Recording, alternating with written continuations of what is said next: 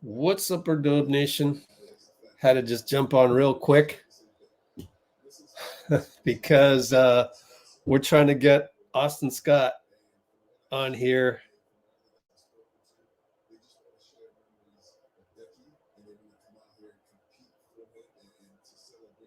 And just texted him. Dean, don't know when he's going to come on. Let's see.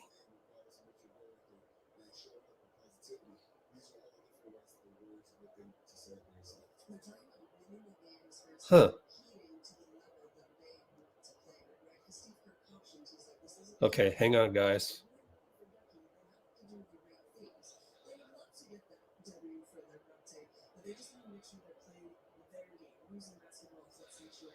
Okay. Cholo, Brate, everybody, Brate. Oh, cool. You're looking at the stream yesterday? Oh, cool. Yeah, the one with Brett Siegel. Let me ask you that. The one with Brett Siegel. Austin Scott in the house. What's up? Hello. Can you guys hear me? The music's loud, so I hope you guys can hear me a little bit. It's not bad, actually. It's not bad. Great. All right. What's going on? Glad I could join a little bit before the game. What's up, man? Hey, what's up? So, real quick, how was pregame? Because Decky wasn't there. There's an empty seat. Talk about everything you saw. Yeah, I definitely today's one of those games where it's not about the game.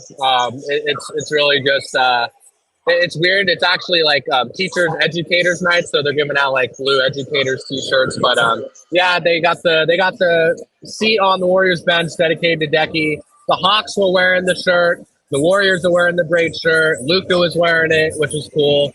The vibe overall, very fan heavy. So Steph Curry, he was signing autographs for almost 2 minutes. He went back usually he goes down one side of the tunnel. He went to both sides. Then he went back to the other side. So a lot of fan engagement tonight. A lot of media here tonight. It's one of those things where it's weird. They've been on hiatus. They haven't played a home game in 2 weeks. They haven't played a game in a while either. So the vibe is really just it's about the bigger picture tonight, which is obviously for right reasons. But it's good vibe tonight. Very heartfelt. Everybody is.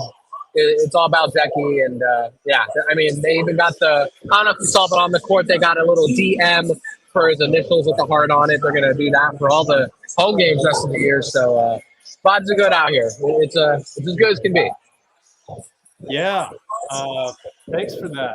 How about even in the media room with everybody being back for the first time in a few games? Right. To be honest, it was, I would say a good combination of just a typical pregame presser, but also, a couple Decky questions. You probably saw the backdrop they had for the pregame. They had the black, great DM backdrop there. It was a pretty typical pregame presser, I would say. It wasn't overly packed, but a couple of Decky questions, and then just kind of a couple of game questions. It was not even more than 10 minutes. Nothing standout-ish, I would say. I'd say the main vibe has just been kind of just the warm-ups. Probably the most fan-heavy, heartfelt warm-up I've seen maybe this season, if not for a month or two. Just the vibe's very good. If you were a fan and you went to the game tonight, good game to go to. Klay and Steph and Draymond and Saric and Wiggins. They all signed almost any autograph on the tunnels, which is freaking cool to see. Yeah, which of those guys normally don't sign autographs? I don't recall Klay ever doing it. How about Dario? No, Dario does it a lot. I would say about half the games he does. I know in practice yesterday or on Monday, Sarge didn't talk to the media because I think he was one of the closest, if not the closest, to Decky, and I think he was just not emotionally ready for that. But yeah, Wiggins doesn't usually sign a lot. Sarge does about half the time. Definitely Klay is not really at all, but Steph signs a good amount of the time. I'd say about 75%. Draymond usually signs, but was a pretty good group effort tonight. Everybody was just giving the fans some love, which is obviously good to see, keeping the morale pretty high. Oh, that's pretty cool. I think I remember, I don't know, was it you or I forget where, but I saw Steve Kerr signed autographs like a couple games ago at Oh, Chase. really? I was so Okay. shocked by that. Any chance he came out? No, I don't think, no, Steve Kerr didn't come out tonight for sure. Yeah. I think, That was a yeah. rare. Yeah. That that must have been very rare. I did not catch that, but yeah, no Steve Kerr tonight. They're actually, I gotta go in a couple minutes, but they're gonna be doing Decky tribute video. They're gonna do the Serbian national anthem before the regular national anthem tonight, and then I think they're also gonna do a moment of silence. And yeah, they're gonna go all out pregame. So that's probably gonna start in the next, I think 7:03 is the exact timing on it on the sheet they gave us. So. All right, man. Thanks for checking in. I'll check in with dude. you later. Maybe, depends on how long we See go. what happens. Appreciate you, Austin. Take care, man. Yeah, enjoy the game, y'all. All right, bye. Oh man, thanks to Austin for checking in there for a good 6 minutes right there. Austin Scott of KNBR. I just tweeted it out. Joins us to give us the vibe from Chase. Guys signing autographs more than usual during pregame. So that's pretty cool. Let's throw up the back screen. We are going to have Dean on here, hopefully.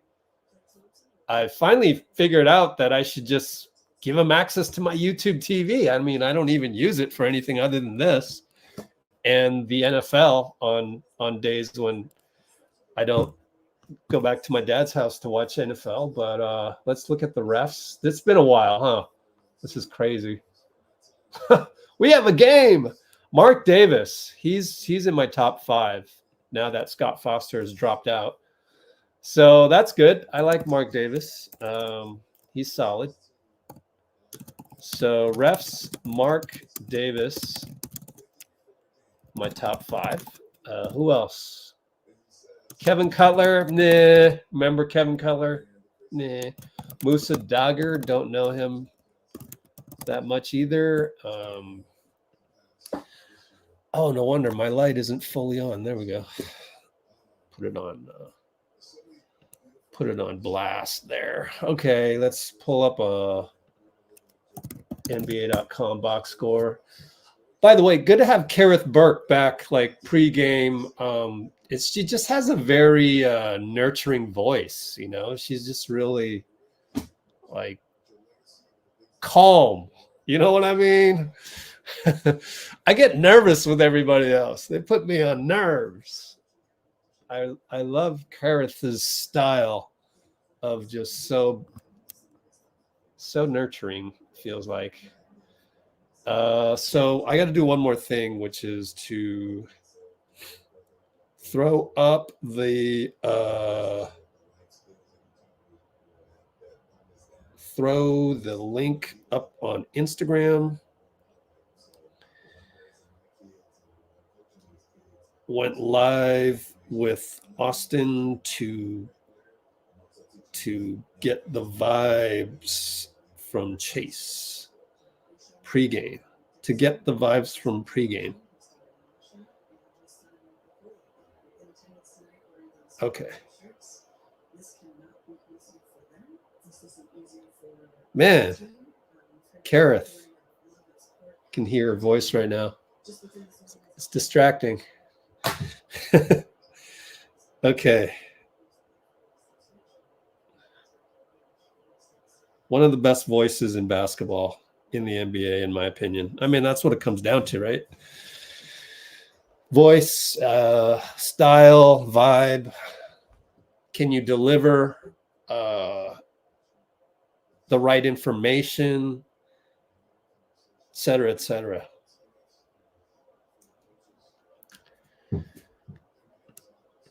All right. Let's see. Let's check out the stuff. Coach Decky, good to have you. Ben Conant in Seattle. Who's your next head coach for the Seahawks, bro? I missed that one. DV in the house. Nicole, Katie, Laura is going to go to Chase tomorrow. I might go to wait, did you say you're going to the game? Oh, yeah, you did.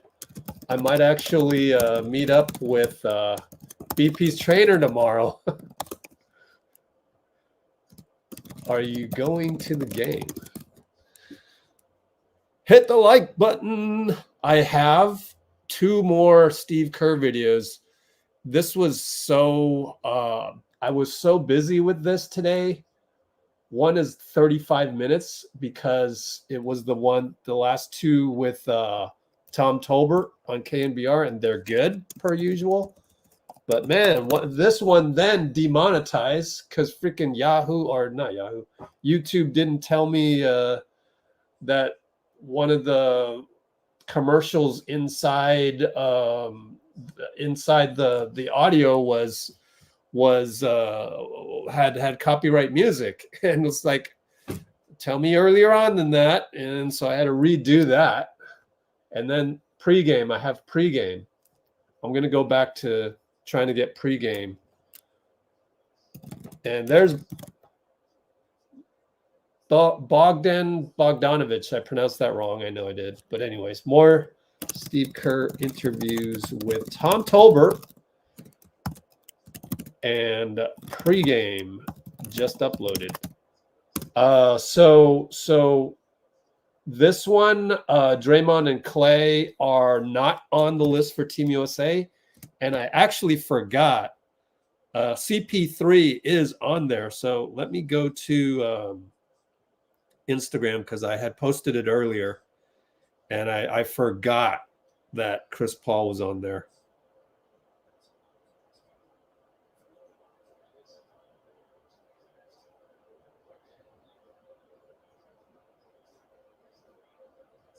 So let me go to Instagram and do that.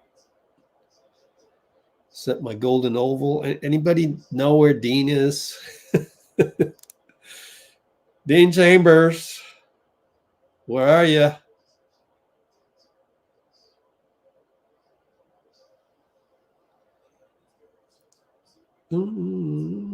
Okay, uploading, and then I'm going to categorize this under Team USA and CP3. Boom and boom. What else is going on? That was awesome to get Austin, huh? Austin, awesome. Oh my God, rhymes. We had Awesome Scott. That's what we're gonna call him, Awesome Scott, from now on.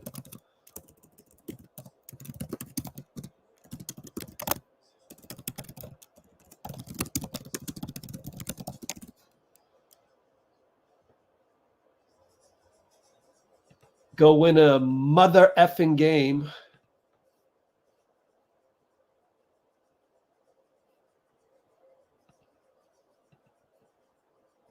I know. Wasn't that awesome?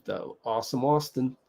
Steve giving hugs to everybody. The Hawks, obviously, as Austin said, got the black BRATE shirts. We're going to do the tribute right now. They're televising this, and it looks like Steph's about to be emotional.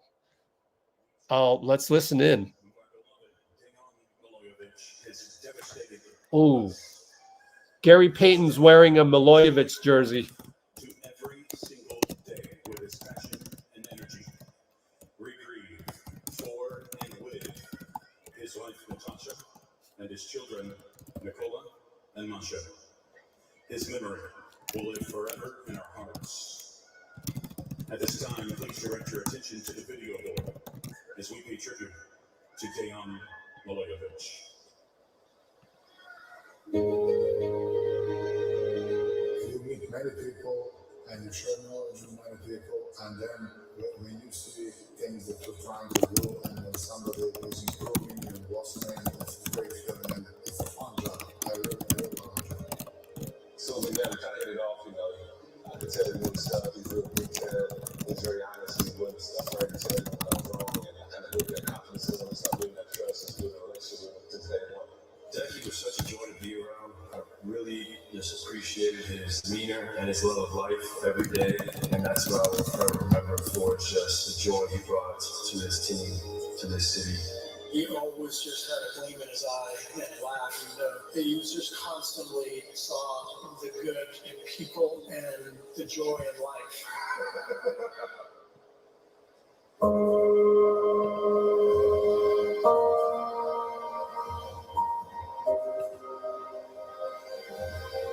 Beyond is leaving a legacy of a smile on his face. When I think about him, first thing that comes to my mind is always a smile on his face, and just the way he looked at people and life in general. Watching that celebration of his life in the crowd, expressing their love for Decky was one of the most amazing things I've ever watched.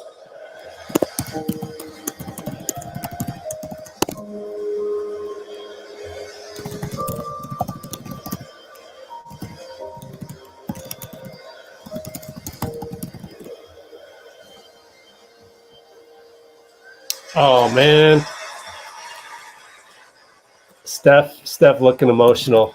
Oops, my bad. Hey, I lose the screen if I hit the letter S. I did not know that. Example together in unity and in honor of Coach Decky. And now, a few words from Warriors head coach Steve Kerr. The world lost a beautiful soul last week. Decky was a wonderful friend, a hell of a basketball coach, a great man, and most importantly, a beautiful grandson, son, husband, and father. The mark that he's left on our organization the last 2 years. We just saw the pictures. That was him every day. The smile, the joy, the laughter. It was ever present. And what he meant to us was a huge part of who we are. He's a part of our soul. The outpouring of love that we've received this past week from all over the world. You could see the photos of him visiting with all the important players when they came in here. We saw the fans in Serbia. That outpouring of love is a reflection of the joy and the love he brought to everybody we met. So tonight, rather than a moment of silence, I'd like you to join me in honoring Decky, his beautiful family, Natasha, Sasha, Nicola. And rather than a moment of silence, I'd like for all of us to give Decky an ovation that he can hear on that.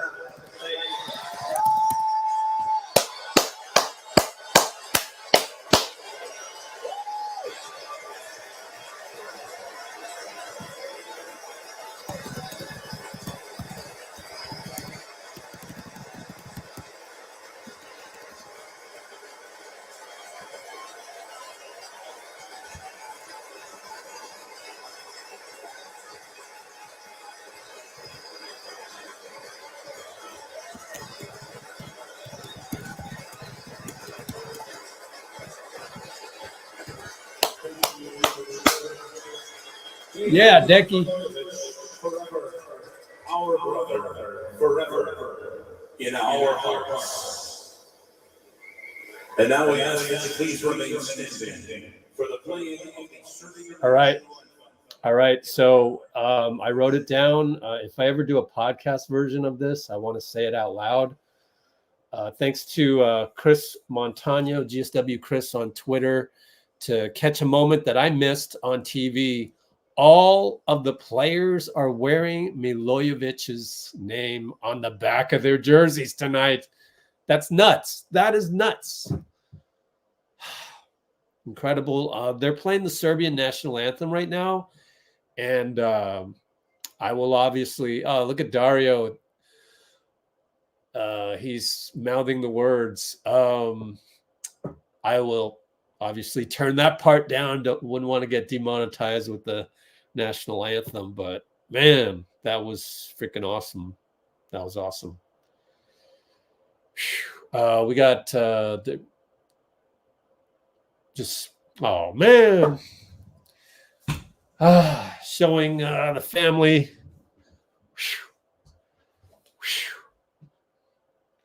Got to take some deep breaths.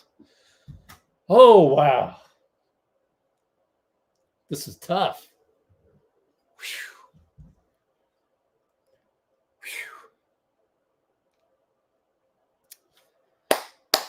Oh, man.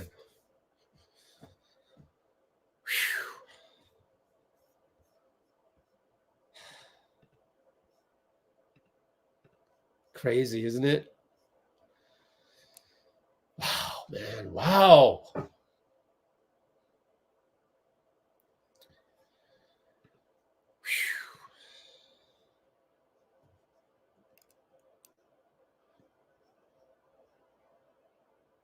This is incredible.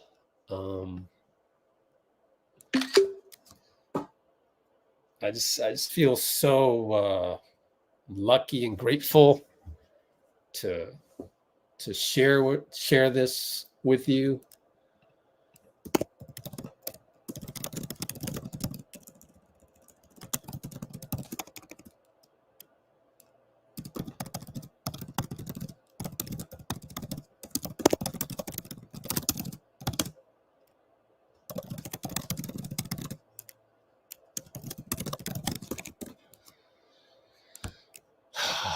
All right. So that settles it. I'm going to go to San Francisco and meet up with Coach Dustin Van Loo, who is BP's trainer tomorrow. You've settled it, Laura. Want to be there. Actually, I'm trying to schedule one more appointment, so we'll see how that one goes. It'll depend on that as well, but we'll see.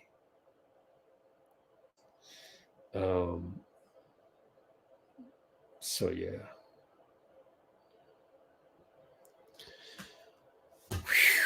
Man, it would be tough to hold it together in Chase. The only reason I am able to is that I'm not paying attention to the TV. I've got the sound all the way down, and just so incredible. They're doing the national anthem with the regularly scheduled choir to do that, and Bogdanovic being in the building tonight. I mean, it feels like divine intervention, man. I mean, gosh, some of these strange coincidences in life. I just gotta say, that is nuts. It's nuts. So they're laying, you can probably see this, they're laying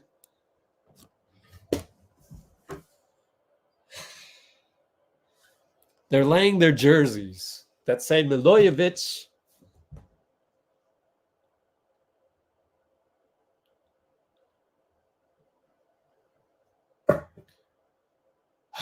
On the chair. And Mike Dunleavy giving Decky's wife the white flowers, white roses. Okay, let's pan the camera away from the family smiling, please. Give them their moment in privacy. Can't watch that. I can't watch it. Oh, man.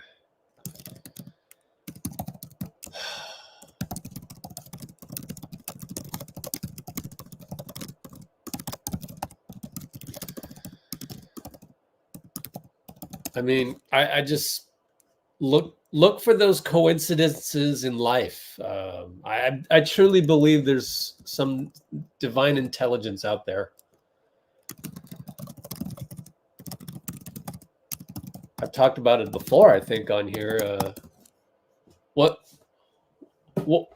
what makes your heart beat? That's a bad example given the circumstance. What makes your body create 1 trillion cells per day? How is that even like fathomable? Somebody created something, some intelligence, put together human beings and nature and animals and cells and quantum physics. Somebody put that together, something, some consciousness, some intelligence. And for us to do this tribute, to come back on the day that Bogdanovic is visiting us, that's a crazy coincidence. So for Decky to pass when we had 4 days off, I've said this before, to be able to breathe right now, to be able to go on social media and not see toxicity about the Warriors from the quite frankly usual cast of characters, that's just one of the many sacrifices Decky made.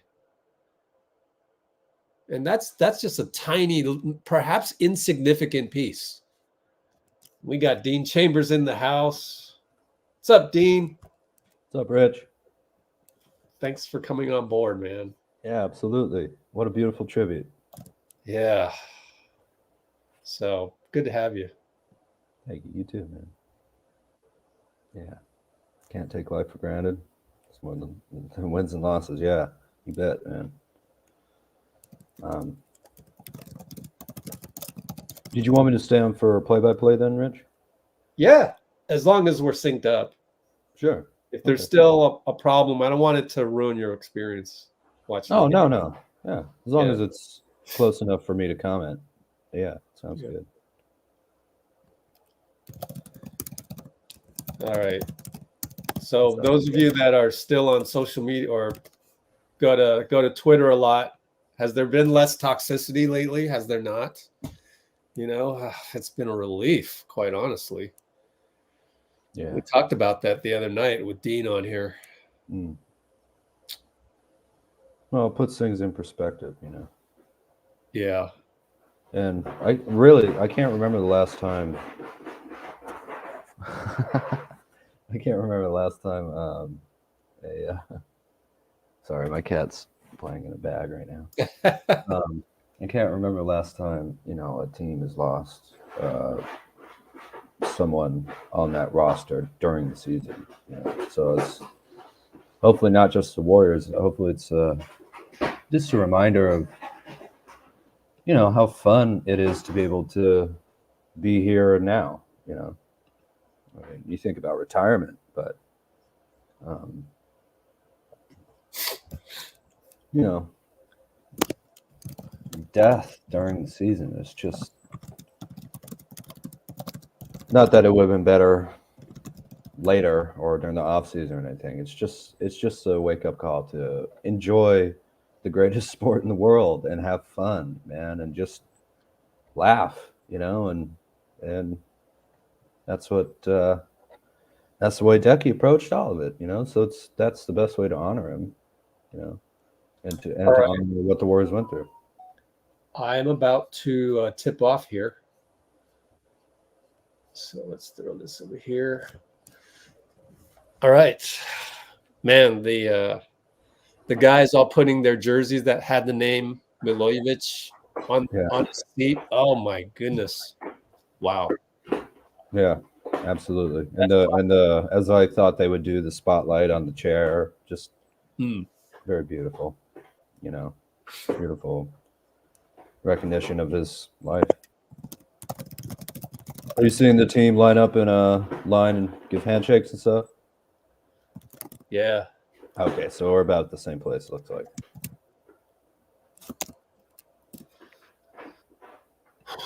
All right.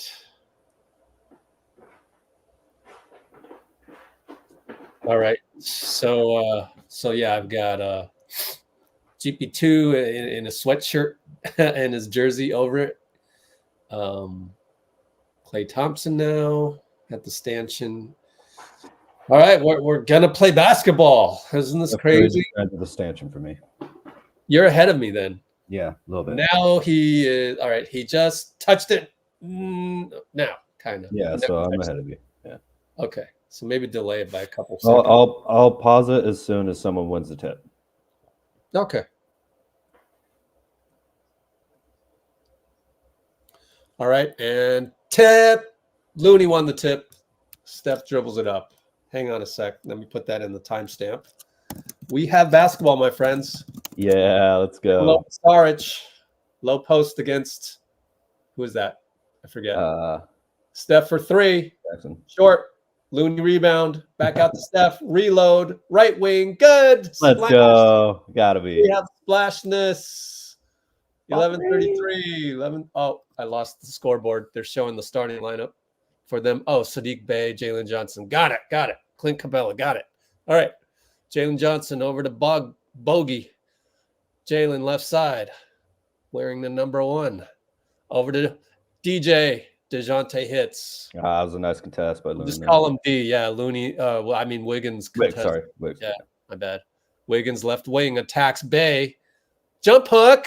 Ah, missed it. Oh. Rebound Jalen brings it up. Right side Klay on him. Corner Bogey versus Dario. Post up. Capela versus Wiggs. Where are you, Looney? He scores. Sheesh. Interesting that there wasn't a help on that one. Maybe try not to open up for shooters. Yeah. Klay shoots. Klay. Not a good shot. There's a lot of contact. Difficulty. Yeah, I guess he was trying to get the foul. Yeah. Attack by D. Inside Clint. Out to Jalen. One more pass to Bey for 3. Line drive good over Klay. Yeah, that was a frozen rope, man.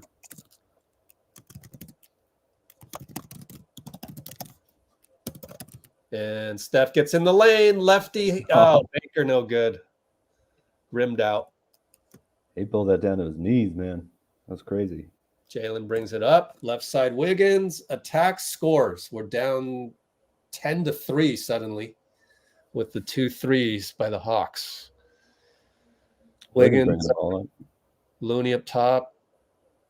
Over to Klay. Gets a screen by Looney. 2 guys on him. Over Dario. Up top 3. Over Jalen. Good. Splash. Dario getting the start, of course, tonight. Yeah. Interesting how we got the Dario Looney. The first time we ever saw Dario Looney. Nice hustle for the ball here. He Loon gets it. Loon reaches down and steals it. Left side Klay. Inside Dario. Against Bey. He holds it. Waiting. Post him up. Back out. Back down. Dario Bey. Just do your jump hook. Just do it. Got it. He does. Scored it. It's good. What were you waiting for, man? Nah, I'm kidding. No, it was good. Do a fadeaway. Good patience. Yeah. So we're down 10-8. 2 straight scores. And it's 3 ball by Johnson. Corner over Dario. Steph brings it up. 8:47, 46, 45. Pick and roll Looney. Out to Looney. Over to, no, inside Dario. Back out Looney. Handoff to Wiggins. Short. Oh, boy. 8:33 to go. Jalen against Steph. Backs up on him. Good physicality, but he's open. Free throw line, no good. Looney rebound. Looking for somebody. He's bringing it up. He's dribbling. Yeah, point Loon, baby. Wiggins D. Wiggins DJ. Post them up. DJ. Oh, lefty banker. Got him. Nice. That was Wiggs. righty. You shot that right-handed. Wiggs finally scores. Low post. Murray down He's, the lane. oh, it's going to be a foul on Wiggs. Yeah, that was a foul. Did swat him, but got him body. Yeah. Nice Steph Curry 3-point highlight. So Draymond coming off the bench again, by the way. Yeah, right. Yeah. I love it. He's not concerned about that at all. It seems like. We'll see how many minutes he ends up with. I think that's the big thing. Yeah, he's still in a minutes restriction that he said he thought he didn't need on his podcast. Is he still on one? Are you sure tonight? Last time he did a podcast, he said so. Most recent one. Oh, but tonight is he still? I don't know. Yeah, no. All right, 2 free throws made. 15-10 Hawks. 8:02, 8:01, 8 minutes. Steph gets the switch over to Klay. Catch and shoot over Bogey. Good. Oh, nice. Looked like there was a little tap on the elbow there too, but I didn't call it. Little screen by Dario, I believe. And Trae Young is out with concussion. Yeah. So, yeah. Capela tap gets the zone rebound out to Jalen Johnson. Free reload, no good. Looney rebound. Outlet Dario, right side. He's one-on-one against Jalen. Hands off to Klay. Gets a screen from Looney. Shoots it. Short. Dario and Bogey. Dario got it. Got it. Over to Klay. Reload. One more. Come on. Oh, back rim. Oh, too bad. Yeah. That was open. We've had a couple reloads. Yeah, not bad. Bogey for 3. Short. Looney another rebound. That is 4 rebounds already. Shoot it. Forget about Steph, 94 feet, and he could have had an N1, but missed it, got fouled. So scratch his head on that one. Out here. How did I miss? Yeah, he had the game here though. To guard him. Yeah. Thanks.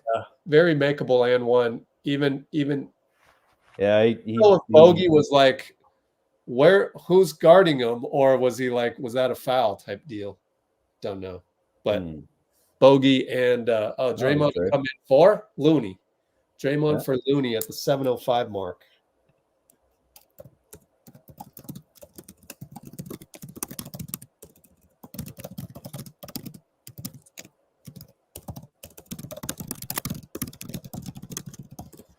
And Steph makes both. We're tied up, 15 apiece. DJ brings it up. 7 minutes even. 6:50. Why are you calling DJ? Oh, DeJounte. Right. Yeah. All right. Now out to Bay. Gets a screen. Down the lane. Dre's there to help Steph. Steph reaches in. No call. Okay. It was a late call. There's no need to reach in there, honestly. Draymond is right there. But we're going to take a timeout. 6:49 to go. Tied up. Q1 6:49. Let me just I'm going to clip that. So you go ahead and do whatever you want to talk about real quick. Oh, yeah, let me look at what's going on in the comments. Let's see. Let me look at this. Explanation tonight. Emotional. Yeah. Oh, you didn't know, Bloomer? Yeah, man. There was a great Decky tribute tonight. Yeah. No need to reach in there by Steph. Just couldn't help it. Take a look, actually. Great start with the right mentality. Yep, let's go Warriors. Absolutely. Delete all of those. Oh. Life of a YouTuber. Yeah, Bloomer. Exactly. It's still nice to see the tribute, though, man. You know, played the Serbian national anthem. Gave flowers to his wife, Natasha, and they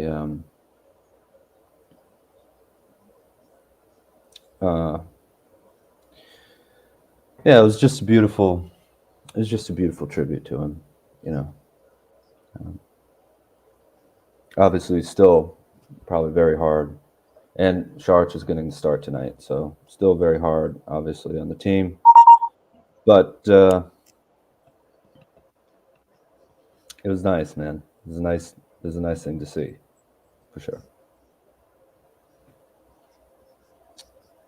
We got Rivals Week ad here, so I'm assuming we're coming back to action in a second. Yep. Yeah, beautiful chase. Well, I'm not gonna replay that last play. It was. I mean, Draymond is right there, right in front of him, like hands up, and Steph just can't help it. Reaches in, foul.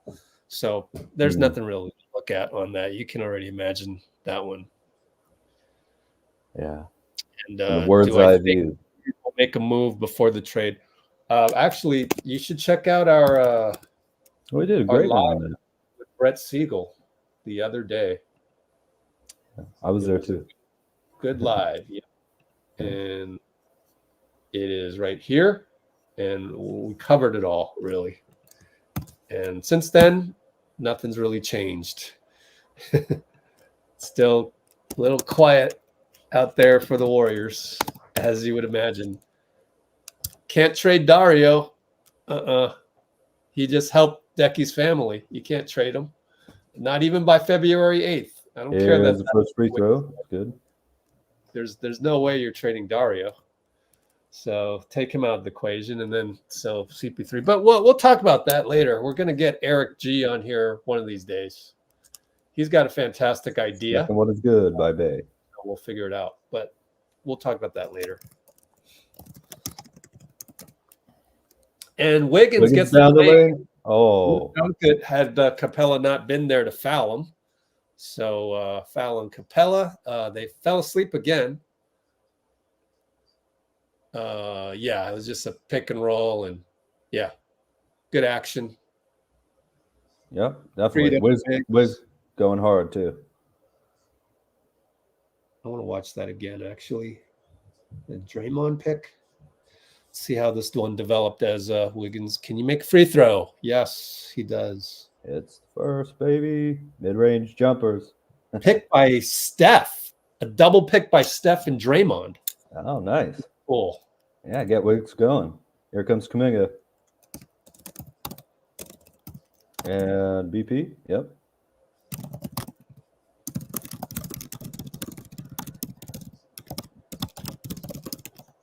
One more. Got it. He made both. Drink. All right. So now we got D over there, doubled by Draymond. Wiggins guarding D. Just one-on-one out there. Burning shot clock. Shoots a three. Air ball. Quinn Snyder's got to be I like the pace Kuminga's running with. Kuminga tries to dribble up. Yeah, messed up his own dribble. But anyways, post up Wiggins against D. Fake fade away. Attack. No call. Got his own rebound off the board. Way out to Draymond. Back to Wiggins in the corner. Almost a little yes. Pajemski. Got the ball on the wing, goes around a Draymond pick, free throw line, short. Capela wants that one back, I'm sure. Piece. 550. Automatic knockdown right there. 549, 548. Bay for three on the catch. Bricked it, left a crack on the window, but no one was there. Patty Mills goes in, misses the push shot. Thank goodness. In and out. JK nice rebound, brings it up. Right side, fakes, and then goes to BP. That was a nice in and out dribble. But anyways, he's posting up. Is he? Who is that guy? He's posting up. Takes the punishment and one fadeaway. Matthews? Nice. Beautiful. The stuff that we love to see. JK post up fade and one. Matthews. Hey, I don't know this guy. Yeah. Oh, took a little elbow to the face there too. Matthews. Who, Matthews? Yeah, on accident, of course. 6'6", 27 years old. Undrafted Lipscomb? Flash. Smokes. JK made a free throw. Drink. All right, so we're up by 3. 5-17, 5-16. D goes past Draymond. Wiggins there to help. Corner by Matthews. No good. Oh, Murray got the rebound, though. Double team. Out of bounds. CP. Yeah. As soon as the dude jumps, I'm moving to the side. Yeah, those are hard. Those are hard to do, to get out of the way of. So yeah, that's true. Baseline into Okoro. Over to D again against one-on-one JK. Mm-hmm. Over to the corner. He had to shoot it, missed it. BP rebound, outlet Wiggs, left side 1-on-3. Back out to BP. Dray picking up, setting a pick for Steph. Tic-tac-toe Dray over to JK. Corner, drives in, fade away. Kawhi-like. Good. Good. Hey, Rich, we're not trading JK either. Yeah. There's no way. On that contract, no. And Wiggins knocks it out. It was a kind of a bad pass, their ball, baseline. But JK. Another highlight here. Yeah. There's no way. Just stopped on a dime and bang. 4:31 to go. Inbound coming. Baseline. They're wiping the ball, so little delayed.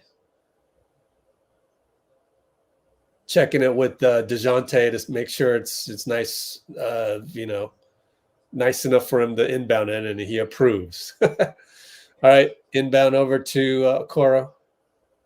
Draymond's really sagging off of him. My bad. Takes a charge. Yes, sir. Okongwu charges into Draymond. Man, Draymond sagged off him and saw as soon as he was about to drive instead. Man, it's the little things Draymond does out there. Just got in front of the line as quick as he could. Got the charge. Okongwu. Okay. That's like 3 split-second decisions at once. Yes. All right, so we're up 5, 424, 423, 422. Steph shoots it. After the curl, it's short. D brings it up against JK. JK doing those little jabs that I prefer. But inside the O, back out to Jalen. Fade away free throw line. No good. Draymond rebound. Steph brings it up. Over to BP. Over to JK. Over to Steph. Goes in against Patty Mills. No good. Jalen rebound. Brings it up.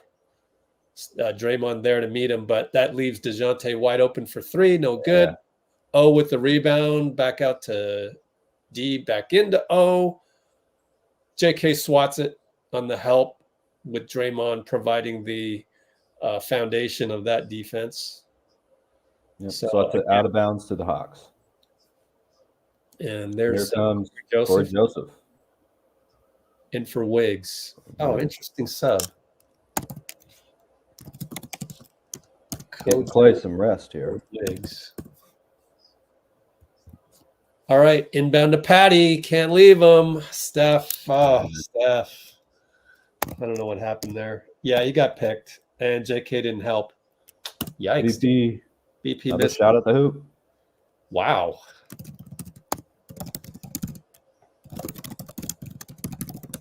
And DeJounte, big step down the lane, overpowers BP, scored in traffic. Right again, 22-22. Good bucket. Draymond brings it up. Both teams are ice cold. Shooting sub 38. And JK tricks him, but the lead pass is a bad pass. Oh, that was way too soft by Draymond. And that Patty gets a 3 out of it. Yeah, it was a good contest by Steph, but just nice cut by JK, but we blew it. But yeah. Well, Draymond hasn't played in forever. Sidestep, 3-ball, splash. Okongwu, Island. Tied game again. Tied up. D against Kojo. Pick Jalen. Switch to JK. Dribbling. Inbound in the post against Kojo. Jalen. Jump hook or jump shot. Fade away, no good. Steph, we're on the run. And he gets away from Jalen. No look to Draymond. Attacks layup. Good. Yes, sir. Reverse. Snyder. Oh, he's looking at his hand. Reverse lefty layup. Man, that was beautiful. Dubs aggressive, attacking the hoop. Finally.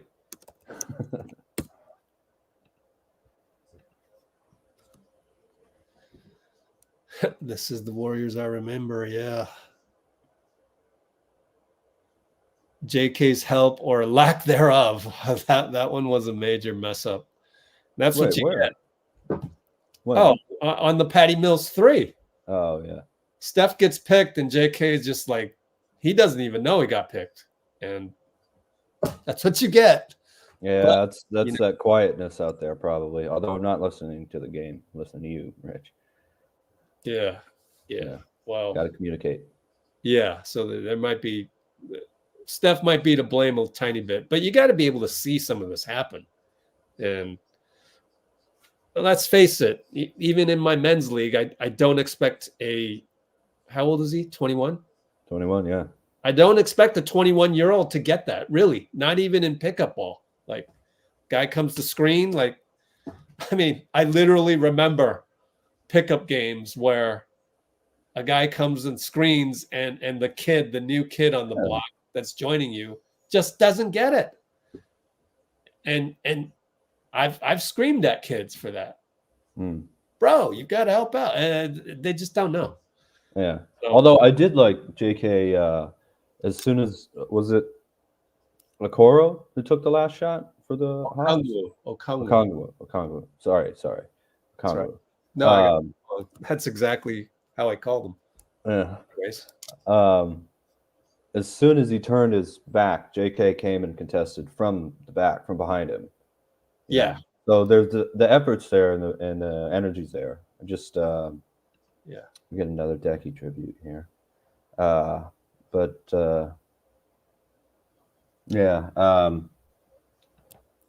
glad to see that it's not for a lack of that. It's just not being fully on the same page as Draymond, which fair enough. Again, he's 21, as you said.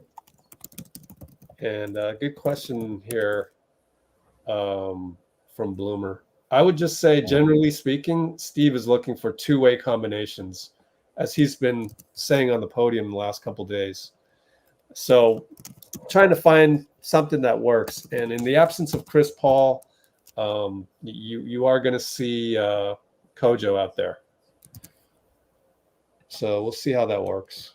It's been a while. I can't even really remember the previous rotations. Well, Moody went out too. Went out. Still don't love the 3-guard lineup personally, but all right, Klay's in there. Yes, sir. Are we in zone? Okay. Kojo looks like he's in zone, but I don't know. We'll check next time. Yeah, I think we were. Shoots for 3, no good. JK rebound, brings it up, right side. Up, look at that. He fakes an attack, then he attacks, then bye-bye. Yeah, number just change 2. of pace. Oh my gosh, Trent Forrest had no chance. Yeah. Oh, wow. 7 points, 3 minutes, 3 boards in 5 minutes. Oh my goodness, that was tremendous. Yeah, that's the problem with zone right there. Yeah, they got to look at a 3, but they missed it. Yep. JK again, right side, tries to bullet past the Klay, and it somehow gets through. That's good. Just Kerr threw it up just like that. Throw it up the other team's hands, right to Klay. Yeah. All right. That is what's his name again? Jump. Trent Forrest assist over to Jalen. Are we in zone? Yeah, Draymond said I'm sorry before he even shot it. Yeah. Yeah, we're in zone. But I wouldn't do that. It's just going to give the other guy confidence, right? Klay gets the ball, 3 ball. He's hot. Draymond. Good. Directed it. Good job by Draymond. Nothing like coming off those Draymond screens either. Just so well positioned and timed. Bogey in there. BP giving him respect. Sidestep 3. Good. That's what Stop Bogey jumping does. at the 3-point line. And what's the point? Klay says my bad. Interesting. Maybe he forced BP to switch before BP contested that. Yep. We got a sort of delay of game, not really. Yeah, it does look like Klay messed that one up, the game plan wise.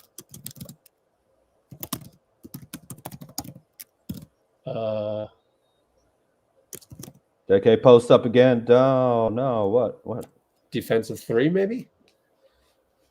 I don't know. Hold on. Always ready. Yeah, they're showing the replay of the corner splash. Jake had deflected. It's got to be defensive 3. Klay makes the free throw. Up by 5. 36-31, 26.1. Hawks have one to give with 26.1. So Klay inbound. JK directing traffic, kind of sets a pick for Draymond. And the lead pass goes to BP, luckily. Yeah. somewhat. Against Bogey. Baseline. Bye-bye, Bogey. Got it. The same shot as JK went for. That's He got it. Yeah.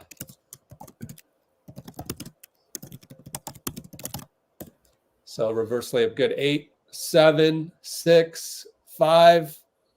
Dray fouls. I forgot his name already. Trent Forrest. Good foul. Had one to give. 5 seconds left. 5.0. Wiggins defense. What, Kojo?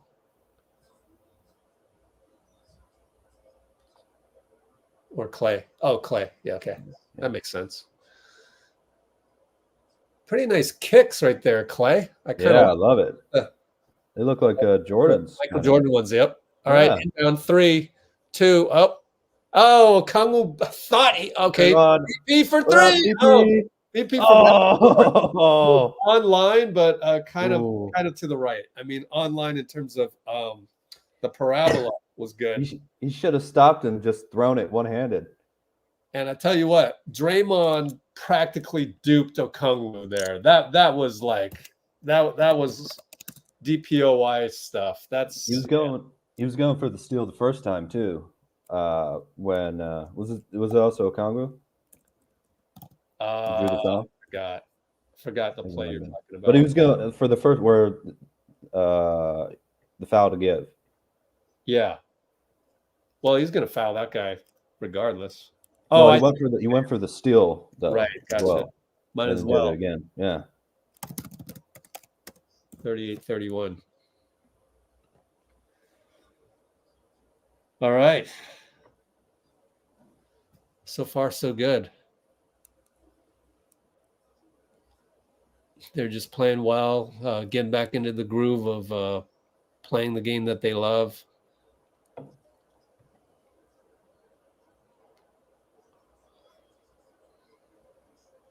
Oh, we've got a little spoilers going on in the comments. Oh, really? Let's try to slow down your stream, people, if that's possible.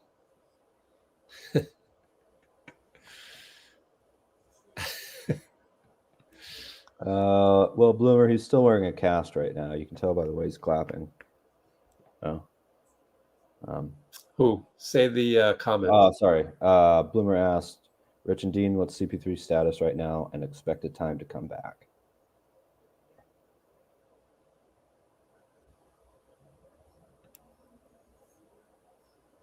He's being reevaluated.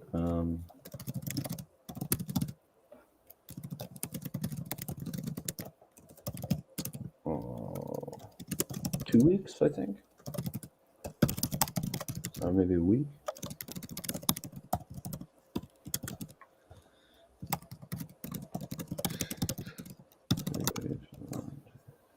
So it should be coming up, actually, the reevaluation, I think. Right? 2 days ago, Moody 1 more week, and GP2 2 weeks. So, what about CP3? Oh, I don't even. Let's get him out of the cast first, one step at a time. Yeah. Well, that's what Bloomer was asking. We are back, though. Yeah. Don't know. I don't think anyone's asked yet because it's so far down the line. Anyways, we're back. 11:45. BP. Oh, down low over to Trent. And he pushes it up. No good. BP rebound. What's his name again? Trent Forrest. Okay, JK downhill gets fouled. No choice. Bogey had to foul him. Oh, man. When this guy gets downhill, it's just, oh, man, it's a freight train. The only way to stop him is to foul. It's just crazy how downhill he gets. And he's got the inside-out dribble. I love that one. That one was a inside-out dribble lefty. So depending, it's JK's going great. Don't get me wrong, but in the playoffs, they're going to adjust to that. So be ready for the next adjustment to the adjustment. Jonathan. Oh, he missed a free throw. Second one. No, he made it. Second one he missed. Oh, the second one. Sorry. 26, 11:25, 11:24. Right, gotcha. Handoff Patty back up top to Trent Forrest. Jalen for 3 as Klay can get around. Missed it. Klay, man, get around that screen, buddy.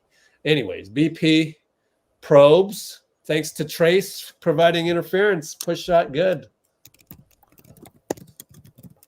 Yeah, nice just roll down the lane right there. And Bogey, reverse layup and 1 against the youngster. Kojo's talking to Trace saying you're late. So let's watch that one again. Yeah, he needed to contest on the first one. Let me watch Trace. Bogdan got hit in the back of the head a little bit, looks like. I think Kojo's telling him you got to cut off or you got to be there earlier for the baseline and just not allow the reverse layup. But I didn't see Trace do anything egregious. It looked worse in real time, I think. All right, Kojo against Patty. Good matchup. Trace up top. Handoff BP. Gets the pick down the lane. Lefty hook, good. Running hook shot, BP. All right, BP. Running hook. Beautiful. BP. Jalen down the lane. Over to Patty in the corner. That's a design play. Did you see that? Bogey sealed off BP. That's a good design. I'm trying to sync up my stream viewers real quick, Rich.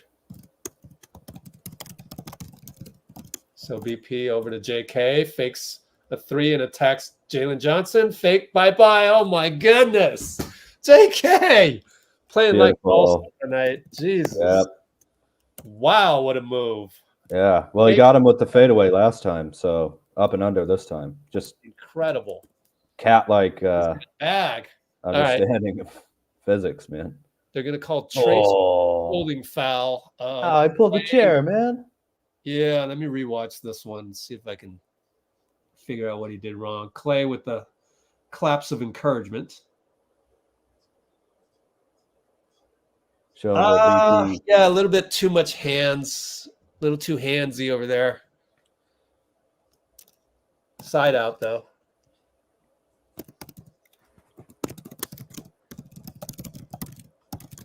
And we go bogey, fade away over Kojo, no good. JK rebound, get out of his way.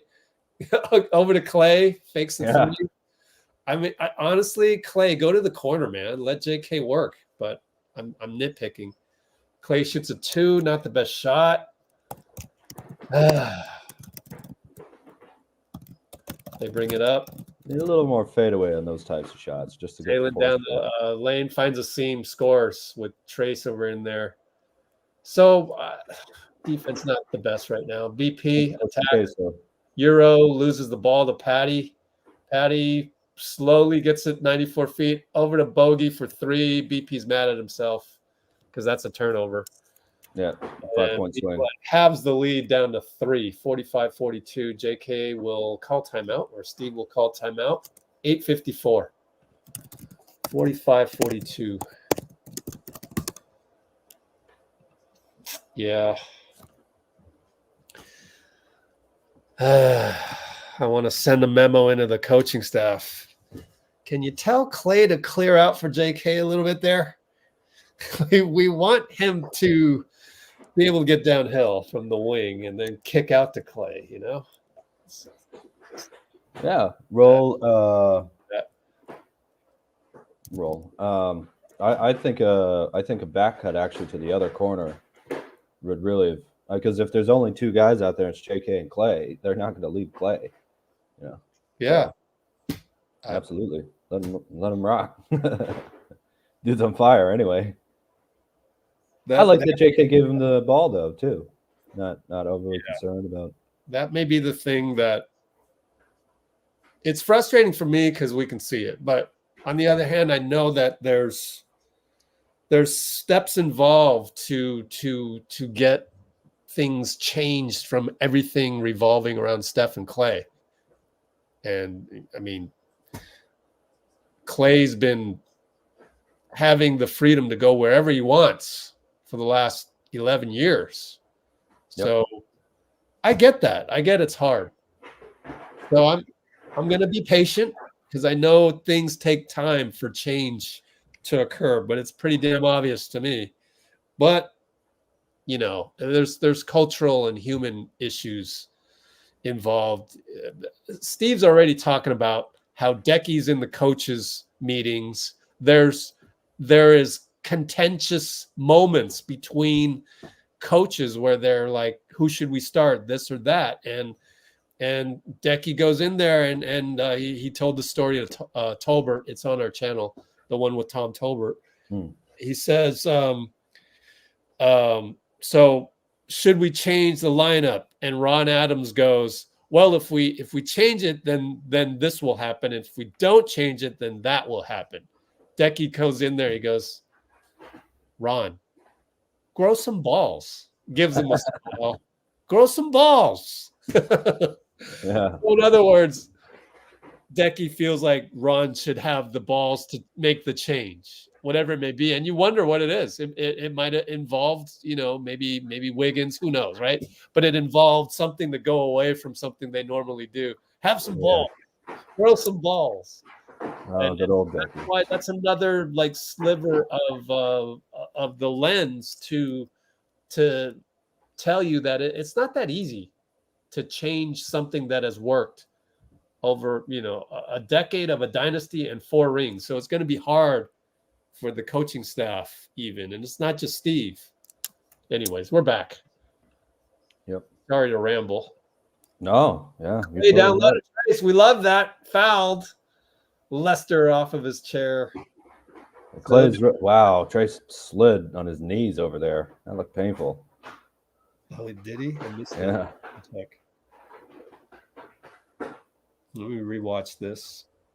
Man, Jalen is throwing some illegal anti-screen action there, but I'm glad they got somebody for the foul there because he was really extra physical with Klay, and I did not like that.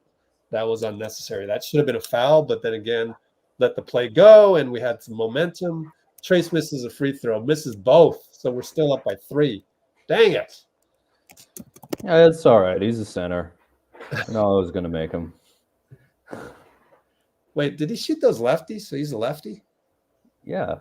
Yeah, didn't know that. Whole time, of course. Yeah, again, he's a center, so it's not a lot of. Joe brings it up over to Klay. Yeah, it's just usually on free throws, I'm doing something else. I'm checking the play, etc. So I don't remember the last time I watched Trace shoot a free throw, but Dario misses a 3. Death is coming in.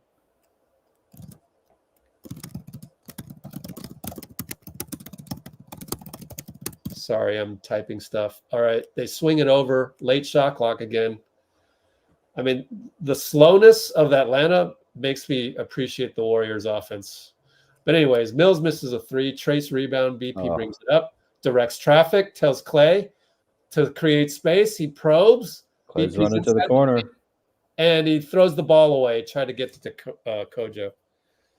That's 2 bad turnovers, and then they throw it away. Forrest throws – Bogey couldn't catch it, and he says, my bad. So, interestingly, second bad turnover on BP.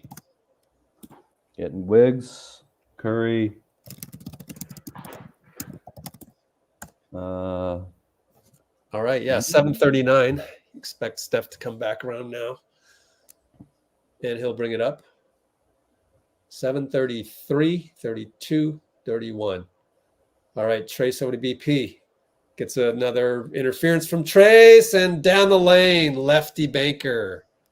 Man, that's looking good. Brandon, man. These skyscraper shots. Sure. And corner. Are we in zone again? Patty Mills, fadeaway against Steph. He got around Steph a little too easily. It felt like we were in zone, but no, we were in man. We're in man. Oh, really? Dario attacks, scores again. Dario is a scoring machine, man. Well, the Warriors are really good when we go to the hoop. I didn't get a chance to see the Mills against Steph play, but that might have been bad defense by Steph. Anyways, they find Okongwu corner 3-ball splash wide open. Wonder what happened there. Oh, we're playing zone, and they overloaded the strong Oh, side. we are in zone. Yeah. No, we're not in zone. I don't know what that is. Oh, man. So we had two bigs, and then Steph got stuck inside. I don't know. That's a strange one. All right. Anyways, corner 3 by Dario and Murray, no help. check. He passes it out to the corner.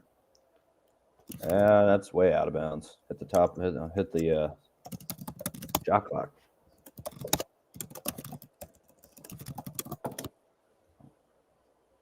I'm rewatching that one. We're having problems with this double big set. Here comes Draymond. For who? Sharge, I think? Huh. Mills is out for the Hawks. Oh, well, I don't know. Wiggs with the Steph pick. Bogey tried to take a charge. No. BP got the pass and laid it in. Yes, Good sir. job, Wiggs. Draymond spacing out to the left corner, too. Up by 5. Oh, really? Yeah. And it's Yeah, we're playing zone, I think. that's a foul on O. Travel. Was it? We're in man. That's not We zone. are? It may be a soft man, but it's definitely not zone. It may Okay. be a crap man-to-man, but It's yeah, they look like they're playing zone a little bit. Ooh.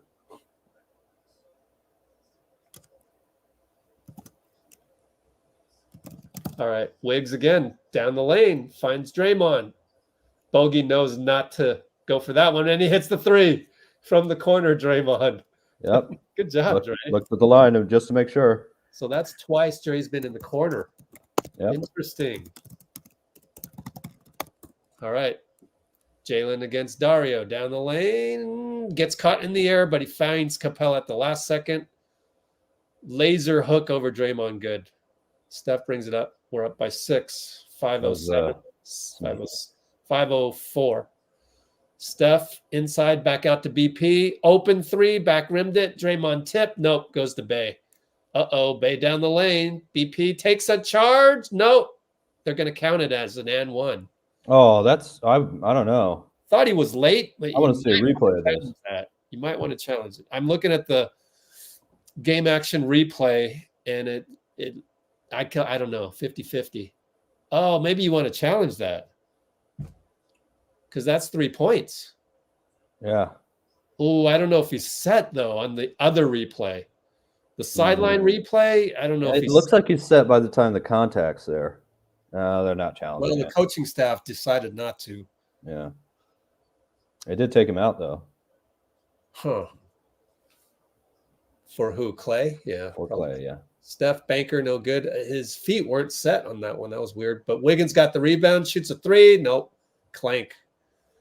Over to Jalen. Brings it up against Dario.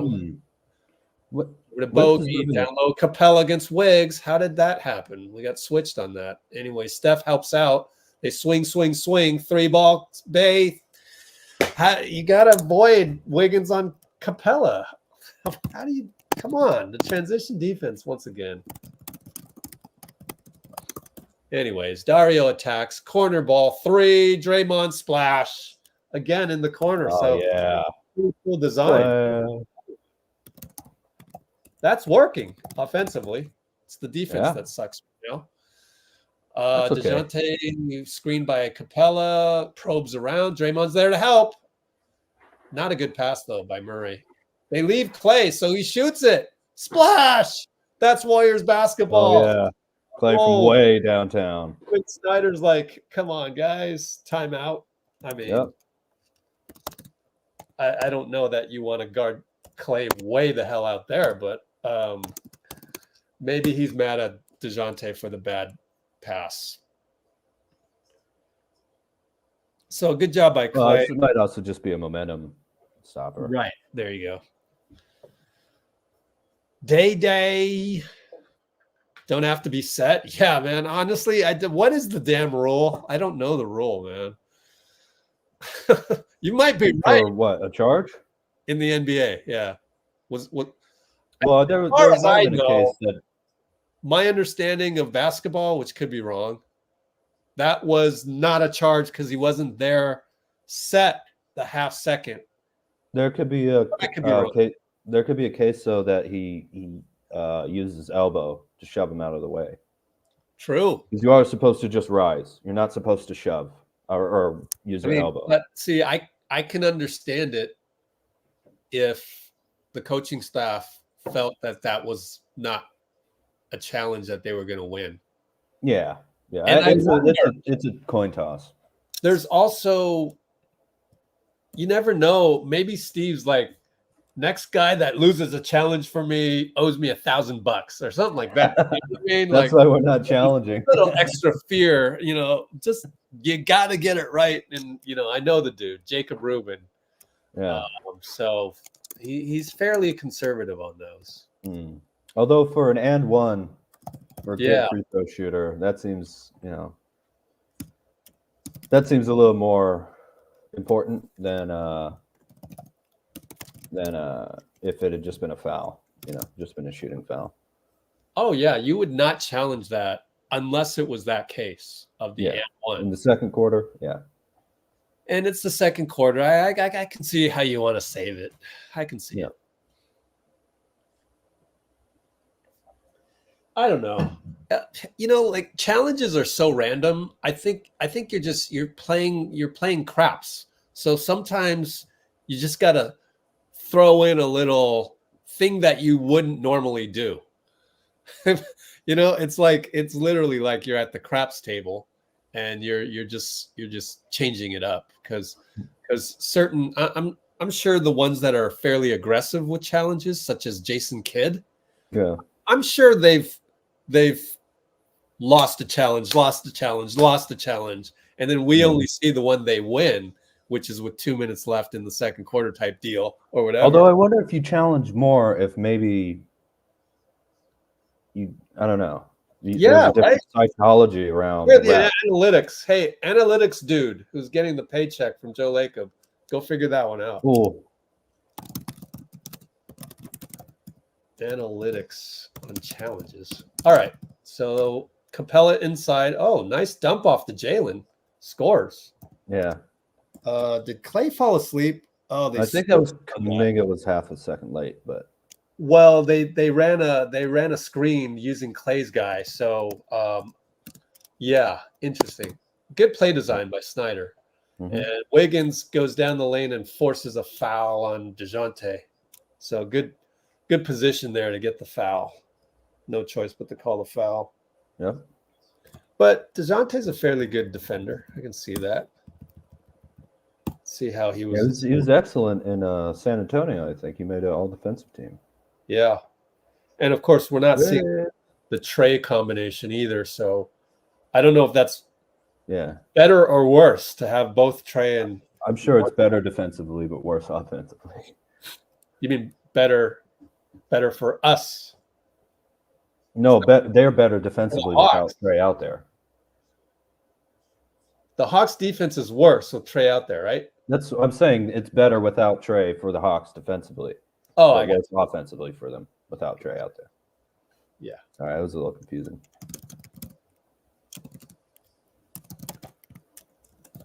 Oops, typing that in. All right, so Capela up top, over to Murray, elbow, Wiggins holds it back out. They hold the ball a lot. Oh, Wiggs, baby. See over to Bay. Yes, sir. He blocked the jumper. We got blocked it. You spoiled it, but that's okay. Oh, I'm ahead of you. I'm so sorry. Yeah, we haven't inbounded it. Block shot by Wiggins on the Bay fade. Yep, and shot clock violation. Oh, that was? Okay. Yeah. And the inside-out dribble. Bye-bye, Jalen. Oh, my goodness. Oh, my goodness. Unbelievable. JK is so good. Yeah. But I want to throw caution in the wind. Bogey around the curl. 3-ball good. Klay, come on. Let me watch the replay. No, that was a good contest. That was fun. No, that's not good enough, man. Klay was mad at himself. I'm equally mad. Everybody gets mad when someone scores. Sure. That wasn't physicality, though. Anyways, Klay fakes bogey out short on the 3. Oh, it's too bad. That was a great move. All right.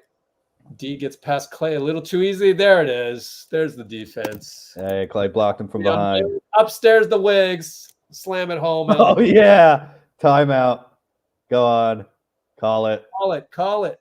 Oh, the young man psyched. No timeout by Quinn. Yep. But good defense by Klay.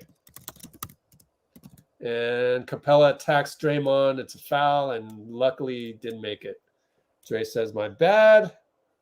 Yeah, it's a good move. Capela's not that bad, you know. He makes a lot of money, so better earn that. Well, it's better to send him the line than let him shoot a layup anyway. Okay. Play with the long arm of the law. So my caution to the wind is that JK inside out dribble.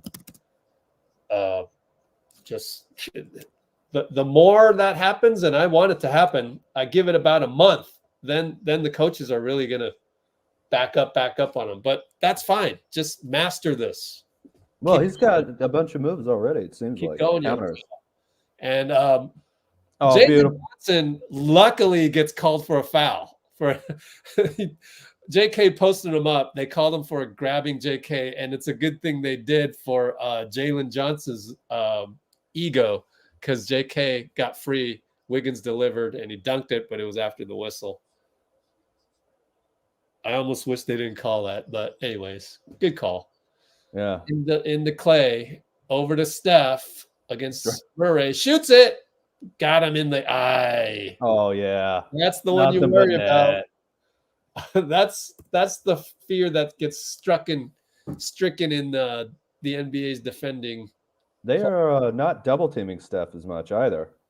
Bay tries the physical Steph, and good job. He missed it.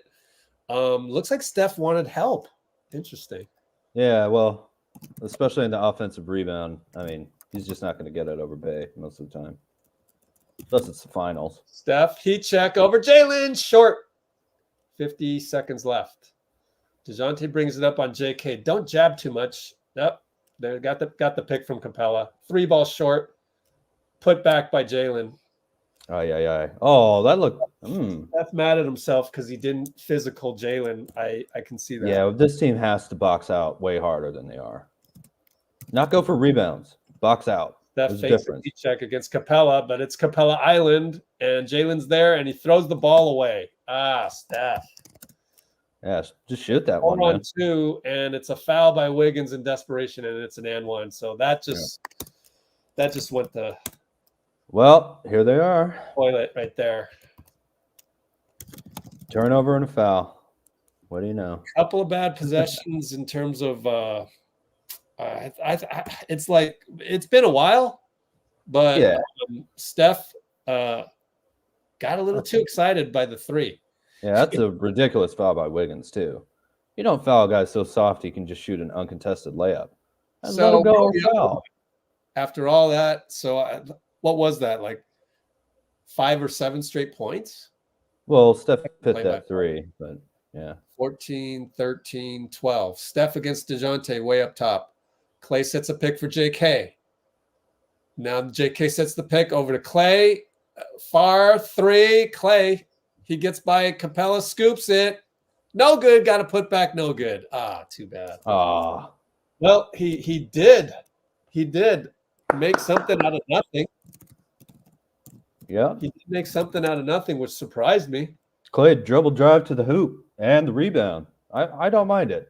Wish I it would don't have gone mind in, it. But again, the penchant, I know there's been a decade of doing that play. But you could have gone to JK too. You could have gone to JK too. But it's okay. I get it. I'm not mad. Like you ride it till the wheels fall off. And based on that play, the wheels haven't yet fallen off for Klay. So if Klay can keep doing that and nearly make a layup and make something out of nothing, I'm okay with it. But the moment that appears not to be the case, for instance, let's say he couldn't get past guys like Capela. Whenever that time comes, then you better get it to JK, especially when he's coming off a pick from Klay. I'm just saying. Yeah, I don't know. I don't think it really mattered on that one. Just go to the guy, who's open. Have a couple different options, and they could have gone to JK. They could have gone with Steph. They went with Klay. They could have given it to Draymond. Yeah. Well, I'm of the camp of milking it to JK, but I'm a little. I get you, but they've been doing that this game though. I'm just not outraged. I'm not outraged at it as like some of the people on Twitter.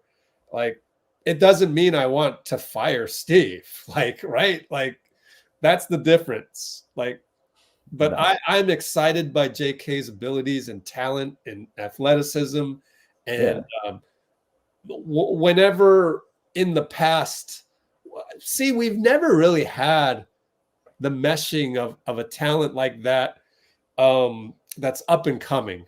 KD's different, right? That's yeah. He was the same age as Steph and was the previous MVP before Steph. And he's more of a jump shooter, Yeah. Mm-hmm. So, anyways, well, to Duncan and Kawhi. I mean, and kind of Ginobili and Parker a little bit too. Oh well. Since you are the walking encyclopedia, can you tell us how did they transition from Duncan to Kawhi? What, like offensively or something? Yeah. Well, there had already been a little bit of a transition, I know, by 2007, right? That's when Tony Parker won the Finals MVP in that sweep of the Cavs. So they had already been transitioning a little bit more to an outside game, and I think Kawhi really got a lot of his minutes in his sophomore year in 2013 through defense and just started scoring more and more. But he filled a role, averaged 12, 13 points a game, I think, at least throughout the season. Yeah. And Popovich modeled, and the coaching staff helped model his game after Kobe. That's who they were trying to emulate, is what he said, at least Popovich. I don't know how the Spurs offense worked in detail. No. But I'm guessing since they modeled him after Kobe, they wanted him to score more and more.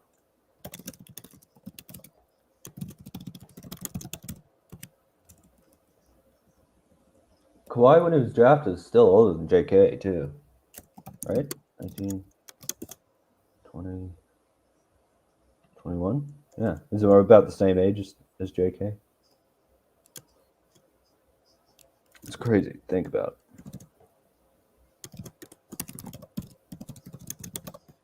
All right, I'm throwing it in the poll. Just curious. This is not a fire Kerr thing. It's not a our coaching staff sucks, etc. It's not a I don't believe in Klay thing. I do believe in Klay. It's not it's not anything but just kind of a curious thing, and just kind of my addiction to like guys of JK's caliber that's coming up, because in a pickup game. See, I was saying that before we talked about Kawhi and the Spurs. I was kind of leading into when I just thinking about when I used to play pickup and there'd be a young up and coming dude, but I was never in a situation where we already had a system with the vets and this young up and coming dude comes in. Would we have passed to the young? Would we have deferred that last play to the young up and coming dude? And I'm thinking we probably wouldn't have. We probably would have stuck with, we have our, less athletic but good at getting open shots veteran. Is that the right move though? Oh, is it the right move? Right. Yeah. I don't know, but I know that. Oh, what do you think, man? if I was in the grow some balls, Rich. No, if I was in the coaching staff thing, I think I'd be on the side of the coaches telling Steve, I would vote for, let's transition to JK. I want to get him the ball. Like, I do want to say we're going to get the ball less to Klay. So, and and these number of plays to JK. I think I would do that. I would vote for that. But I could be wrong. I don't know. There could be more politics involved, human element. There certainly could be, Ron Adams is probably voting for Klay. Well, I'm wondering too if that just means start him and play him heavy minutes, whatever the plays are, just because it doesn't seem like he needs a ton run for him. Just here's the ball, clear out, set a screen with a shooter, right? Sharch or something like that. Let him go to the hoop, And we need someone to go to the hoop and get to the line. We absolutely need that desperately. So I almost wonder if you just do Steph, Klay, Kuminga, Sharch, Draymond. I know it's a little bit TJD Loon, both on the bench unit, but 30 plus minutes a night, I think, for JK. Just go for it. Again, the offense and all that, I'd love to see more plays, but I think if you just play him, he'll figure it out, Yeah. Let's see, how do we do in the poll so far? Westbrook had a 3 with the shoe off. He didn't throw a shoe at the ball and make it go in, did he? Hey, Klay leads all scorers with 13. Hey, that's why they went to him. Oh, not all scorers. Jalen Johnson has 17 and Sadiq Bey has 13. All Warriors, yeah. Steph has 11. Nice high-scoring game, too. Kuminga's 5 for 5. Yes, sir. And 5 rebounds. Wow. Does he have 5 assists? Oh, no, those are defensive rebounds. No assists. 2 steals? Is that right? 2 blocks. Nice. Ooh, 2 blocks. How is he -2? That's crazy. Assists. Right? Yeah, that is crazy. Yeah, but single game plus minus, I guess. Just hey. Yeah. He's in with the starters now and whatever. All right, I'm going to take a break real quick, Rich. Okay. Yeah, that's one good thing of having Dean on here is that we can talk about JK real quick. And yet we can talk about JK and not have to say fire Steve. It's a transition. It's going to happen. There's no doubt it's going to happen. Especially now that they didn't trade JK for Siakam. Basically, it was reported. The Warriors didn't want to part with JK, didn't want to part with Moses Moody, which we talked about 2 live streams ago or 1 live stream ago. And it's like, I kind of like that. I kind of like that vote of confidence to those couple young dudes, because I do think Moody can be, he can take the torch at the 2 guard from Klay way down the line, whenever that may be. Because he's a knockdown shooter. Moody is literally a knockdown shooter. I love it. He's always wanted to be one. Always said that on the podium, even when he wasn't knocking them down. Rookie year, he's on the podium like, oh, I'm a shooter. I'm sitting there going, really? Oh, okay. Duly noted. But he has fulfilled most of the prophecy. So far, most of his own prophecies saying that he's a shooter. He definitely can shoot the ball. Moody can. He's probably not going to be, top 5 on the planet at any moment in time, as Klay has clearly always been ever since 2014, let's say. Klay has been top 5 shooter on the planet. I don't know that Moody will crack that, echelon ever, but that's okay. You only need to be as good as, like in the NBA. You just need to be a damn good, solid 2 guard, and he is. His point of attack leaves much to be desired, but it's no worse than Klay's. It's a different style. Klay's more physical and can really guard opposing shooters if they drive in. He can handle that as long as it's a playoff game where the stakes are high. When the stakes aren't as high, Klay's old, man. It's just like, you get past your prime, that just happens. Those of you on the chat who are past your prime, you know this.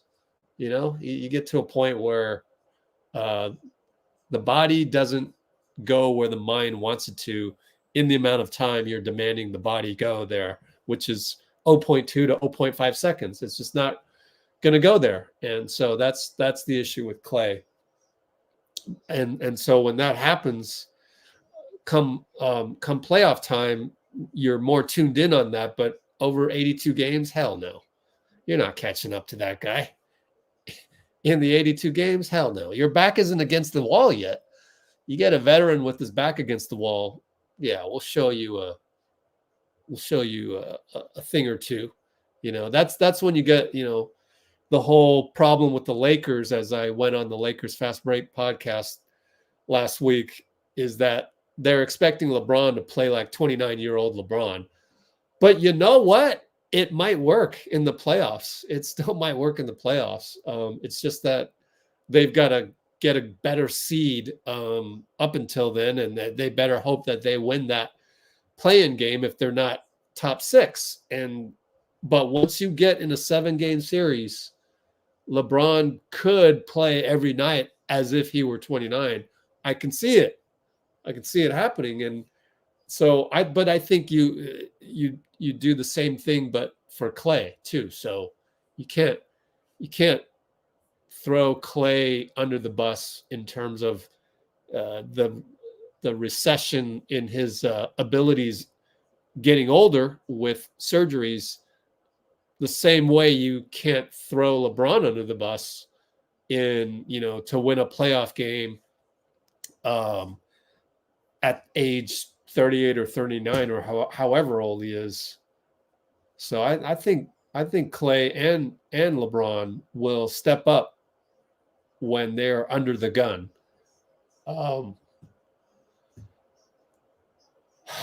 So that's why it's hard. It's hard to going back to the reason why I put the poll up there. It's just difficult to transition to JK. Instead of being mad about it or outraged about it, I think we should live in abundance and be thankful that we have a guy whereby if we were to see some of our old guys kind of really go in some kind of steep decline, well, guess who we got up next, NBA? We got a fella here that's ready to go, and we pay him what he's worth, the market value, then he's ours. We have full control over his contract as long as we keep paying him market value. Dean saying Moody's more of a Swiss Army knife. I'm gonna respectfully disagree. I'm gonna respectfully disagree. I see Moody more as a 2-guard. To me, Moody's more like that's an interesting one. We should put it in the poll. I disagree, but I respect it.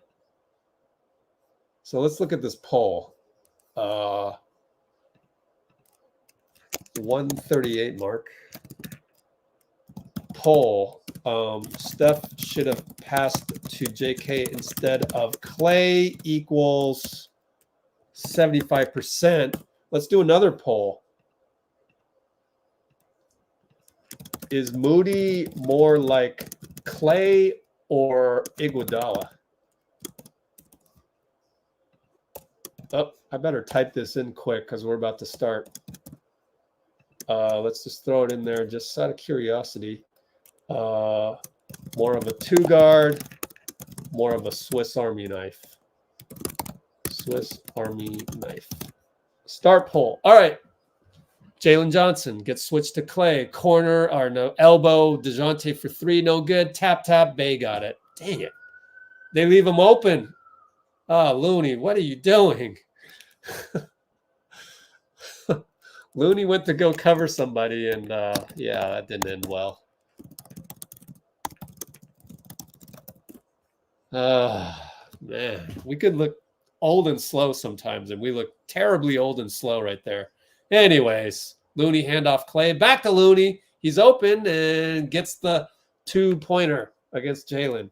So good choice by Klay to find Looney. Good pass. Good job, Klay. Keep doing that. All right, Jalen against Dario. Attack. Good help by Looney. It trickles off the rim, and Looney gets the rebound. Good job, Looney. Made up for the last one. And Looney gets the ball down low. Capela lets him shoot. He shoots it, no good. Wiggins against Bay, can't get it. Oh, man. Those are ones, yeah, you got to get. I'm sorry. DeJounte fouled by Klay. Klay's not happy about that one.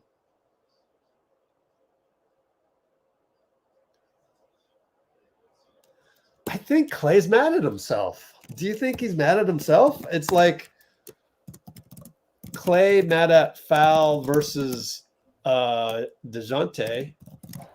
Is he mad at himself for the old body isn't responding to the mind? I don't know. I didn't see Klay. What do you think? I think Klay was mad at himself in terms of like, I wanted my body to be there in front of DeJounte, and it didn't happen. I don't know. We can't know. We can't ever know what he's thinking. Anyways. Well, the body language might. Steph, first layup, no good. Looney rebound. Looney attack. No, it's back out, and he throws it away. Bay with the steal. 2 on 3. Oh, we left him on the 3-point line. But he missed it, luckily. Looney's got to shoot that one, man. Over to Dario. Elbow against Bay. Post up. Physicality. Jump hook. No good. Capela rebound. Yeah, you're not going to get the call when you're the one initiating the shoulder and then you fade away. DeJounte around a Capela screen. Shoots it at the free throw line. It's good. Man. Yeah, just rolled right in. We'll see what happens. I'd like to see more physicality on defense, but whatever. Wiggins, crossover, Euro. Bay wanted a foul. No call. Steph, over to Dario. Up top. Good. Thank you, Dario. Tied it. His 3-ball always erases the sequences of defense where they're scoring on us. 74 apiece. DeJounte crosses Wiggs. Misses it. Great help by Steph. Got a little bit of it, I think. Yeah. Nice lefty contest. Poking the ball up. Klay stuck with 2 guys. Dario wants a handoff. Gets it to him. Shoots it. Short. They were not really on the same page. Interesting. Yeah. So maybe they will be this time forward. Bay inside. Good job by Looney. Back out. DeJounte. Jumper good. Uh-oh. Don't worry about that. Just too bad. Get hot. He has 2 game winners just like that. Yeah. In the last week. Mm-hmm. And Wiggins for 3. Nope. Oh, gosh. I like to see Loon get a little lower and not stay outside all the time on offense. Yep. Kind of settled. Uh-oh. DeJounte. Oh, Wiggs. Pass to Capela. And that's where DeJounte starting to own the elbow worries me. Well, you just put a bigger player on him, maybe. Force him to shoot further out. What are the matchups right now? Wiggs is on him, though, right? Yeah. Maybe put Sharich on him and Wiggs on Bay. They're going to Bay a lot. Or just get Draymond in there, anchor the defense type of deal. But while he's out, you know. Oh, yeah.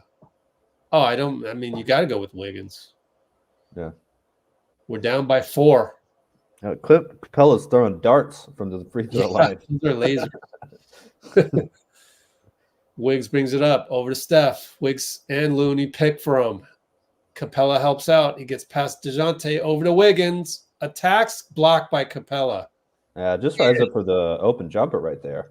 Oh, boy. I mean, I like the aggressiveness, though. Yeah, he's not executing. Got to reach in on Capela, but it's clean, out of bounds. Hawks ball. Well, no call on the other end, though, too. So, there.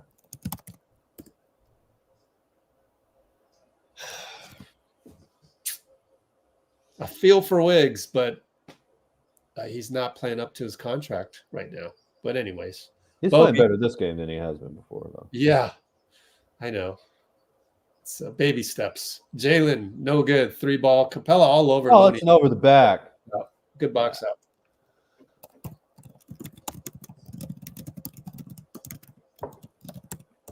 Warriors down 4, 8:04 to go in the third.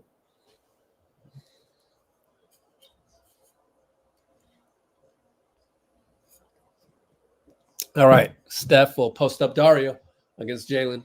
He's looking for the cut. There it is. Klay throws it away. Oh, shoot it, Klay. Klay. Shoot it, buddy. Don't do that. Again. That was embarrassing. I mean, I love the Magic Johnson tribute there. Anyway, no good. There's the physicality by Steph. Good job. Yeah. Our power forward still running the court. Klay fake shoots it. Good. That's elite stroke. That's crazy. Big KAT. 60 points. Wow. Good find by Dario. Yeah. The center running the break. I love it.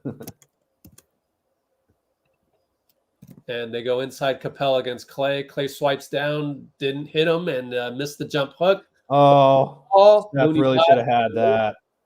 Jalen with the ball. No, it's all Euro step reverse layup, no good. Foul on Looney. A foul on nobody. Oh, wow. Maybe got him wrist because Looney's not complaining. Think they might be challenging this. Huh. I don't think there was any indication of the challenge, but... Well, it took a timeout. Took a timeout, switch it to a challenge. Why would the Hawks take a timeout? I mean, I don't know. Maybe it's just ad time. Check the play-by-play. See if it was Hawks or them or us. Oh, play-by-play. Yeah, I think Looney got him on the wrist. I really do. Oh, really? Yeah. Like Warriors full timeout is what it's saying. Okay. Oops. Let's get rid of that. 78-77 Hawks lead. Yep. 6:59.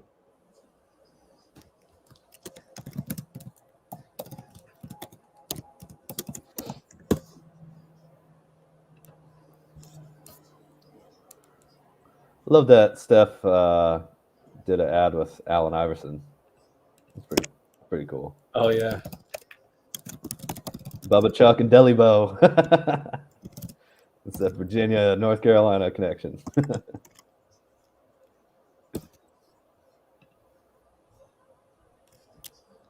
6:59. It's only 5 minutes. I mean,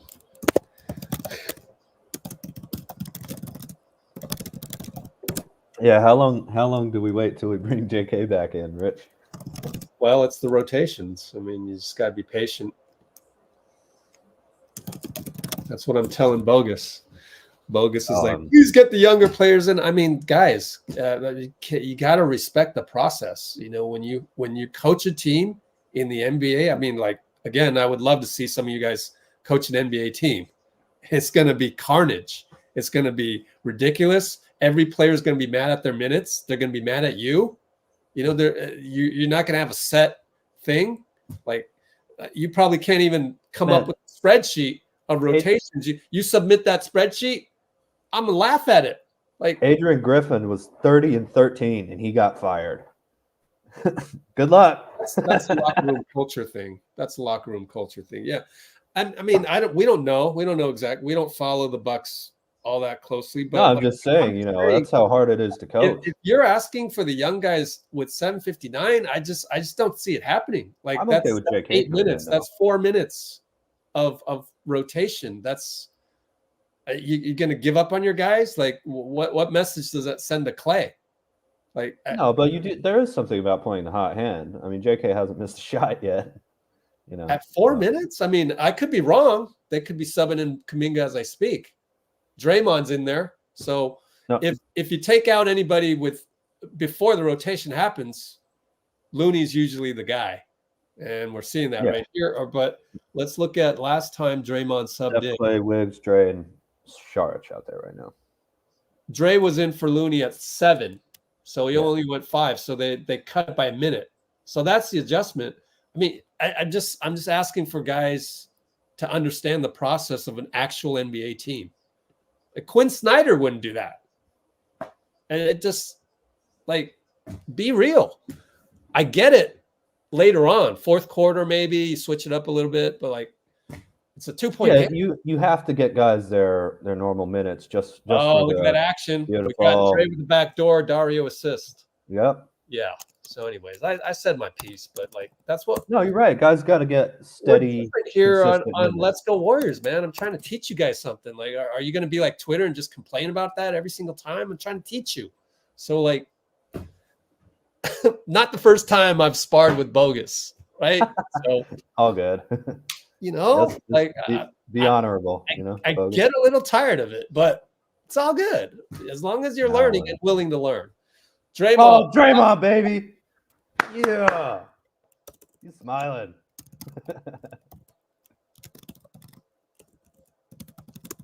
That was unbelievable. So 6. Yeah. Oh, here comes Patty Mills. That dude's so good, Patty Mills. He's always on. Well, I guess the Hawks are doing incredible, but he's always doing something right. All right, Capela has the ball again. Attacks Draymond. Jump hook, no good. And Dario's there to give some physicality. Good, and he gets a steal, so he gets rewarded for the help. Yep. Good job. Fell back. Couldn't keep his balance.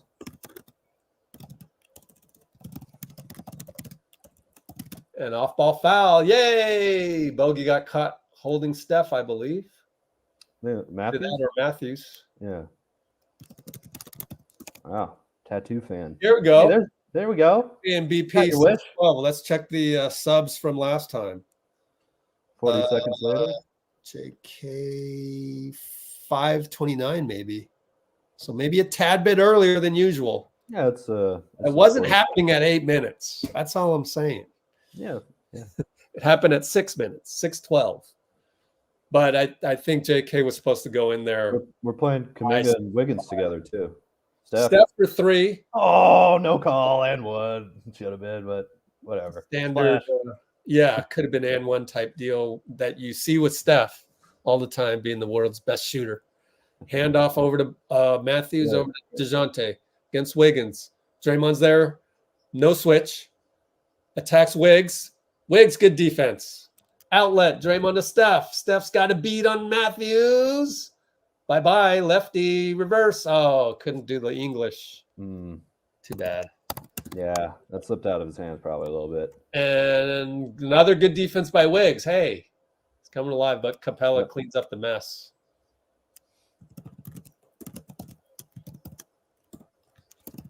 Wiggins ball handling a lot more, looks like. Yeah, they're doing the thing where they allow Steph not to hold the ball so long. Draymond 3-ball, corner, no good. Bay rebound. We're up by 1. And it's Matthews baseline. Not a good foul by Steph. So he'll go to the line, hangs his head.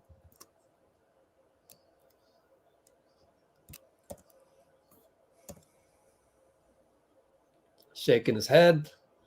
Couldn't help it. Let me watch the replay. He had his right arm in there. At least it wasn't the left arm swiping down like he usually does. So getting there. It was the foul was a sort of unorthodox Steph foul. So at least it wasn't the same type of reach in. So tied up. Yep. Matthews hit 1 of 2. 457, 456, 455. Draymond finds Steph. Backdoor.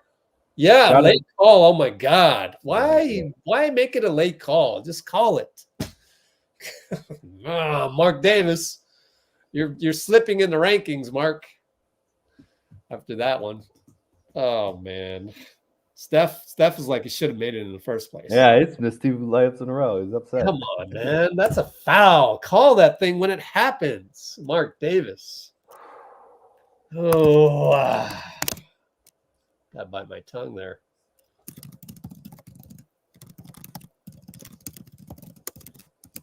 No FCC violations here. Guy Marc Davis. Anyways, made both up by 2. Yes, sir.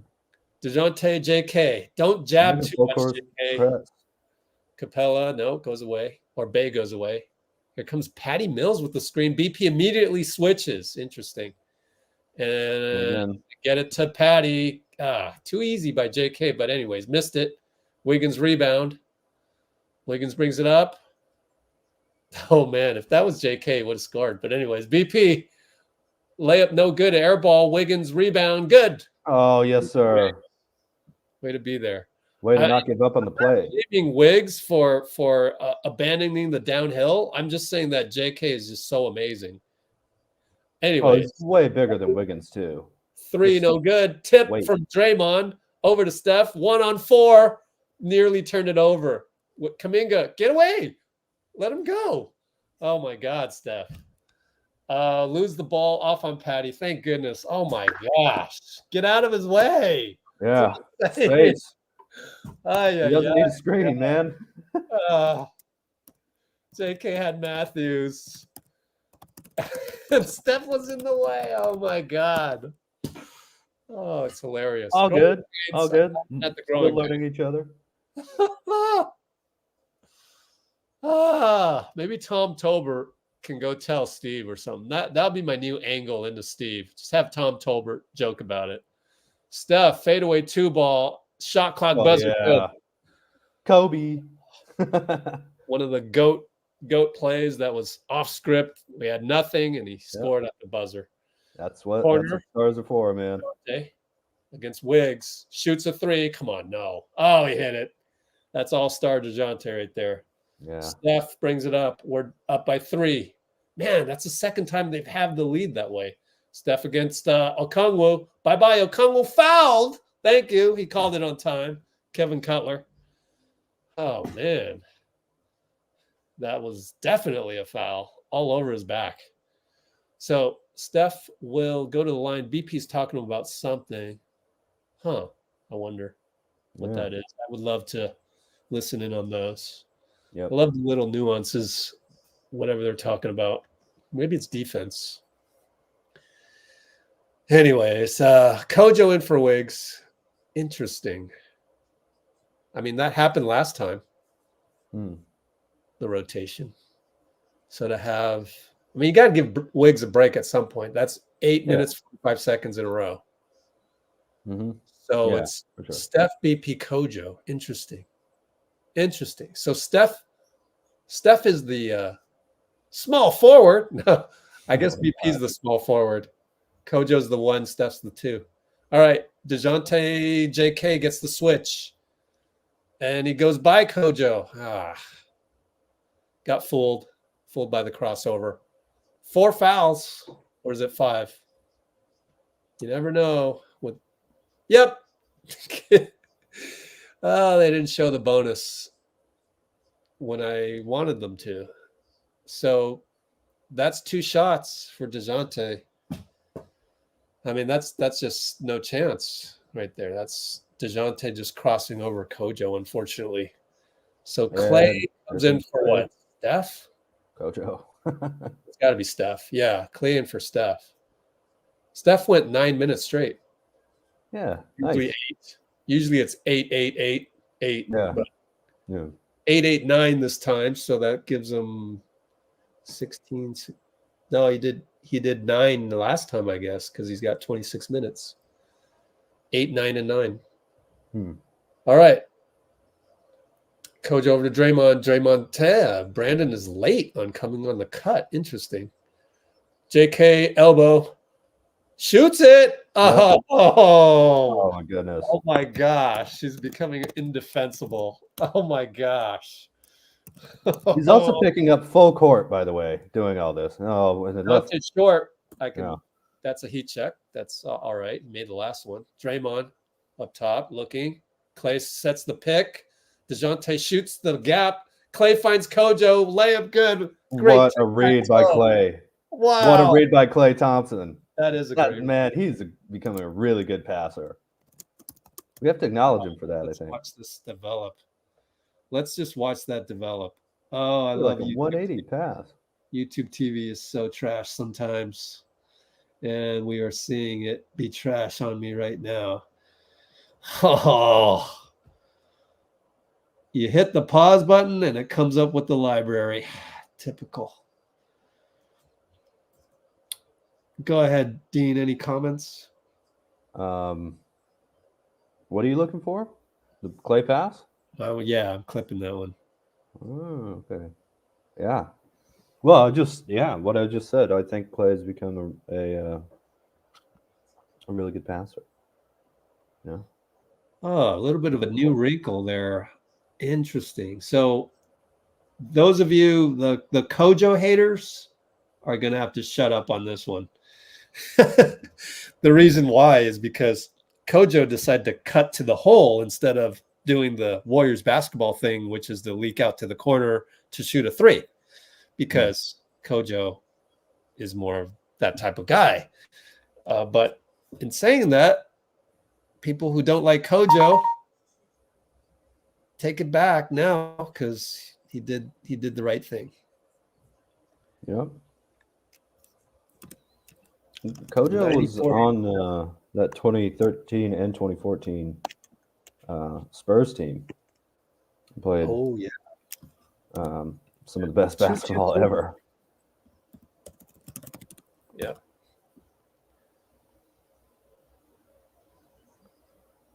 So let's take a look at it.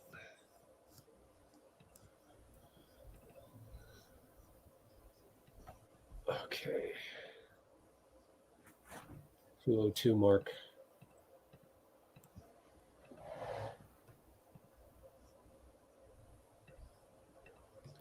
All right, so Klay brings it up. And the new twist to this is Klay sets a pick for Draymond.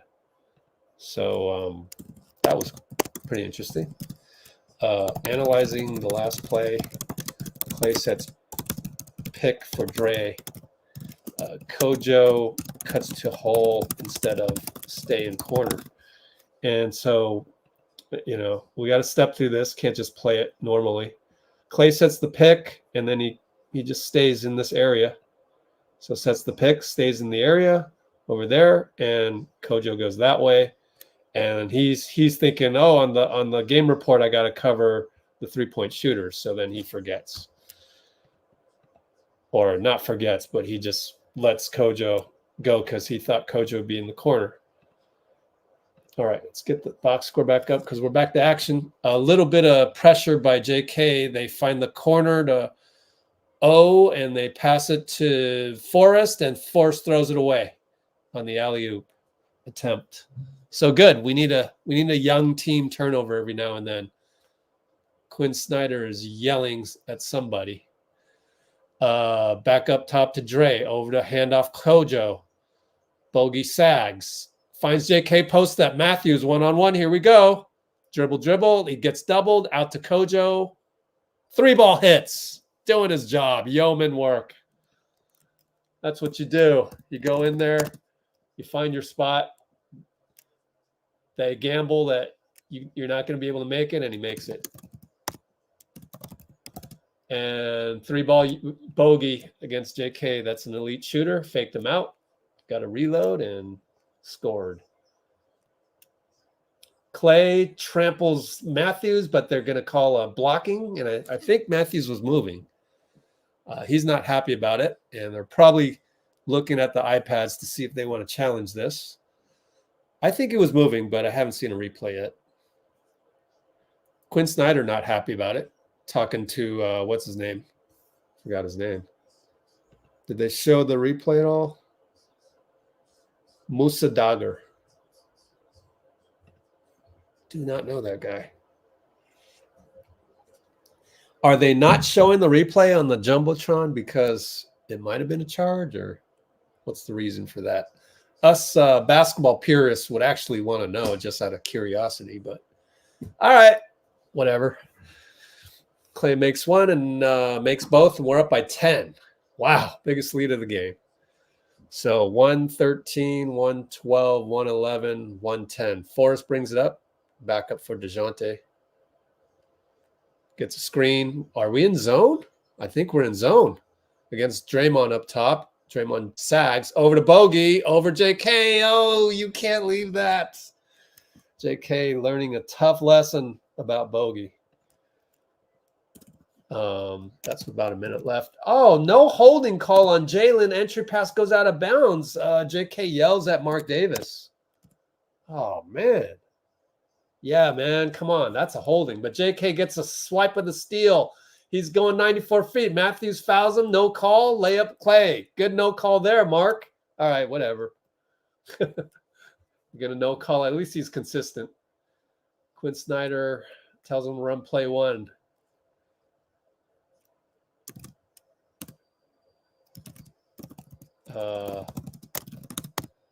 And Bogey against Kojo. Shoots another three. No good. JK rebound. Brings it up. BP says one shot. So he holds it out for Draymond. And it goes to Klay. 6-5. Gets a screen from Dray. Fakes the pull-up. Over to Dray. Tic-tac-toe. Oh, just couldn't complete the pass to JK, unfortunately. But it was there. At least we got the right play. Tic-tac-toe, not caught by JK. Don't know whose fault that was. Could have been Draymond. Could have been JK. I'm going to take a restroom break. Oh, you're muted. For some reason, you're muted. Dean. There you go. 101.90. End of Q3. They went to Kuminga, man. Oh, thank you. Yeah, I went to Kuminga. Yeah. Thank you. Whoa. Go. Too bad. Hold on. I gotta get my notes all squared away here. There we go. There we go. I think that's right. I don't know. Oh, okay. I see what I'm doing. All right, I'll be right back. Minutes, yeah. Can't blame the guy for holding Kuminga. Can't stop him any other way. Thank you, Jumbo. You're right. Yeah. Amon Tekle says he's a kid with immense athletic prowess. He can handle it. Feed the beast. Dig it.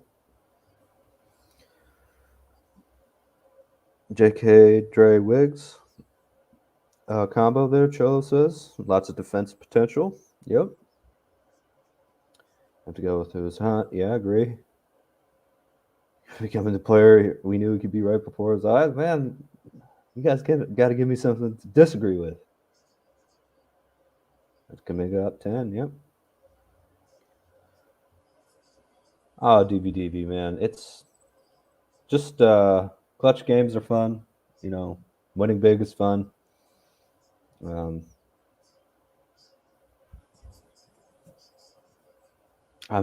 just so happy we get to watch the Dubs play again, man.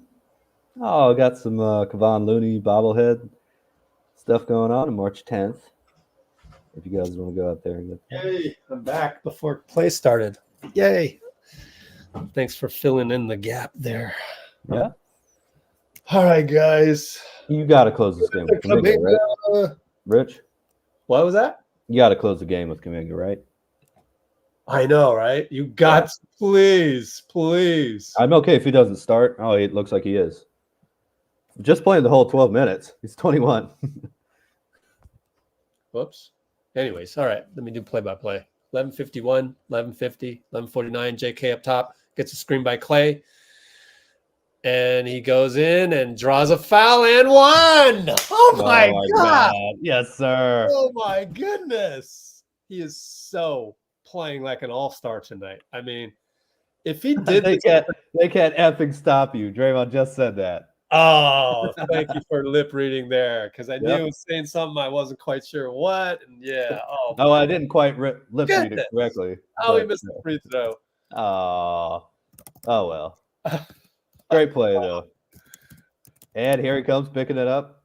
Almost full court. Love it. Oh man.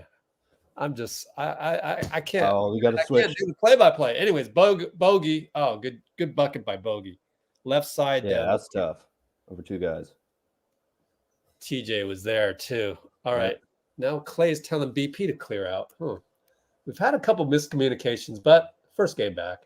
Yeah. Pick and roll. Trace. Clay, right side. Okongwu goes away from him, so Clay shoots it. Good. Fade away baseline. Hit the rim. Board rim. Shooters roll. Love it. Clay with the killer shoes, too, man. I know. White Right? and gold. Man. Cross court to Bogey. JK there. Over to Jalen. Oh, dunks it. Yeah, that's the type of Honestly, thing. He's a pretty good player. yeah, I'm just glad we didn't give up a bogey 3. Right. If I I'm know, being right? honest with you. I know that was a dunk, but JK gets another guy downhill. Over to Trace. Reverse layup, no good. He went with the left though, but he gets the loose ball. Good hustle by JK. Dunk. Ball. oh, the kids are all right. Yeah. It's a youth movement. The 2 timelines, baby. Yeah. Or is up by 12 points in paint, 44-32. That's great to see. Bogey doubled in the corner. Over to Patty. Oh, JK should have stuck with him, but he back rimmed it. Trace rebound. Over to Kojo. Over to BP. Left side brings it up. Bogey. Lob inside the Clay. Post up Mills. Clay Patty. Dribble. Fadeaway Kobe style. No good. Oh, with the rebound. Outlet Bogey. That's a great move. It's too bad. There. Oh, what a pass by Bogey. A scoop alley-oop to Yep. O on the roll. Right on the dime, too. That is just executed perfectly. We're Yep. still up 9. 9:29, 9:28. JK up top. Jalen. Clay pick. Gets the switch. No, Jalen stays on him. Hesitation dribble. Oh, my God. He scores again. Oh, my God. Unstoppable. Tell the ref to give him his respect. Oh, Send it's me a to the steal. line. JK is going to go on Sports Center. No, it's a normal dunk, but it's a timeout. good. Oh, All my good. goodness. My goodness gracious. 111.98 timeout. Welcome to the starting lineup, sir. Oh, my God. I am going to try and find out who got the steal there. Steal where? JK. All JK on the steal. Yep. Yeah. I looked up and he was about to dunk it. He's Oh, doing my it on both God. ends, too. Oh, my goodness. He's going nuts. I mean, you multiply this by the regular season. That's an all-star. I mean, good Lord. This is just Well, it's obvious that our season is going to depend a bit on how JK is playing. It's inescapable at this point, right? Oh, it's like this whole time when we haven't had games, he has been just salivating. It's like I see like, a jaguar salivating, ready to pounce on some prey. It's been like Yeah, caged let me animal. out of the cage. Oh my goodness, he's been a caged animal. Ooh. Wow, this is incredible. What are the numbers? I don't even know what the numbers are. 9 for 9, 20 points. Doesn't seem like enough. It definitely feels like he's got 30. He's plus 11 now. That's the type of imprint that he's having on the game. Like, Shooting just 50. nobody can guard him. There's not No. a single guy in an orange jersey that can guard him. Yeah, you have to foul right now. Oh well, when other coaches have to adjust to him now. That's good. That's a good thing because they can't adjust also to Klay and Steph and Draymond and Wiggs and Sharge and everybody else. Oh, I think the thing that's really getting him these minutes too is just like I'm picking up full court too. It's showing. Well, he's super active tonight on defense, right?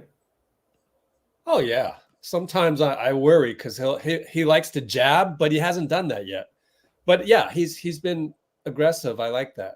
and people saying that, how could we ever think about trading him? I mean, there was literally a report from the Toronto Raptors beat writer for The Athletic, Ed Kareen, said the Warriors didn't want to part with JK or Moody. So anytime you heard that somebody said JK might be traded, as of that article, then it's just don't pay attention to that. Like, that's not even the right information. So why you worried?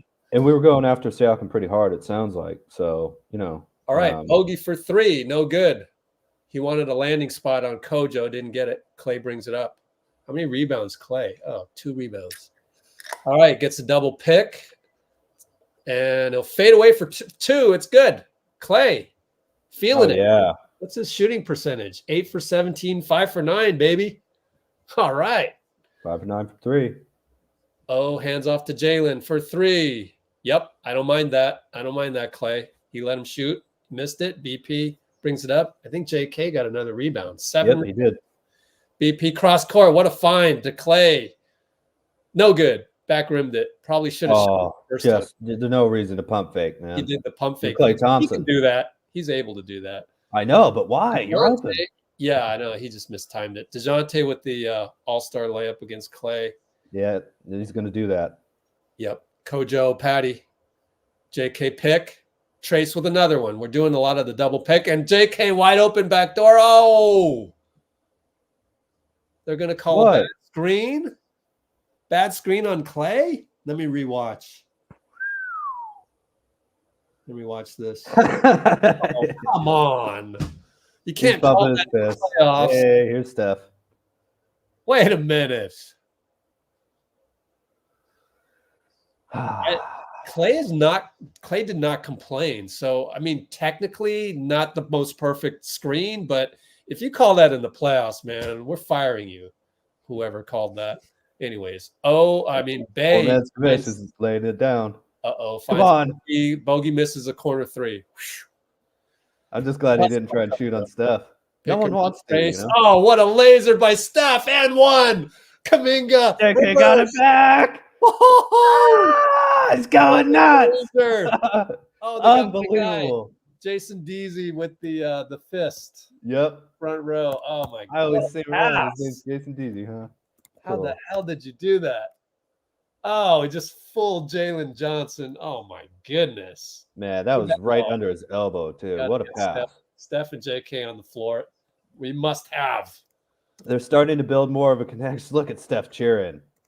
Like he hit a game winner. JK's so good. He's so good. And he hits a free throw. He's officially 2 for 4. 10 for 10. Good Lord. 10 for 10 from the field. Yep. DeJounte gets past JK. Good help, Trace, but it's going to be an and 1 for Capela. Kojo pointed at somebody. Was there a dirty play? Let me see. Kojo? Steph. Came in for Kojo. Huh. Both Steph and Kojo are pointing at somebody after that play. Try and see. Doesn't show a challenge here. Not yet, at least on ESPN.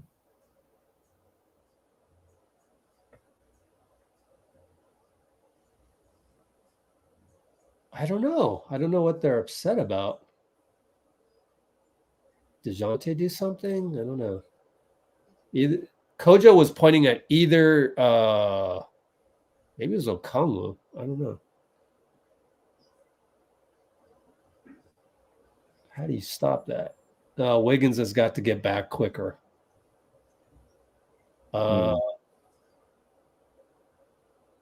Maybe they just said something.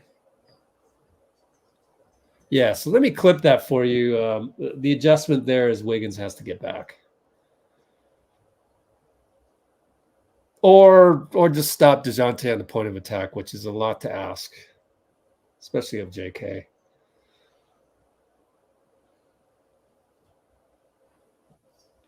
Let's see if I can get this before the commercial comes back. Yeah, just one of those things where I would prefer JK to play a little bit more containment type of defense rather than pressure. On Murray? But yeah, you Yeah. know, it goes back to honestly when I first saw like Kobe play like kind of aggressive like that, I always thought Kobe should have played more containment. So I don't know if that's just a philosophy, if that's just an aggressiveness that you want to keep. You know, it worked out for Kobe over the long run. Got a couple, Yeah. you know, all defensive teams. So Most Say. for guard. really over Michael? Oh yeah. Yeah. Oh wow. I mean, Michael, Yeah.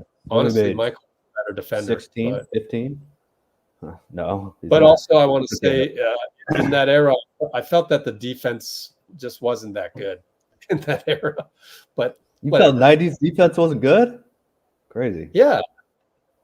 Yeah. Fair So enough. here it is, right? Why not just back up a little bit? Like what's DeJounte isn't going to Yeah, pop. I think you do want to make him shoot, but I don't understand that. But again, I think it's just maybe a mentality thing. And now you can see Wiggins is a little late. He playmaking adjusts a counter? little too late. Yeah. And the pass is there already. So yeah. So maybe that's why you don't back up, is that it's too open for passing lanes. Wow, Kojo, what a rebound. all right. I got 7-11, 7-10, 7-09. Interesting sideline angle by NBC here. Kojo over to Steph. He attacks. Maybe. Finds Kojo. No look pass, 3 ball, good. How did Steph know? It's the lucky angle. Wow. Steph no look to Kojo 3.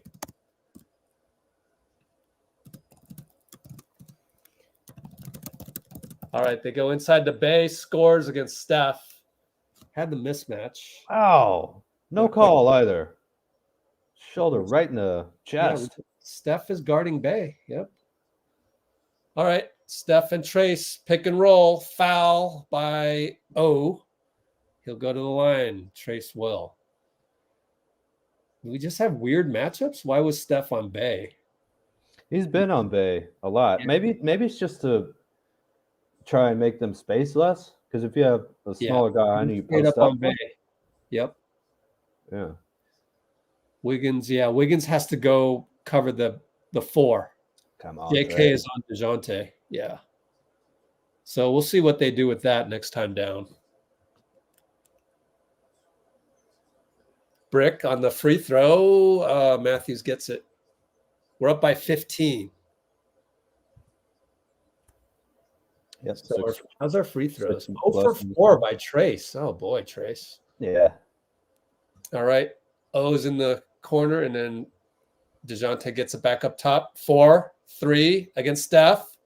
Doesn't shoot it. Matthews has to over Kojo. No good. JK rebound. Kojo screen for Steph. Gets Matthews. JK comes over. I don't think he needed to do that. But anyways, Steph goes around Matthews. Layup. Just repaying Steph the favor. Goaltending. Capela. But that's part of the action. You're not supposed to stand around. So I don't mind that. Especially if you're bringing Okongwu. Now, if it was like, if DeJounte was guarding JK, don't bring him over. But I don't know if that's part of the offense or not to improvise like that. Anyways, DeJounte against Kojo, pick and roll. Capela over, swing, corner to Bay. Tries to attack JK. Good job by JK. Trace swats it, but it's a goaltend. Trace wants a review. Let me watch it. Let's see. That looked fine for me. Oh, Kerr's gonna do it. I can't tell. That angle, you can't tell. They're challenging. So we're going to need another angle. So it'll be a challenge. Yeah, it's late in the game. You haven't challenged it. 106, 533 or so. If this is successful, it'll be a jump ball. Is that right? I believe so. Yeah. Yeah. All right. What do we got here? Challenge time. Our best defensive effort. I don't know. I feel like we've had better ones. Like, I don't know. The Boston game, maybe? I don't know. Yeah, that was great. We really played well that game. I mean, we've had our ups and downs tonight with the defense. But lately, second half, it's been pretty damn good. Oh, it's just great energy tonight, too, as you would expect, of course.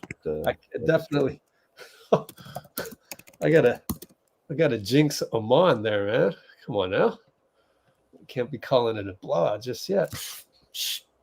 All right, move on. Do not talk about that. Do not upset the basketball gods. Oh, I forgot we had a poll going on. Where are we here? Oh, pretty close poll.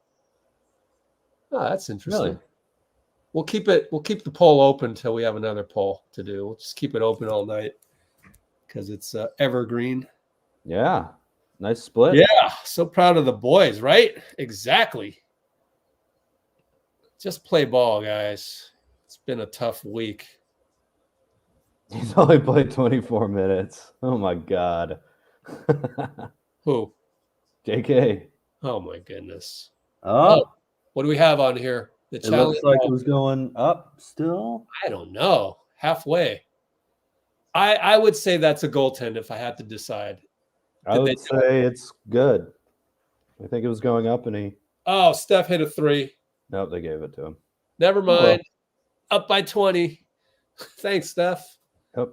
That'll definitely deflate a challenge win by Quinn Snyder's. Immediately hit a 3 in your face.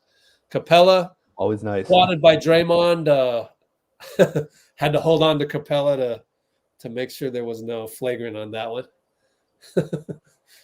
That's the thing with Draymond is like he hard fouls sometimes, and it's like prior to this year it'd be like, oh yeah, that's just a regular foul, but then this year everything's got to be magnified a million times. Nah, he's doing great.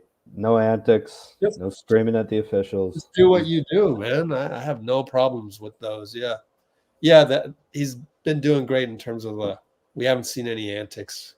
Yep. Of course, this is only his second game, but I think he's really looking a lot better. Up by 19. 5:02, 5:01, 5 minutes. Steph and Wiggs with the screen over to Draymond. Draymond fakes the handoff. Bye-bye, Capela. Layup good. Oh, yeah. Shielded him, too. Way high off the glass. Looks at his hand again. Or is it having fun? Yes. Perfect. DeJounte misses, gets his own rebound, but misses. Oh, got another rebound. Hey, guys. Wiggins is pissed at himself. Yeah, he had that in his hands. That's too bad. Still up by 19 now. So, just got to execute. All right, Steph against Capela.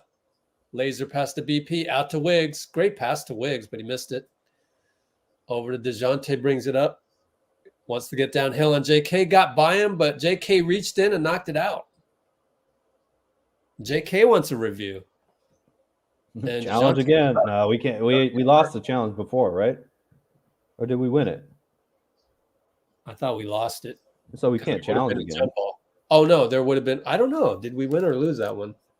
I don't even know. Help out, chat. Did we win or lose the challenge? Because if it was goaltending, then they gave him the points. If it wasn't, then they took off the points and it was just inbound the ball. Yeah, no, we won it. Oh, cool. Yeah. Thanks, Samantha.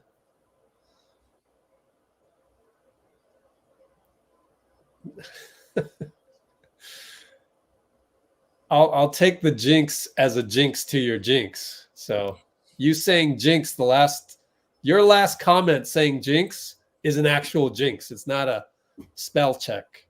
It's an actual jinx. Wiggins gets open thanks to a Steph screen and the gravity of Steph.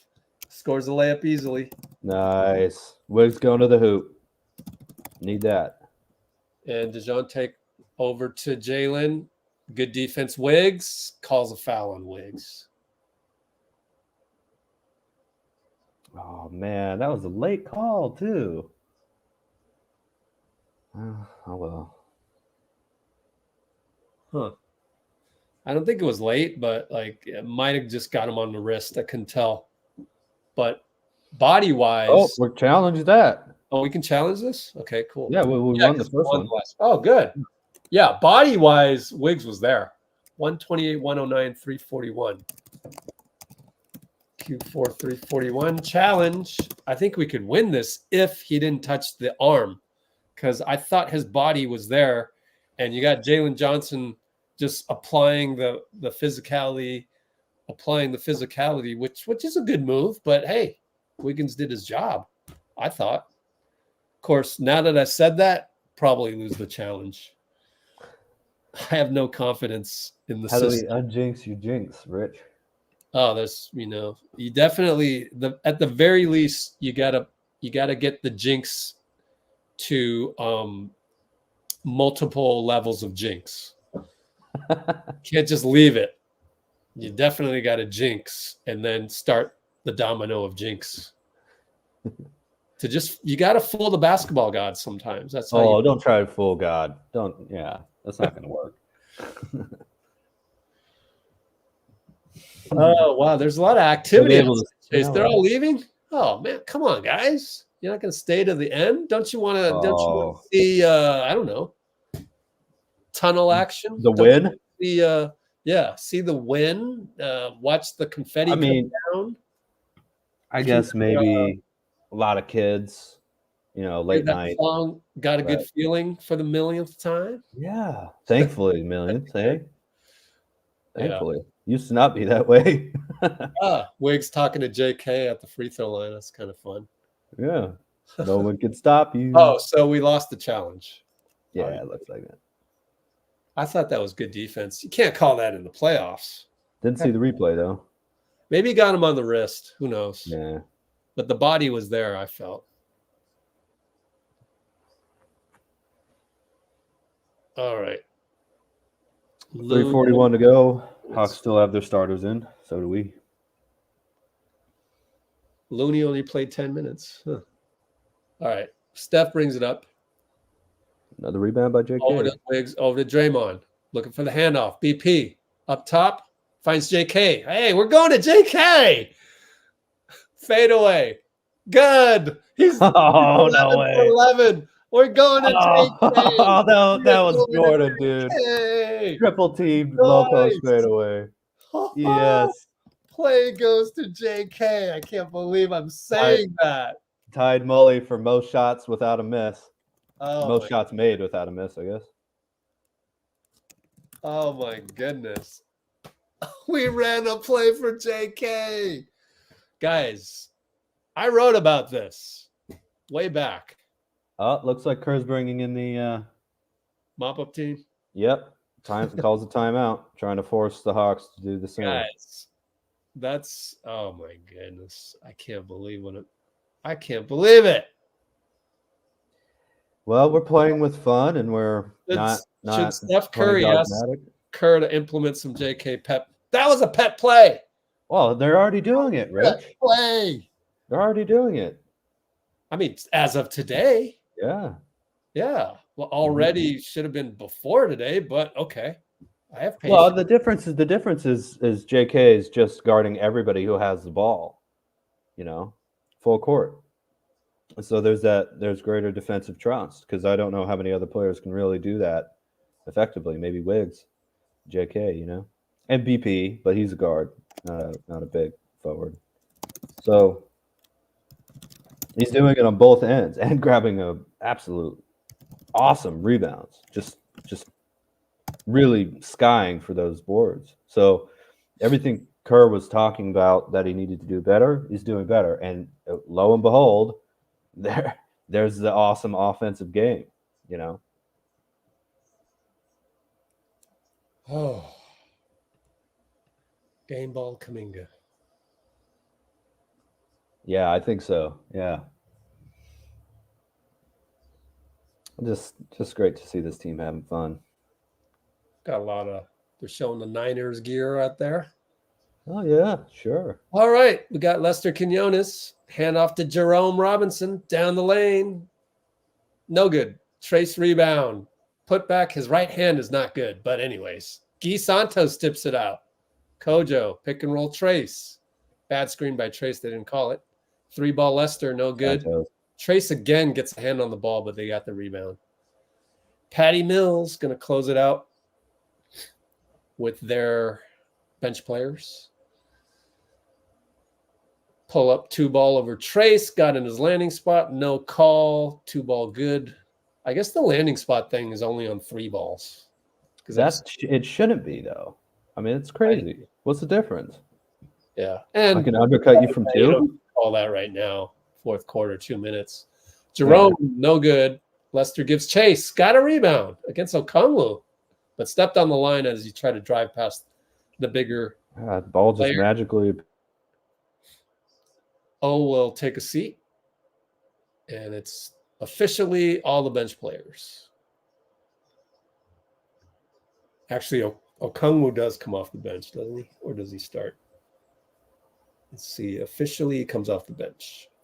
6-man or 7. Yeah, Nicole. Patty Mills over Jerome. Short, air ball.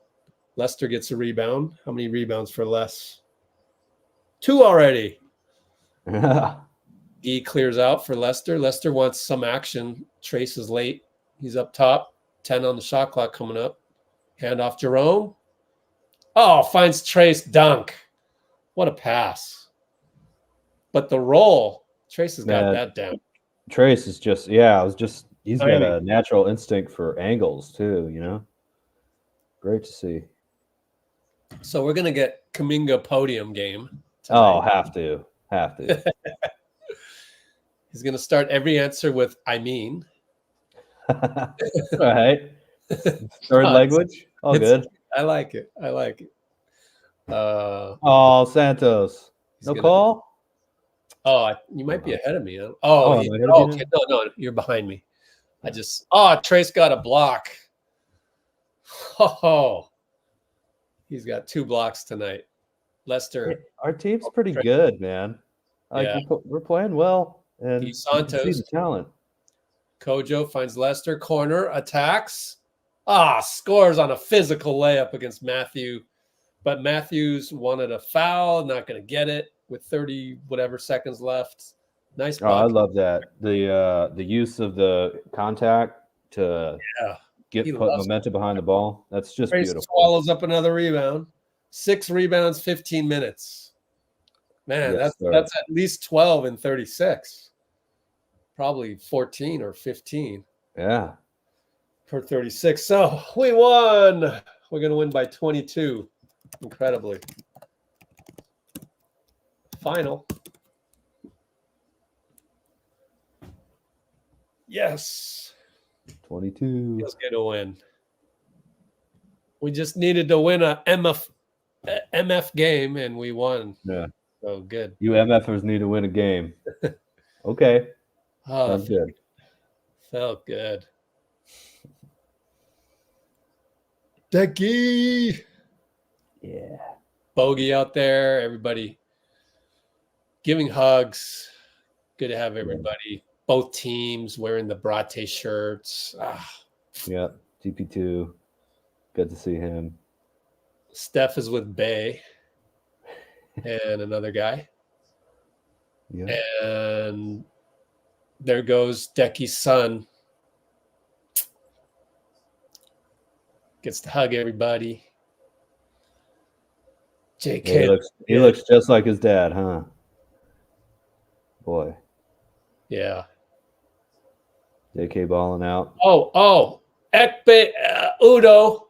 Udo talking to Steph. That's Udo, right? He's an assistant for looks like it, yeah. Number 6 pick, formerly of the Warriors. Yeah. Ekpe Udo. Champ too, right? Who's on what's that? Wasn't he on one of the championship teams too? Was that? Oh, no. He was before that time. Oh, Steph is going to go on court right now. Let's listen in. Put into words what tonight was like for you and your teammates, but Take a shot at it if you would. Can you hear that? It was tough. You know, we had a very long week for everybody in the organization. Understanding how we wanted to, pay honor, tribute, and celebrate Decky and what he meant to our family. Having his family here and getting the celebration reception from our fans. It's tough looking over at his chair, but Coach challenged us to kind of utilize all those emotions and get lost in the game. It was weird at first, but this is our sanctuary and the competition. Like, we know Decky would love nothing more than to see us go out there, compete, and have fun as best we can.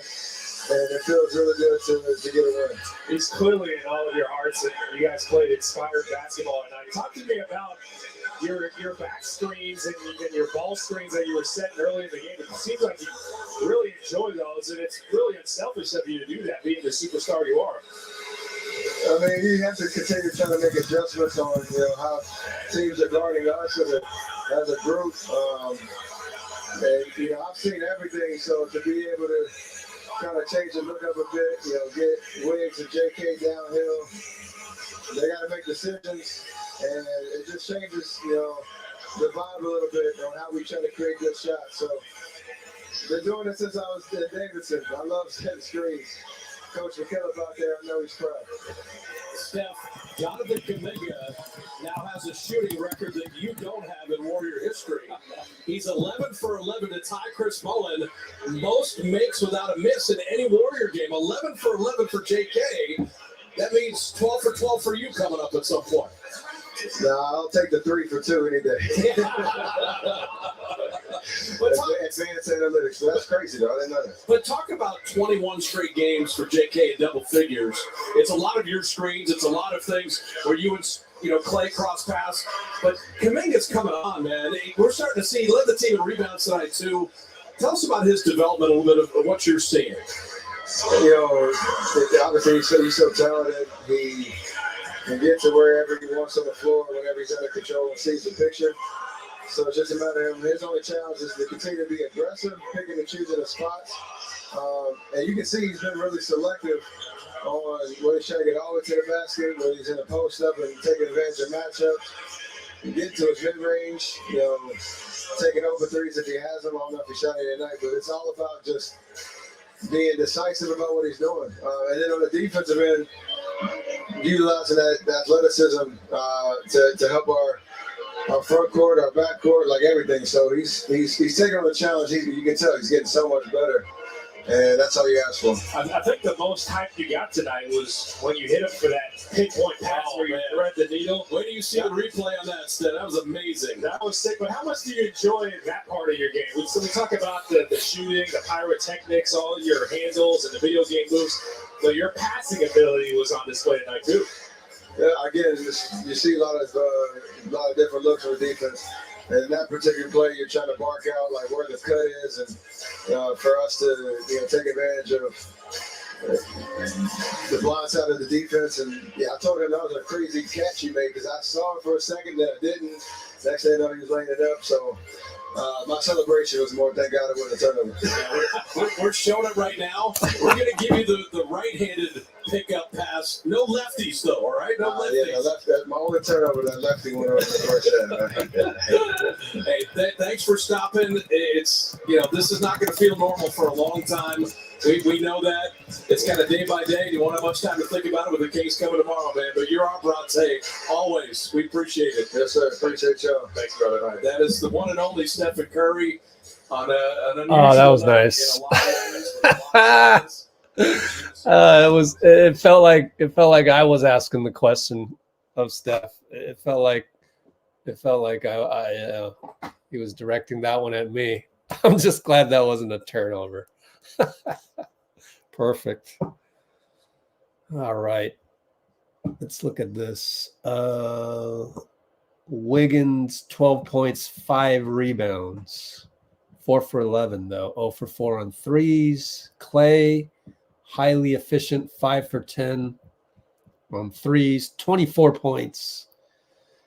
Steph stumbles out of bed, scores 25 points with 8 assists, 5 for 8 deep. So Splash Brothers 10 for 18.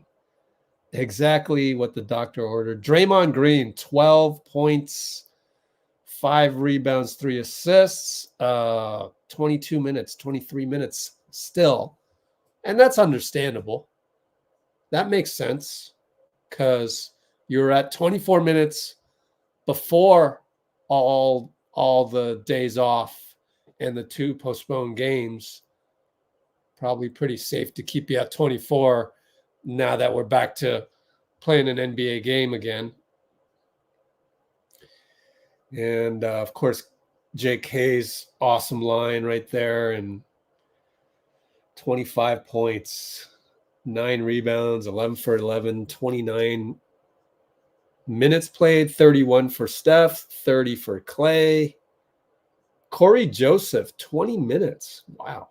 8 points even. 2 for 2 on threes. 3 for 3 overall. Where's the mea culpa on Corey Joseph, guys? Not you guys. Twitter. Trace Jackson Davis, 6 rebounds and 2 blocks in just 15 minutes. So that's pretty amazing. Let's go down the list here. I guess every day that we win is the biggest win of the season because we've only had 19 of them this whole year. Warriors, good to have you guys. BRATE, hashtag BRATE for tonight.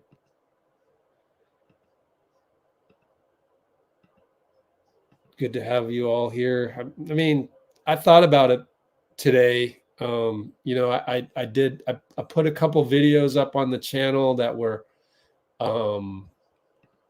Steve Kerr interviews. One was pregame, another, you know, so I did these, and really 200 views. That's it. Oh man. Well, I guess the game happened. Let's refresh that. Yeah, only 200 views. That sucks. Anyway, and then I got to thinking because you know, I did this work. You know, my number one thing is always to upload some kind of content because that's how I get paid, right? But then I was thinking, oh man, I got to write this article, that article. Still haven't done the Steve Kerr one. And I just said to myself, well, you're going to go live soon. You're not going to have much time. And how blessed am I to be able to come on to here, spend the time during a game with you guys is the best thing ever. You know, I know that I nitpicked some of you guys tonight. I picked on Bogus. I didn't mean to do that. I picked on, you know, whoever. Got in a little jinx joking with Amon. But like, honestly, it's like, it's so great, especially to have Dean on as a co-host. It's just great that I get to come here and spend that time with you guys, the like-minded people that you know are happy people. You guys are generally happy people and never complain. Just try to find the good things in life to talk about, and that's what we do here. So it's great. It's great. You know, look, I mean, my YouTube revenue plummeted the last week, obviously. But as long as I'm able to be here with you know, the ability to still have food on the table, I don't need to indulge in luxuries. I'm not a materialistic guy. I don't need to travel here and there, so I can save some money that way. As long as I don't have to worry about sort of just having food and shelter, honestly, this is amazing. This is the best thing ever. I couldn't. There's no price you can put on this. This is a freaking dream come true to be here with Dean even. And I love doing games with Dean, man. He's taking a break right now, but golly, he just takes so much weight off of like me being in the zone and trying to, it's like Steph throwing the laser pass to JK. Literally, it's like, oh man, I don't got to worry about getting the ball type of deal, and like really lean on Dean to provide awesome commentary when I'm not talking. Anyways, yeah, wouldn't that be great? Wouldn't that be great if this was like a turning point for the season? That'd be a fairy tale. Actually, Steve talked about that yesterday on the podium. If you go here one day ago, my guy, Ryan Leong went to the second practice he's ever been to. I had to DM him. I'm going, you went to practice again? What the hell? The first time this year, he told me, was because on New Year's Day, parking was free near Chase Center. But he went to practice yesterday. I couldn't believe it. And he was the guy that asked Steve Kerr if this could be, a seminal moment this year to inspire the team and all that. And you know what Steve said? Steve said, this isn't a fairy tale. I don't know how we're going to play. I don't know if guys will rally around this. We're just going to go play. We're just going to do what Decky would want us to do. And if that ends up as wins, great. But, he didn't say all that. Like, I'm just paraphrasing. But anyways, yeah, Ryan Leong asked them. So Steve yesterday on the podium said to not expect this to be a fairy tale or anything. There's bigger issues going on here. I mean, we lost the BRATE. There's no right or wrong that you go from that, and it's the same thing. I just recently.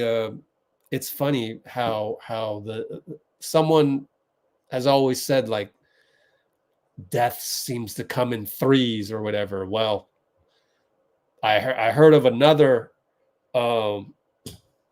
passing away from a friend, and so that's two. So I'm like, kind of like, the saying is three. So I'm kind of looking around going, is there a third one coming? But I'm little, but that's superstition. That's just a saying that goes around. But what I'm trying to say is the person the friend of mine that has to go through the passing of someone close to them. There's no handbook. There's no like, oh, you got to go do this, that, and the other thing, or there. Who knows? I've been lucky so far. I haven't had anyone like close to me pass, so I've been lucky. So I don't know how to relate. I don't know what to say. I don't know what advice to give. Don't know. So I didn't do any of that, but I did say that I just reminded that person that I feel blessed that you told me that someone close to you passed, because that means you felt that it was safe to tell me something like that. And that means a lot, right? The friendships that we have out there, the bonds that we have. So that shows you what kind of bond we have. And I'm like, damn, I feel special because we have that bond, and I will always be there. So it is so great to be able to have these live streams, to watch these games. The world doesn't even know how great this is. I mean, man, we're waiting for Steve Kerr, per usual, to do the post game. He's probably doing a little speech inside of the locker room right now. So we got Festus and Kareth and Dorel Wright are in the studio over there. Tons of fans in the background, but literally what I do here is pretty darn good. Like, man, this is great to just experience the Warriors with you guys. Saric said a lot in the second half. Let's take a look at the box score in 16 minutes. Ooh, yeah, you might be right. This when Chris Mullin, anytime, just like Embiid passing, not, I shouldn't use the word passing. Embiid surpassing Wilt Chamberlain, all-time Sixers points scored in a game. Anytime you pass Chris Mullin on the Warriors for a record, oh my goodness, that means a lot, man.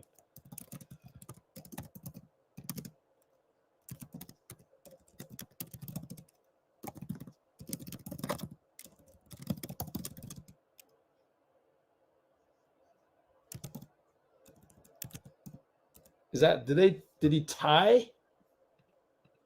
Did JK tie Mully? Or Mully was 10 for 10? Let me know.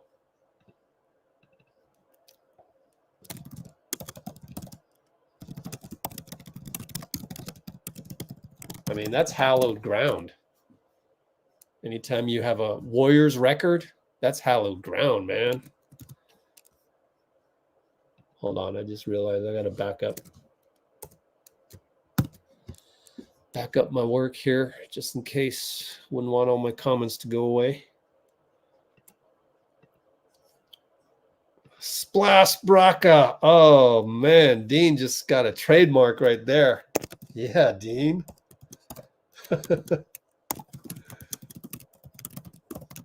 We should do t-shirts. Shouldn't we do t-shirts? Let's do some t-shirts. Splash Braca.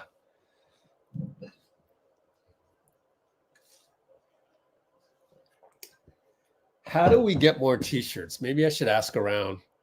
Get some Brate t-shirts somehow. I don't feel comfortable just making the same t-shirt as them. I feel like I want it to come. Let me ask my some of my contacts here in the Bay. Let's see. All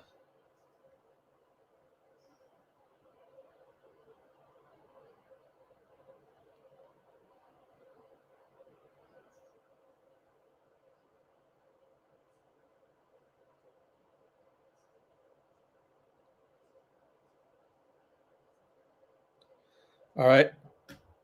Trying to do my network, take advantage of my network, because I know a guy, he does a lot of t-shirts. Who's the other guy? Oh yeah, I know another guy. Because I used to do t-shirts. Yeah, from a basketball league.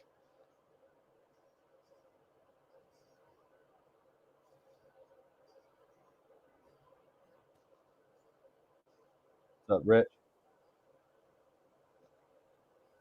You hear me? What's up? Yeah, I can hear you. Hold on. Just getting a hold of my t-shirt people to see. Because you move the needle like that to get so many t-shirts. Usually the guys I used to buy t-shirts from, it's one of them. And in fact, one's in San Francisco, one's in Oakland. So Perfect. who knows? We'll see. I should have thought of this earlier, but Oops. I think a 19th man T-shirt would be great too. You know, Yeah, we got to they go, "Let's go Warriors" in the back. Who wants to design T-shirts? Hit me up, man. Who wants to design T-shirts? We got to start this. Yeah, I've been thinking about it for a year or more. Well, not to take away an opportunity from anybody in the chat, but my mom is an artist. You know, maybe Oh yeah, graphic artist too, with logos stuff. Art professor. So. JK tied Chris Mullin. All right. Yep. 11 for 11. And thank you for what you said about. Hold on, don't add that other part, Bloomer. If Coach Kerr let him play a little longer, come on. Well, I could have missed. Let's not complain about that at all. But anyways, no, he wasn't complaining. You're just saying he could have gotten it. That's I see. Just could have phrased it a little better, I think. Kings, Lakers, Sixers coming up. We have a game tomorrow. Thanks, everybody. Right? Yeah. Sweet. Oh, are you around? Yes, sir. Nice. Thursday, right?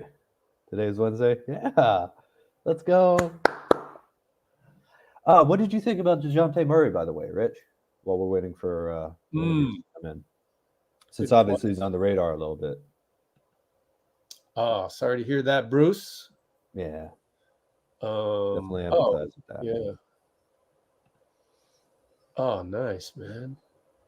Oh gosh, you guys started to. I missed all those comments. My bad. Brate.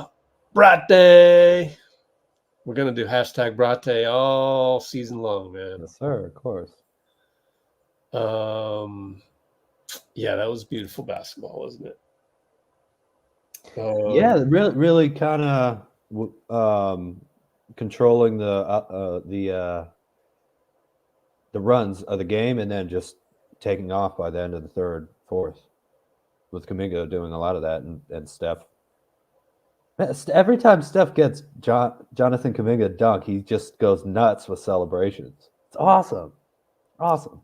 What was that? Say that one more time. Every time Steph gets Kuminga a dunk, he really celebrates like really, really hard, it seems like. Yeah. Don't you remember him celebrating like crazy a couple of weeks ago? Last time we played a close game. You guys remember that, right? He did again tonight. All right. No, I don't know anything about Chris Mullin.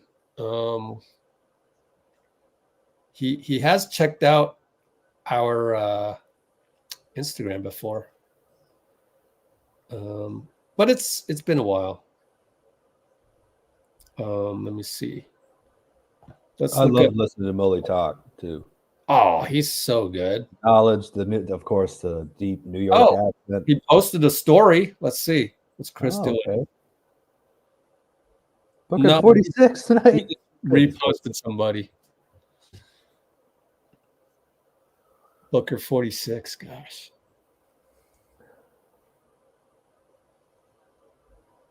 Detroit won. Yeah. They beat Charlotte. Yeah. Nice. The Trailblazers beat the Rockets in overtime. Crazy. Oh, you asked me about Murray, which DVD chimed in. Okay. Yeah. Well, in terms of us or like going to the Lakers, let's say. Because, yeah, I think they should pull the trigger, although I think Atlanta wanted to reroute. The Lakers should? Yeah. I think talking to my friend, I was on the Lakers Fast Break podcast the other day. Yeah. Right. And then also talking to my buddy Mark. I mentioned him before. He used to be a loyal supporter of my basketball league, had his own team, and, won a couple championships in my league, went to some Filipino tournaments and whatnot. So he gets it. And we talk sometimes. I go, "Oh, what's up with the Lakers?" Because I haven't been following what's up with them. And it's the same thing. It's like they just need some scoring punch to get through the regular season because that lineup seems to be built for the playoffs, like a 7-game series. Like you got LeBron and AD will probably play great. and then you just got a supporting cast. But it's pretty hard to get through that regular season, which honestly we should talk about more, because that relates a lot to the Warriors as well. When you got the veterans and 2-game grind, and the NBA is getting so much faster, talented. Teams are, OKC is a great example. So, and even the Lakers, my Lakers buddy, he's like, I mean, all of this is true. We're both teams struggling in the standings. Let's look at the standings. Yeah. That.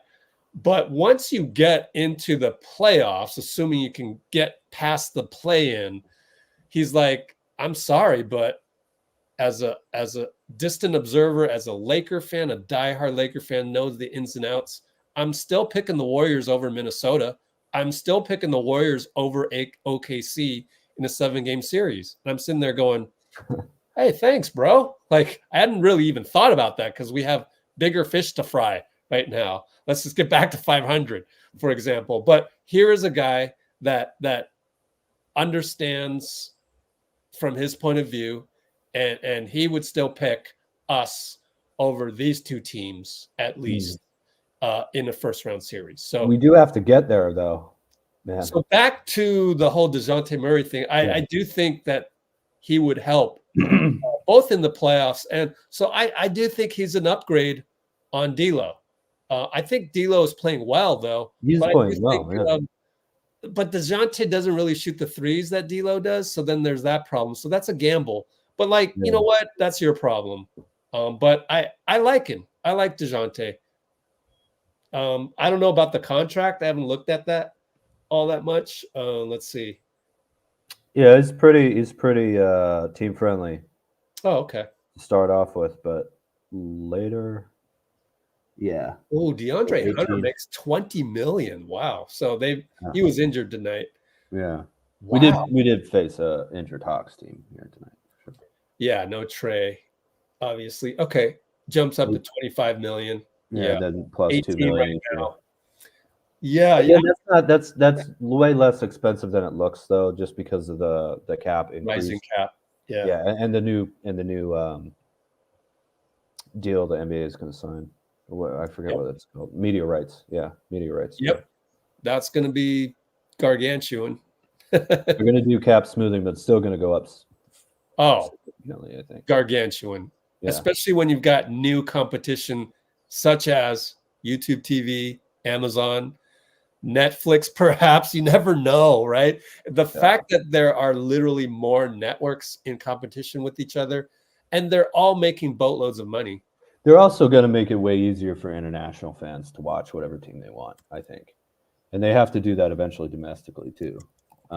But, basketball is second only to soccer in terms of the international audience. And there's only one league to watch, really, other than the Olympics, for the most part. I mean, not to put down the Euro League or the Australian League or anything like that, Chinese basketball league. But I think you're right, Rich. I think it's going to be gargantuan, man. Oh, yeah. 9 blocks tonight. Sweet. What are you talking about? Apparently the Warriors had 9 blocks tonight. Oh. We're averaging around maybe 5. So might as well answer that. What do you think, Dean? Do we still need a trade before the deadline? Well, we've always kind of had a bent towards play better because we're looking at the product and we know we can play better. So there's that. But what do you think, Dean? Ease the inevitable questions on that. I really hope we get to see CP3 and because it sounds like Gary Payton's going to be back pretty soon. So I hope we get to see CP3 before the trade deadline. I don't know if the math. I don't know about that. It's just that his photo of his own hand with the surgical cut, it just feels like the wound itself isn't going to heal until the trade deadline. It's all like kind of bloody, and it's like, yikes.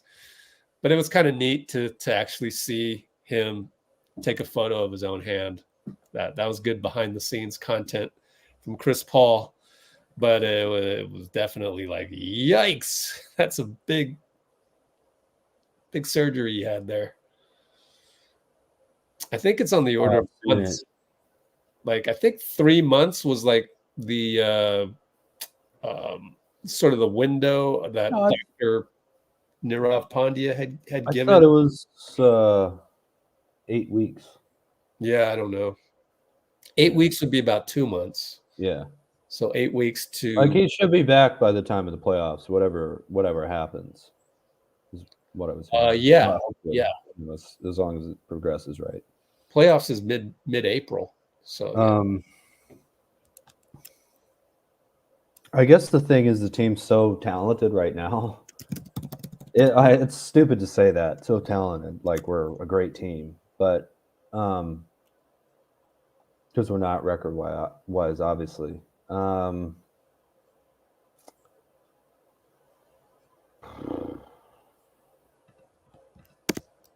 Well, that's you know what, I'm gonna piss you all off and say we need to wait till the trade deadline probably. Yeah, just to see how the team plays, because I don't know right now. I really don't know. I like that Wiggins is just coming off the bench and it's no big deal. I really like that. Obviously, you'd hope Wiggins would play better, but Wiggins is bench as a 6-man or whatever rotation group that's going to be. Yeah, saying Steph, Klay, Kuminga, Sharch, Draymond. Right now, that's what it looks like. Starting lineup. So we just need to see how this team plays with Jonathan Kuminga playing heavy minutes, because he has to now. They can't be pulling him 20 minutes here, and it's obvious that we just have to play him. What was that? It's obvious that we have to play Kuminga a lot heavier minutes than we have been, a lot more consistent minutes than we have been. All right, so let's do Bruce a huge favor, and I think I have permission to say this in terms of like Eric G, our draft expert from NBADraft.net. So he hit me up and he goes,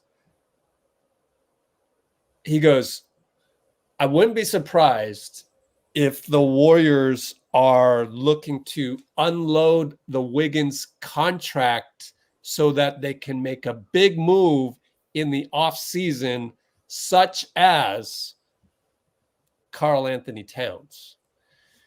And there's also the other big splash that you could maybe speculate on is Giannis really that happy in Milwaukee? What if they don't win the championship? Blah, blah, blah. But let's leave Giannis over here for a while. Kat, to me, this is actually realistic because, as Eric told me, they are going to be looking at second apron level coming up. So as the team transitions into Ant Edwards' team, like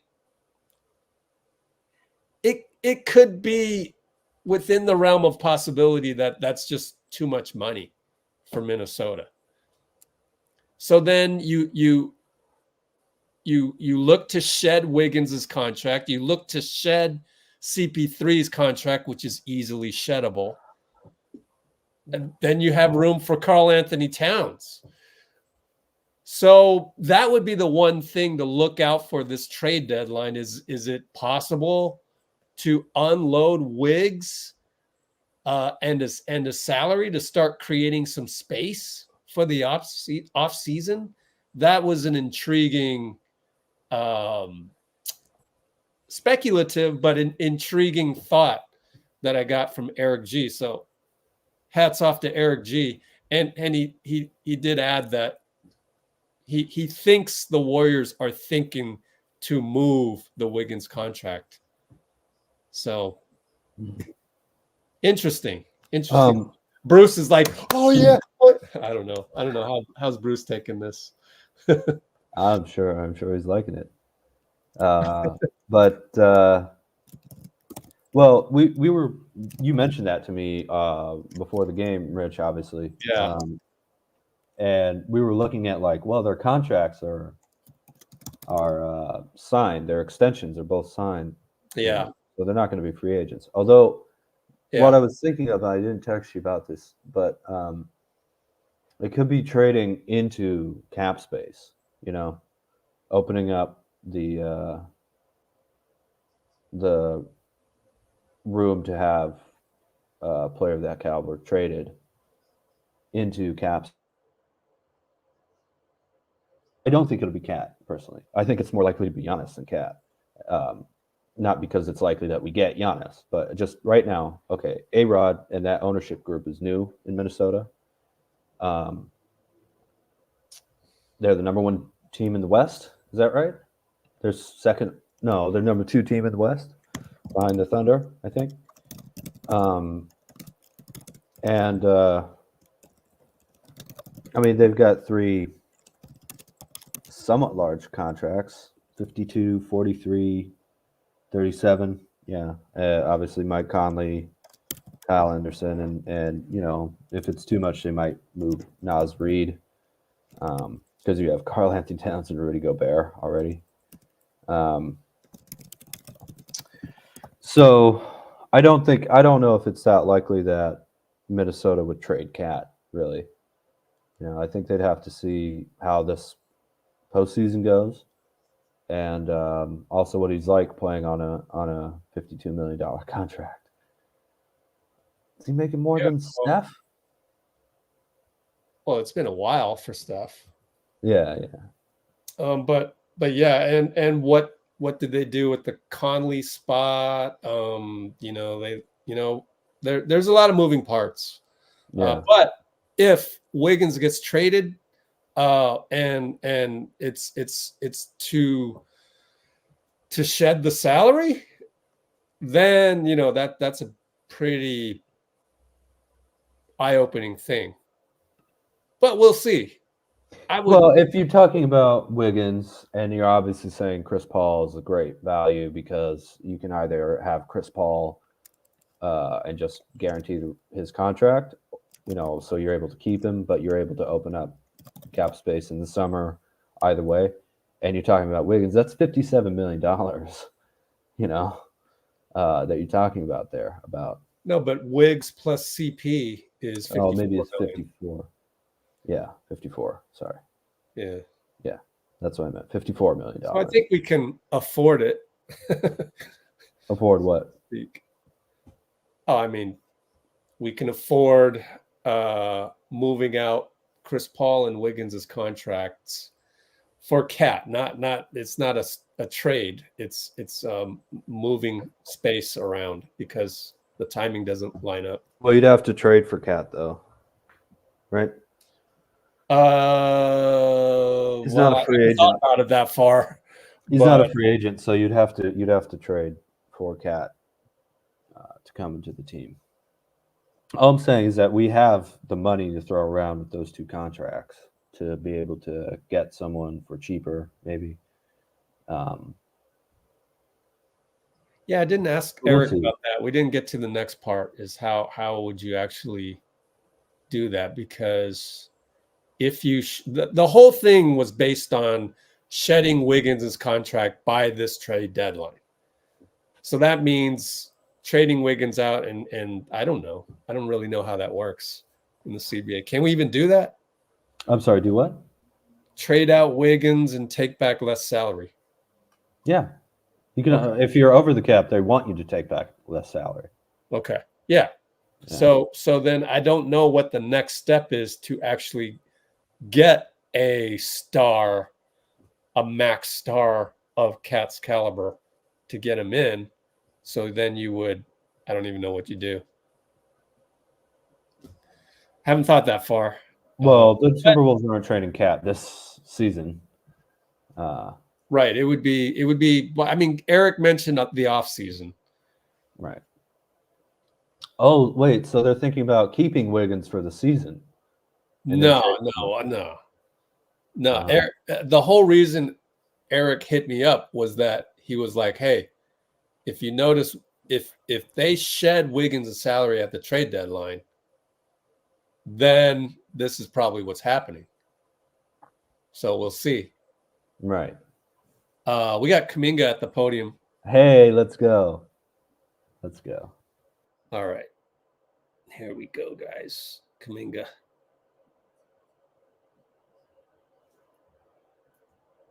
He sat down at the podium.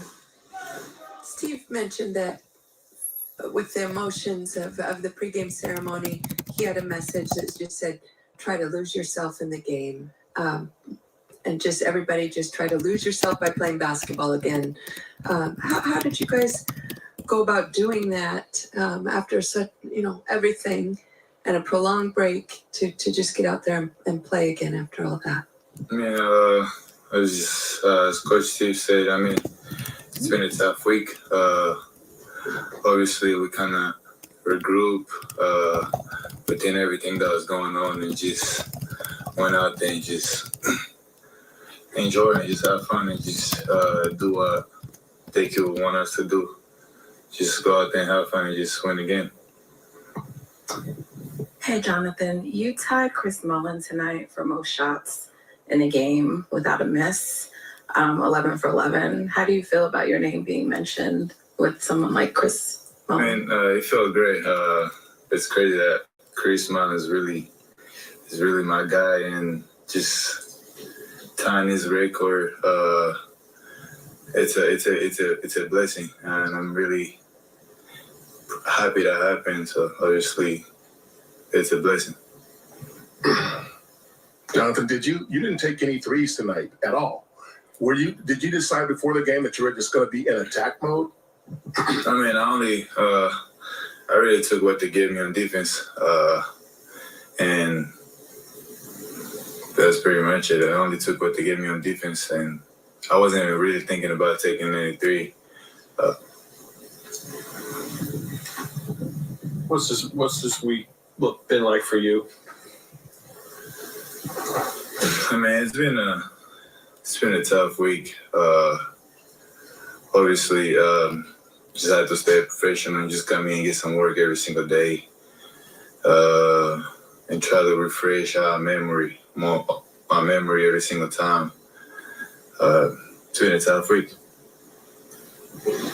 Jonathan, for this 4-game stretch that you've had, scoring 20 points every game tonight, perfect from the field, do you start to feel internally that you're starting to prove to everybody what you've known about what you can do in this league and how consistent you can be with that?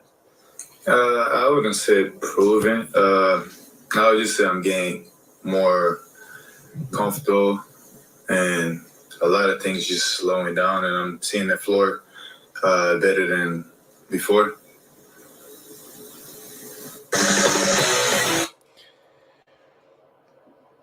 All right. So that's a little snippet of JK. Let's see what's next.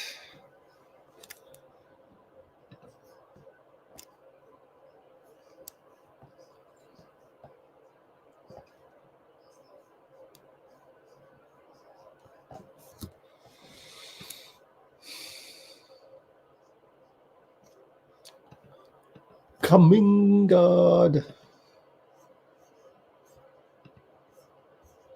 Oh, looks like Dean is leading in the polls here.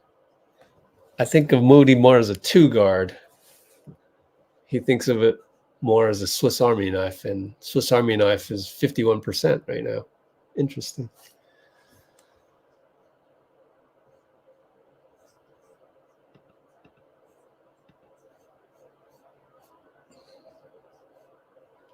Dario Saric tells us Decky was the first person to call him at the start of free agency. Oh, cool. Is Dario on the podium? Or are they in the locker room? Be interesting to find out.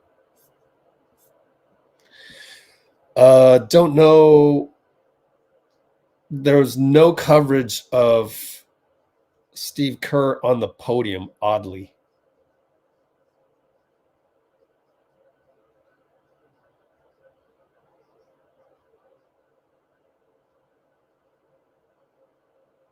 Talk for 8 minutes. Hold on. Check the database. Hopefully got to the database, but I doubt it. They never have that in a reasonable amount of time. Okay. Yeah. Nothing doing there. Okay, fine.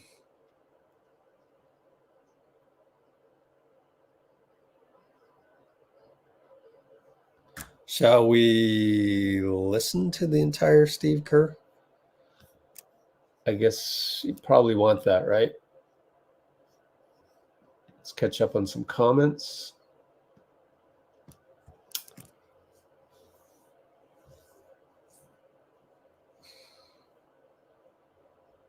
I don't even know what you guys are talking about in the comments. Whatever. Let's see.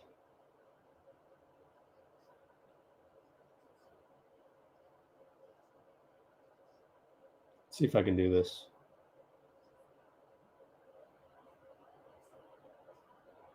Oops. Shit. My bad. Hold on. Let me I gotta do some technical difficulties here. Some technical difficulties. I never got around to posting my Decky post. Oops. Late post. But hey, it's not like Instagram gives you any incentives to post on Instagram. Like,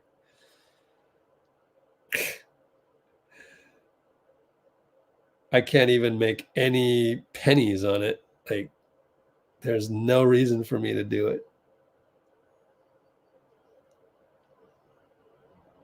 So I need to clear out some of the memory on this. There we go.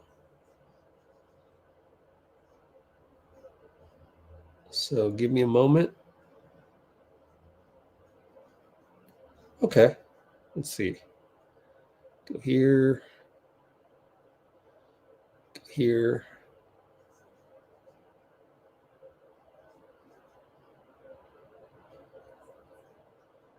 Check my memory.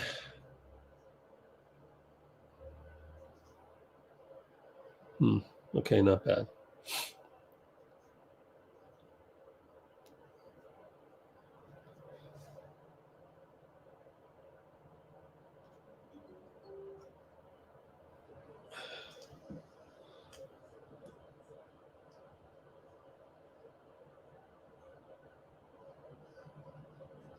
Steve, that was a pretty...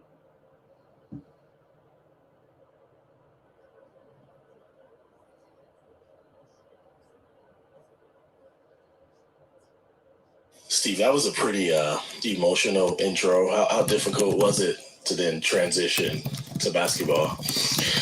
Yeah, it was not easy, but I thought our guys did a really good job of trying to make that transition and settle into the game. That was my main message before the game, was just try to lose yourself in the game. I think it's getting out and playing is probably the very best thing that the players can do to get their minds off of the sorrow that we've all felt, this past week. So it's good to finally get out on the court, but we needed all that time, over the last week to prepare for this, and the guys really came through and did a great job tonight. Steve, I know you guys, within this organization, try to create a family atmosphere, and you guys were playing, obviously, for Decky tonight.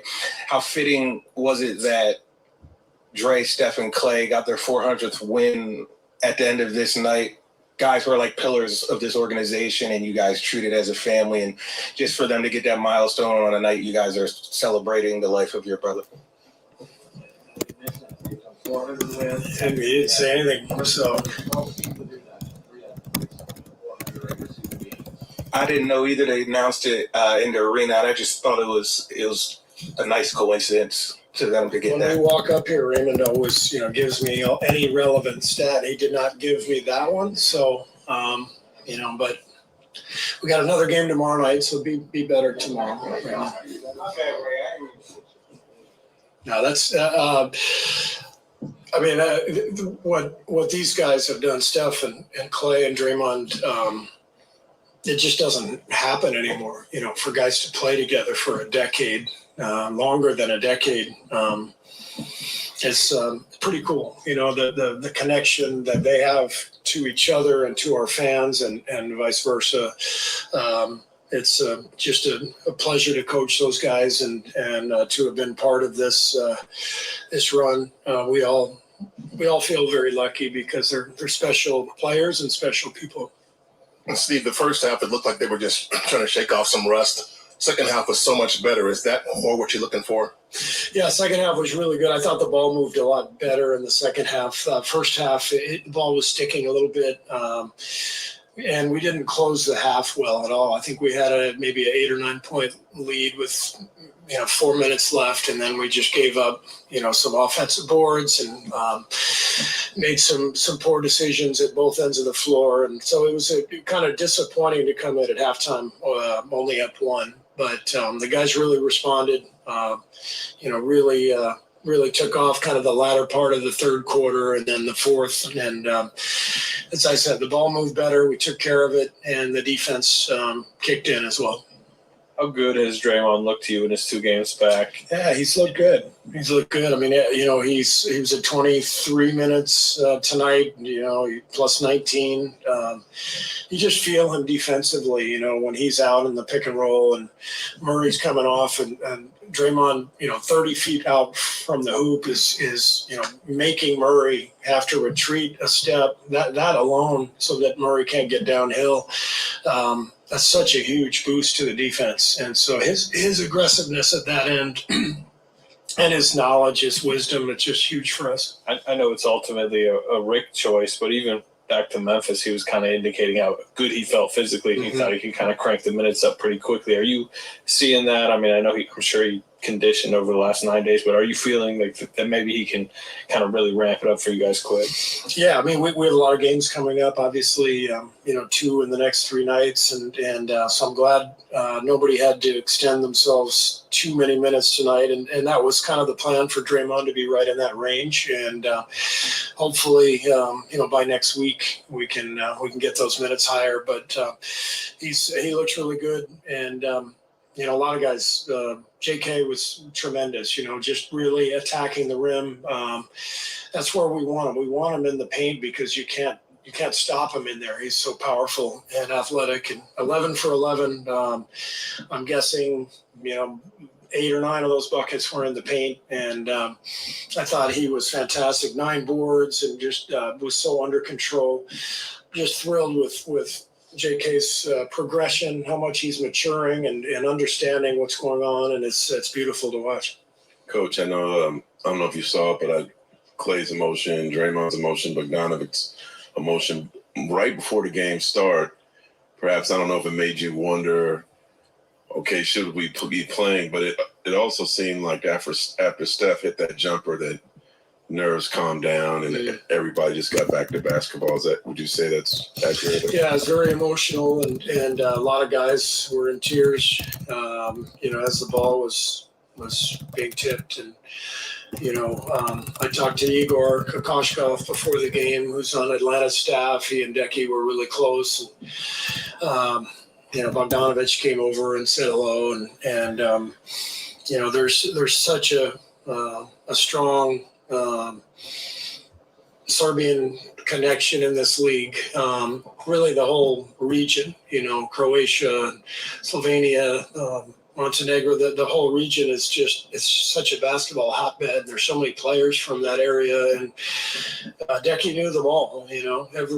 Every game, part of his routine was he'd go out and he'd rebound for Dario, and then he'd go say hi to all of his guys, and he's got a lot of them, and so there's just a lot of tears around the league, because Decky was beloved by so many.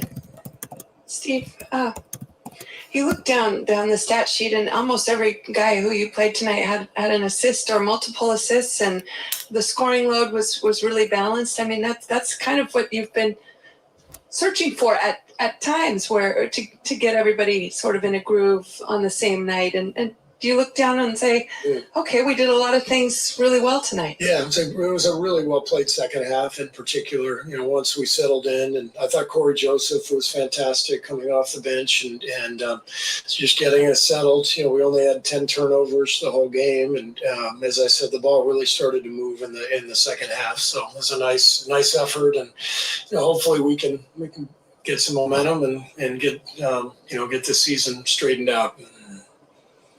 Steve, you went to lineups featuring Wiggs, JK, and Draymond several times tonight. What did you see from that group?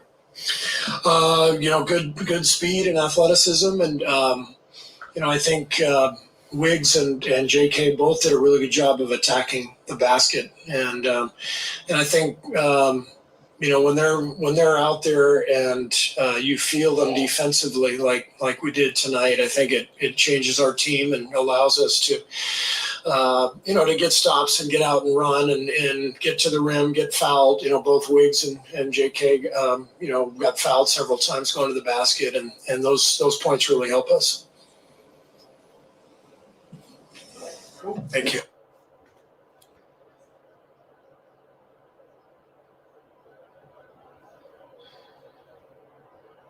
All right, where's Dean at? Kind of need him right now. But see what happened here. Technical difficulties.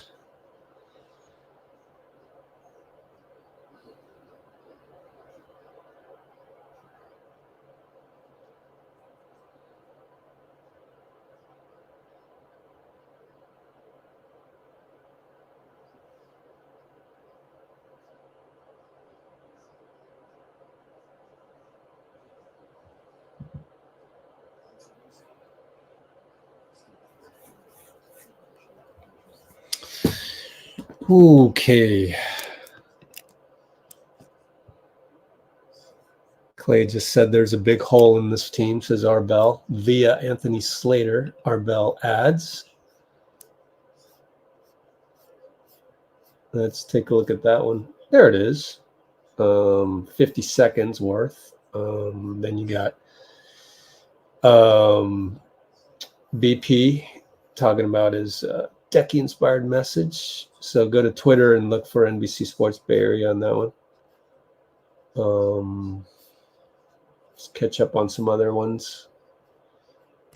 Oh yeah, we can play a little audio of Clay right here. Actually, they're gonna have him on the podium here.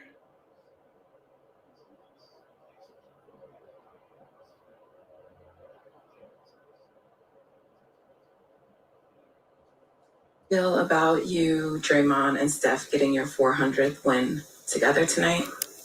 That's very special. I mean, anytime I'm on the court with those two, I'm very grateful because I have friends in this league who tell me how lucky I am to play with my friends and experience that continuity of having teammates together for over a decade. And I never take it for granted being out there with number 23 and 30. And that was just, I did not know that, but that's really cool to think about. It's a lot of wins and hopefully many more to come. What's this week been like for you and even pregame tonight? What was that like? It was really hard. It was really hard for everyone in the organization. There's still a really big hole in our team. And just feel so bad for Decky's children and his wife, and we miss him every day. Think about him all the time, and seeing that footage of him with the guys and with Loon and all the players from Europe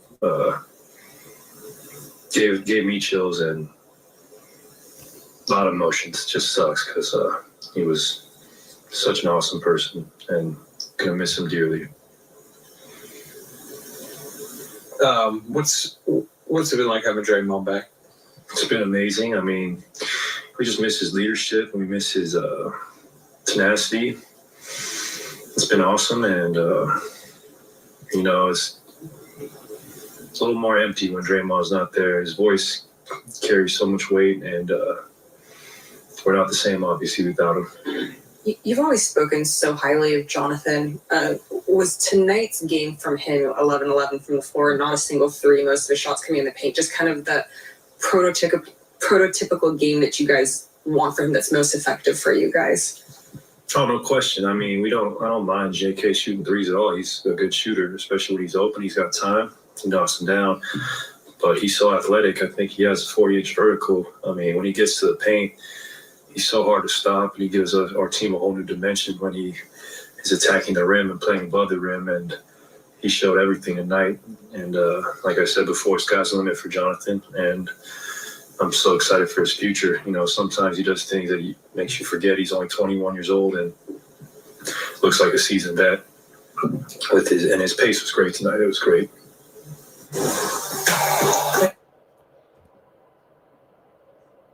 A little bit of Klay Thompson. Let's get Dean back in here. Boom. Yes, sir. Love Klay giving JK some confidence. Mm-hmm. Shoot the three, man. He's a good shooter. That should mean a lot coming from Klay.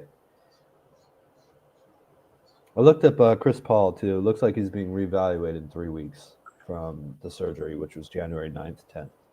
Oh, good looking that up. Thank you. So reevaluation, obviously, almost never means return. Mm-hmm. So. Okay. DB's saying Atlanta have more free throws tonight. Interesting, really. Mm. Look at the team stats here. Oh. 26 to 22. That's not bad. Yeah. Too bad. Shot. We missed 6 of them. Trace missed 4 of them. Yeah. JK, it's the only place he did miss. Hey, Wiggs 4 for 4. Hey. Yeah. Let's go. Wiggs kind of stuffed the stat sheet tonight. 12 points plus 11. Yep. 2 blocks, assists, 3 rebounds, 3 defense, 2 offense. 5 rebounds, sorry. 4 of 11. That's, you know. Hey, what are you going to do?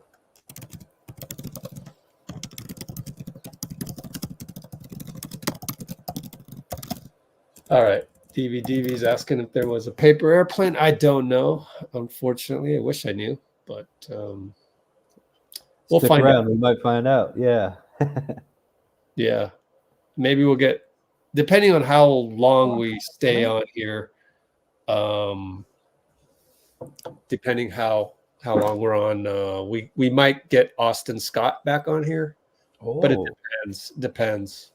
Very cool. Depends how busy he is and so on and so forth. 400 wins as a trio. Yeah, that's pretty amazing. Let's see.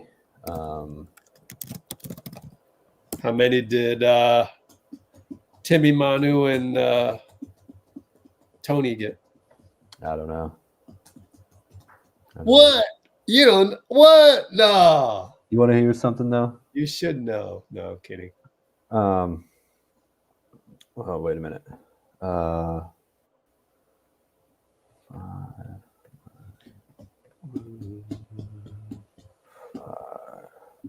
8. I think the Warriors from 20 to 19 went 399 at wins and 116 losses. Say that one more time. Regular season and playoffs combined. Say that again. I think between 2015 and 2019, regular season and playoffs combined, I think the Warriors went 399 and 116. Wow. Yeah. So we won almost 400 games as a team, almost, in 5 years. Wow.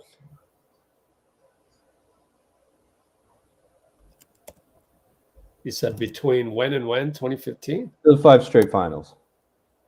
Oh. Yeah. That's an easy way to say it, right? Yeah.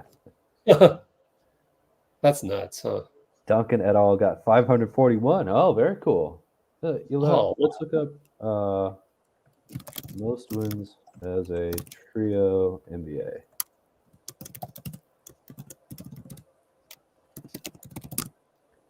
Let's see. This is from December 5th, 2023.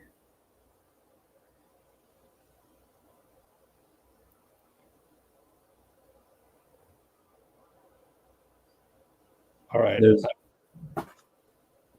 Keep going. I might duck out and yeah, I'm going to duck out real quick and do a restroom break real quick. But go ahead. Yeah. There's a article on BetMGM that says MJ, Pippen, and Rodman had 203 wins and 43 losses from 96 to 98. Duncan, Parker, Ginobili had 346 losses and 868 wins. This is for the regular season. 868 wins in 14 seasons. Bird, McHale, and Parrish in 12 straight postseasons. 12 straight seasons when they made the playoffs. In the regular season, had 690 wins and 294 losses. Heatles, LeBron, Wade, and Bosh. Over 4 seasons, had 224 wins and 88 losses. And Steph, Klay, and KD in 3 seasons had 182 wins and 64 defeats.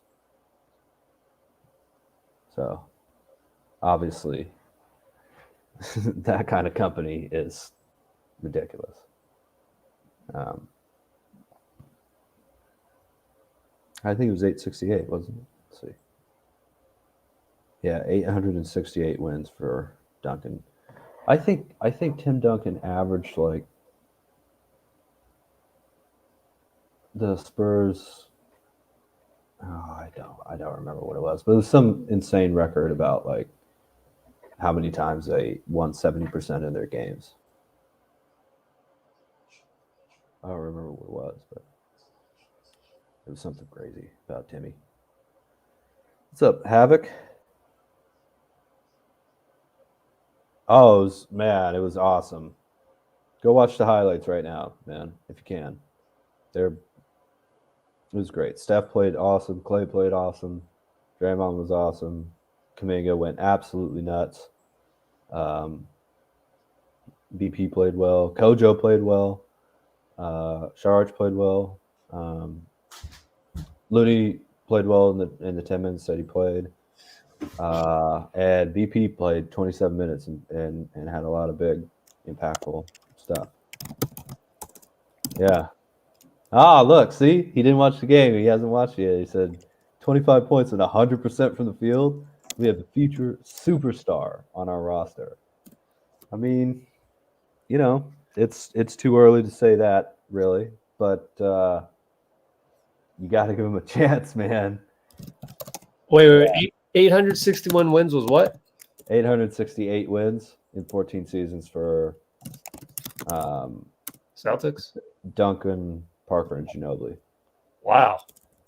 Yeah. Although I'm not sure they're counting them in this article as when they all played together. It's just maybe what their team did. Oh. But still, I mean, that's okay. They played most games together. All right. Sorry. Yeah. I should have listened in better. I don't know why Andre Iguodala never won Sixth Man of the Year, by the way. I think about Ginobili. Who did win it? That might be why. It depends on who did win it. Look it up. Man of the Year.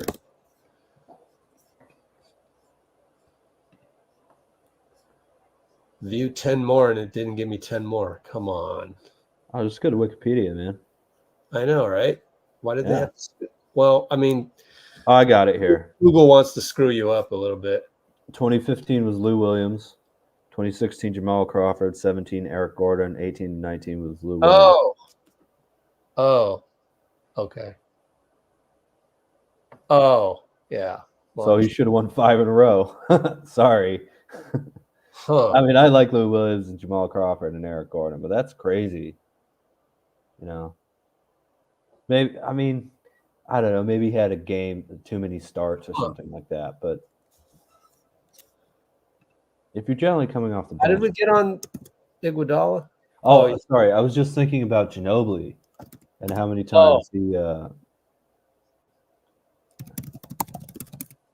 my God! Yeah, he only won it one time.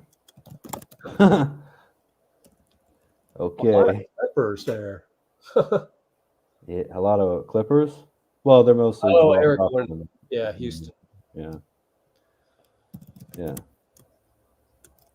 I don't know. They're awards. I know. It just, I think that's crazy. Yeah, but look, let me see. Here's what they were thinking. I just know that if I were running the NBA, and it's totally different, right? Because I ran a basketball league, like they paid me money to play in the game, but like, yeah, I get Adam Silver out there. It goes back to the spreading the wealth thing, where I don't want to, and I think that's the groupthink of the media that votes on it. I don't want the champion to have all the spoils. So you spread it around. Oh, okay, well then you don't get the 6-man award as well, because then the Warriors winning, having the MVP, which they didn't necessarily have. It was Steph in 2015 and 16, and that's it. You just spread around the awards, and then it's different than the champion. So you would do that if you're running the league to keep everybody happy. Yeah, I don't want the champion. The champion should be happy being the champion and getting the ring, and that's it. And the finals MVP award. Yeah. And then it's kind of like, that's it. Let me spread all the jewelry out to everybody else. So you wouldn't do like an Oscars thing, An Oscars thing? Well, like where one movie wins like a bunch of awards. Yeah, I would not do that. Yeah. If I was running the league, I would want as many fan bases to be happy about something, anything. Yeah, I wouldn't do that. Yeah, I know you would. Because when looking back, it's like, well, Scottie Pippen never won a Defensive Player of the Year. Yeah, but see, you put a lot of weight in that. I don't put any weight in it. No, it's just the mindset, maybe.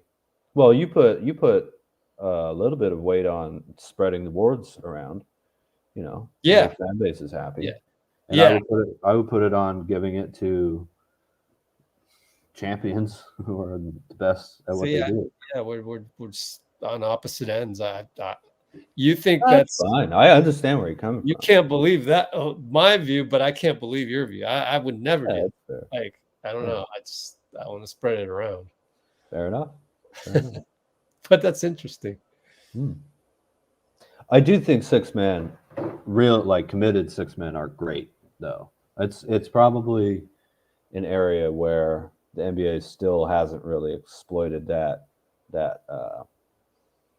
resource, I guess. Oh yeah. I mean, okay, I would change the voting process to allow for more coaches to vote on stuff, because they're the ones that are literally looking at game tape. Well, I'm not talking about the award now. I'm talking about like utilizing that as someone who's specifically like not a starter, who's coming in with the bench unit and is starter caliber, but like, like the real 6-man mentality, not a sixth starter, but like someone who loves being a 6-man. And closes games a lot, like Iguodala or Ginobili or Kevin McHale, John Havlicek, also great players who came off the bench.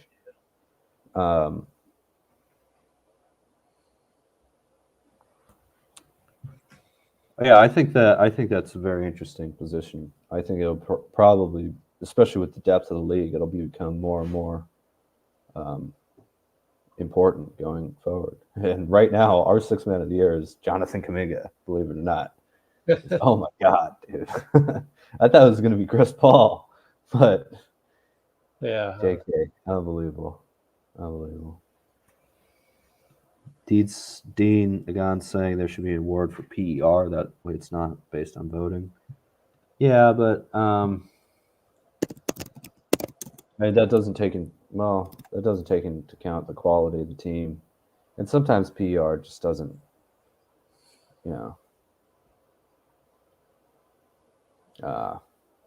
doesn't quite show you the whole picture. So I wouldn't vote based on statistics.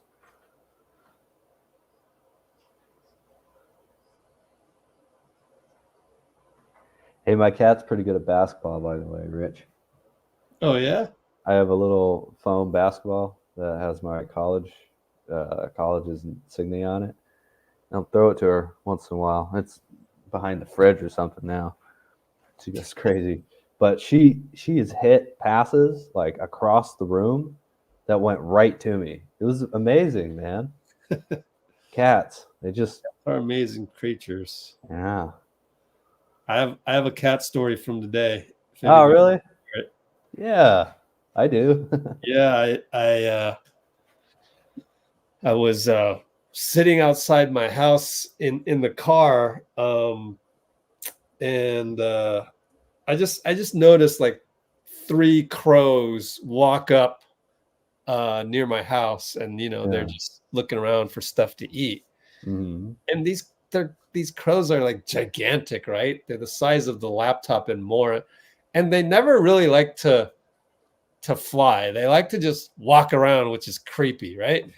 So then I see 3 of them. Ravens. I'm like, let me just take a picture and send it to my mom. See how creepy they are, right?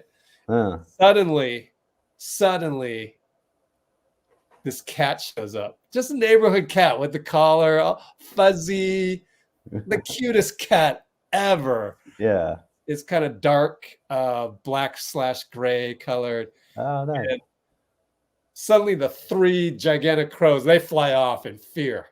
Yeah. The cat came around the ledge and it was like, I thought that was the funniest thing, because this cat, which the humans, us, would just consider adorable, came up and just, it was like the cat was owning the place. Like, oh no, this is my territory. You don't set foot here. Yeah. And it kept prowling right there. It was kind of like looking like, oh, you're gonna come back? You're gonna come back?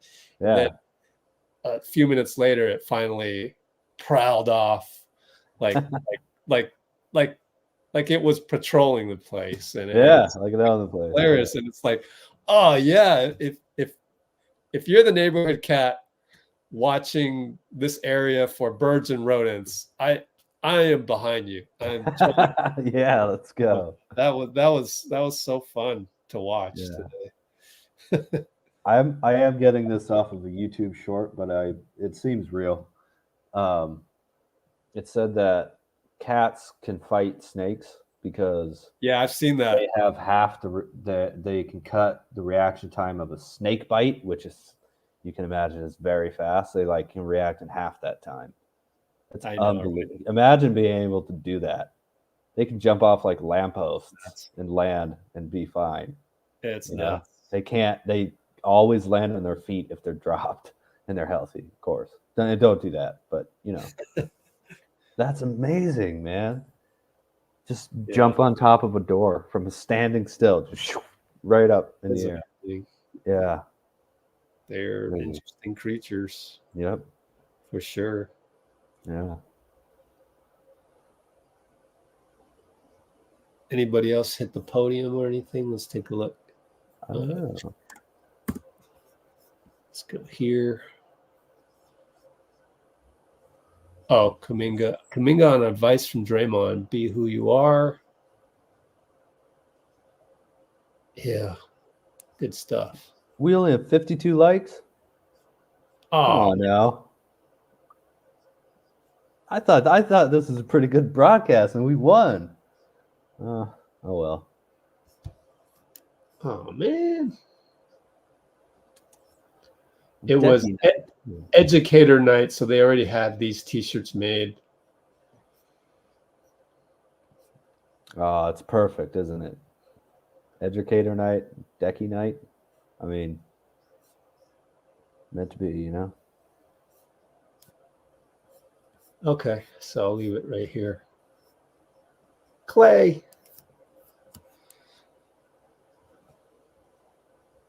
All right, so I'm just going to be looking for some post-game material. So go ahead and talk about whatever you want, guys. Let me check in with Austin to see how he's doing. Yeah, absolutely. But he just posted this KNBR, so he might be a little busy. Sure. Yeah. Maybe Klay's the last one though. Who knows? Well, Dean Agan is saying if the Spurs won 868 games in the regular season for 14 seasons, does that mean they averaged 62 wins? Yeah, it does. Sheesh. That's, oh my God. Tim Duncan's final year in the league, 2015-16, when the Warriors won 73 games. That Spurs team won 67.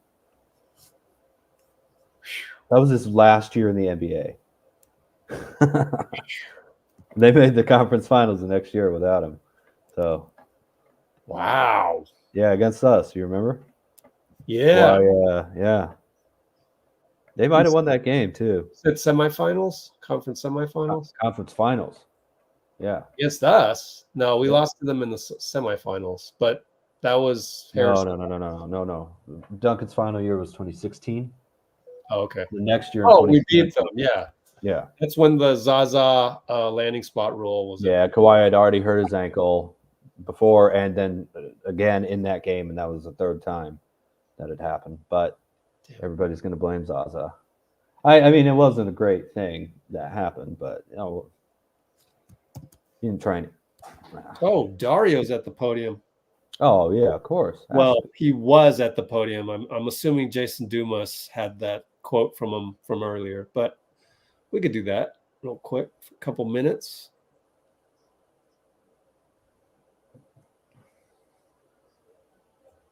Dario overseas basketball and also now being on this team, and that was Dario Saric. He's actually at the podium right now. Let's see what he had to say about tonight's game. I know you were in particular super close to Decky. Can you just talk a little bit about what he meant to you and what your relationship with him was like? I mean, he really had like a great impact on me for such a short period of time. I mean, just the way our conversation were heading, you know, how we see the basketball maybe a little bit different way than actually here in the States. We would kind of like go talk about that, you know. We would kind of go against each other about some situations, about videos, you know, like he was thinking I should do something like this, or in my opinion, I was thinking like I should do it different. So we had like some kind of relation, like, you know, he was like my older brother.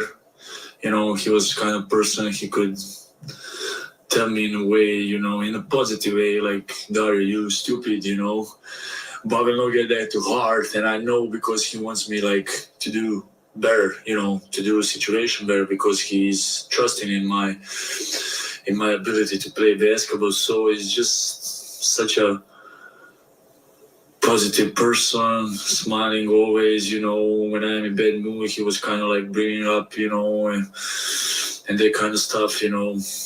Great mentor, you know. We kind of came up from the similar backgrounds, you know, back in Europe. So having him, it was like really blessed for me. And, you know, I never had a coach like him, you know, in that short period. I have like a great impact on me, you know, like mentally to be able to play basketball, you know, give me the details on the court, how to play, you know, how to do some situation better, was gonna keep me on the floor and that kind of stuff. So, you know,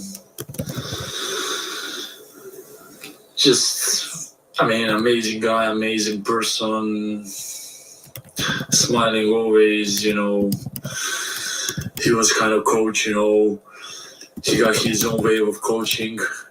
So it's like you need just to listen to him, you know. Like sometimes, you know, guys have a like situation, maybe they don't like the coach, the way how he's approaching that kind of stuff. But Decky was like kind of that, you know. He got his own system of working, and for you, it's only like you just jump on that, you know, just feel that way of working, how he is working, and he was just, you know, great coach, you know, putting things on the details, you know. I think, you know, coming on the practice, and you see the bigs kind of like playing one-on-one, you know, sweating against each other, you know, bumping against each other, and other guys are just shooting before practice. You know, we were playing like once, you know, almost like every day when we got time. It's just like his way of working, you know, and we were just like,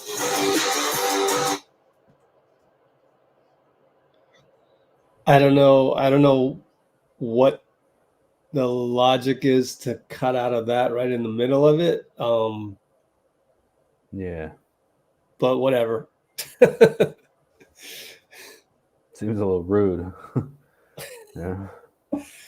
That's, to me, it's like getting to know Dario, and yeah, you know, I don't know. Maybe it was like time for a commercial. Yeah, it was probably some commercial thing or something like that. But anyways, wow. Anything? What's up? The Warriors in 1922, which is 41 games. Oh, it's because we had those games off. Right? Yeah. The Hawks are 18 and 26. So still, it's a lot. It's a lot of games. 4, 3. Oh, they've only played 3 more games. Okay. Anything else going on in the chat? No, not really. Okay, let me see if we got Austin or not. And let me see.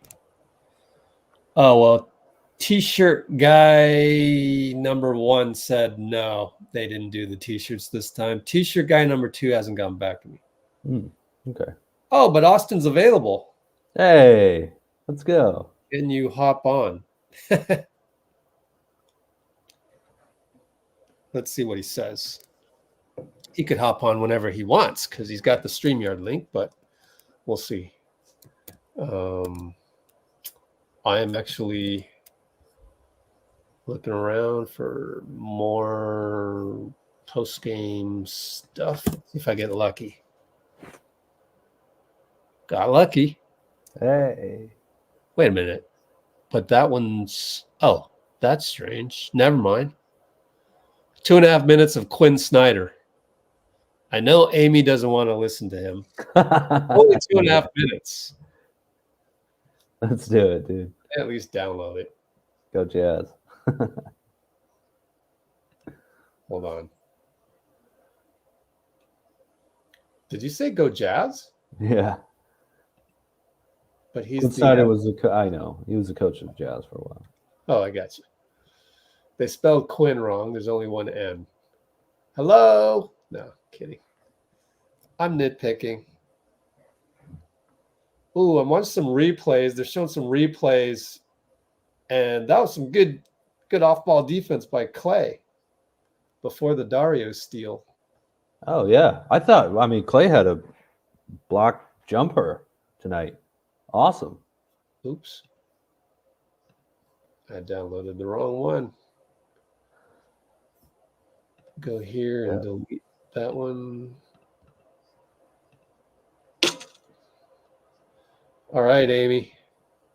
Post game Quinn Snyder, 2.5 minutes only, though. Cover your ears. Let's see what he had to say. That's the only content I have, sort of, right now, unless Austin pops in here anytime soon. That's Quinn Snyder post game video now on. All right, Dina gone. See you tomorrow. Tomorrow's the next game, folks. Quinn Snyder post game video. All right, where are you, Quinn? There you are. Share that one. See what he had to say.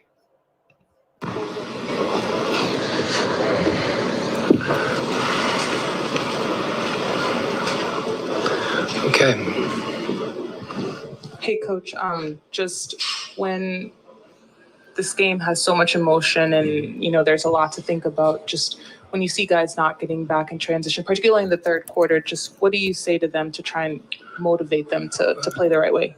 Yeah, to be honest with you, I didn't see us not getting back in transition. I saw a team that really competed and gave effort. And, as you said, this game had significance beyond the game. And, obviously once the game starts, you're focused on that. But I felt like we competed, and obviously their bench had a big night, particularly Kuminga. And we weren't able to get stops at certain times, and that makes it hard for us to, we were scoring a little bit in transition ourselves. So, but they played well, and like I said, I thought our guys worked and competed and weren't selfish. It did seem like they were trying to put some bodies onto people, disrupt shots, just when the defense is being a little bit more physical, trying to speed things up. Just how do guys stay within themselves to play? Yeah, I thought, they put size on our ball handlers. Kuminga and Wiggins both at 6'8", and really tried to press up the floor. And I thought we did a good job handling the pressure in the first half. And not that we did a poor job in the second half, but as I said, we weren't able to get some of the same looks. But you have to drive the ball. And, then when they collapse, you have to look to kick out. And we had some possessions that were really good where we did that. But they did put a lot of pressure on us with the pressure and the physicality. Do you have any more questions? How do you hitting 3 threes in the first half? He's been hitting the ball well. Yeah, both he and Garrison. Garrison, obviously, the ball didn't go down for him tonight, but those guys are out there. They're playing minutes, and they're both capable of doing that and giving us energy and toughness, and we need to keep doing that. Okay. All right. That's it. See, that wasn't that bad, right, Amy? I'm just messing with you. Is Amy even on? I haven't seen her tonight. Oh. I think she was on earlier. Was she? I hope so. Let's put the back screen on. Oops. Oh, I like that Snyder was wearing a DM heart too. It was nice. Oh yeah. It's that patch is just the Warriors though. What do you mean? Right? The DM heart patch? It's just the Warriors for this season, right? Yeah. Yeah. Oh, she's on earlier. Cool. Austin cannot come on because just logistically in the car, all the stuff going on. So never mind. But yeah, we can call it a night unless there's happens to be, I don't know, Klay uploaded to the database as I speak. Let's check.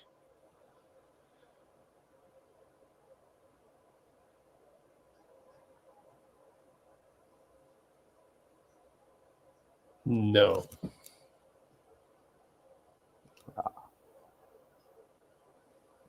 Let me check something else.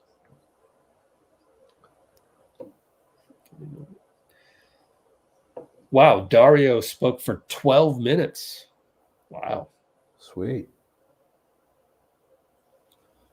I don't know. Let's see. 12. Okay.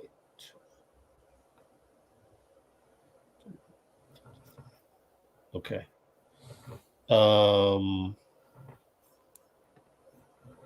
What do you guys want to do? You want to?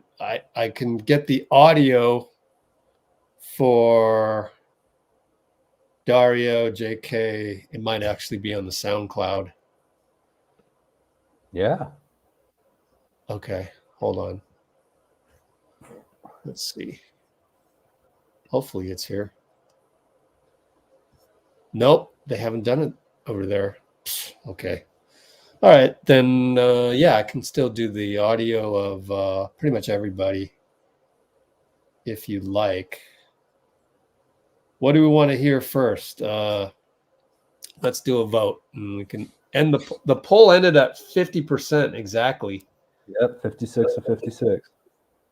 Oh, actually 50 to 49. Somebody, wait, how do you get 50 to 49? Okay. It was always 113. You won by one vote. Congratulations. Hey, let's go. You It wasn't literally- me. I don't think. It might have been, but I don't think so. Oh, I didn't get to vote. Dang. You ended it before you voted? I don't think I can vote. Well, what do you say? Is it tied or what? I would have said he's more of a two guard, and then that would have That's made tied then.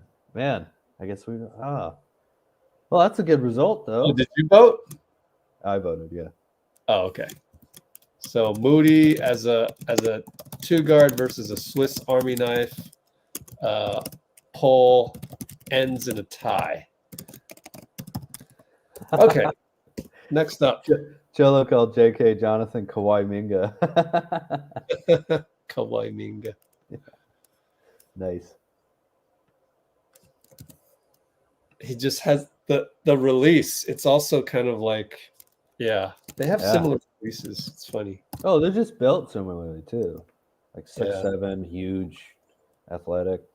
Dudes. Oh, Kawhi's very like low to the ground, kind of, you know. Oh, so I was going to do a poll. I have the audio for the following. Who do you want to hear next? See length of interview as well. So we have JK at 406. We have Dario at 1219. I don't know. I would vote for Dario. I don't know. I would love to hear Dario talk for 12 minutes. Just his accent alone to me is fun. Start poll. Go ahead and vote. Jonathan Kowimins what? Kawhi Mingsa, like SGA. Kowimingsa. What do you think about SGA? Who's your, speaking of awards, who's your MVP pick right now? I'm gonna go nutso and I'm gonna say SGA just to shake it up. That's why I thought of it, DVD, because I've seen him on polls and stuff where he's top 5, obviously. Giannis, Jokic, Embiid, SGA, and who else? Tatum.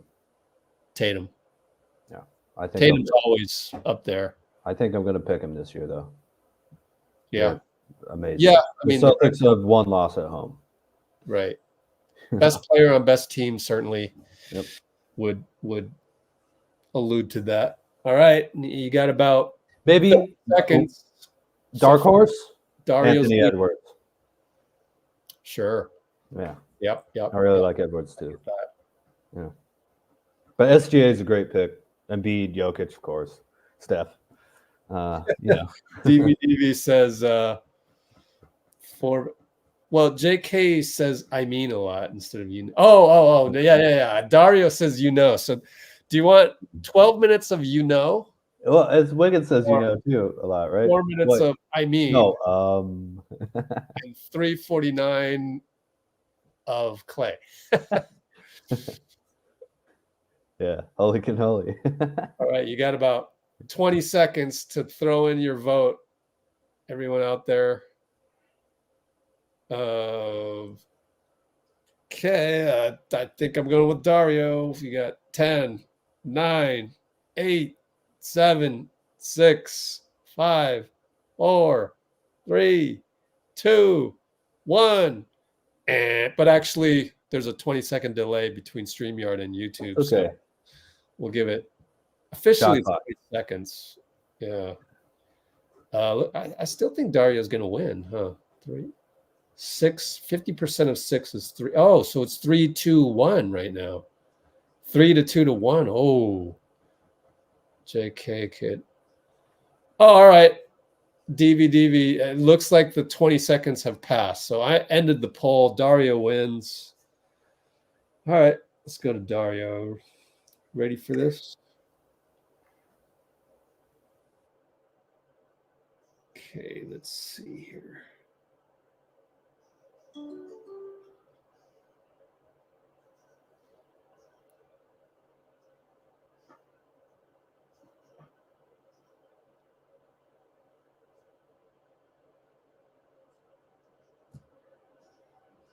Hey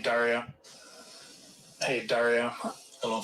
I know you were in particular super close to Decky. Can you just talk a little bit about what he meant to you and what your relationship with him was like?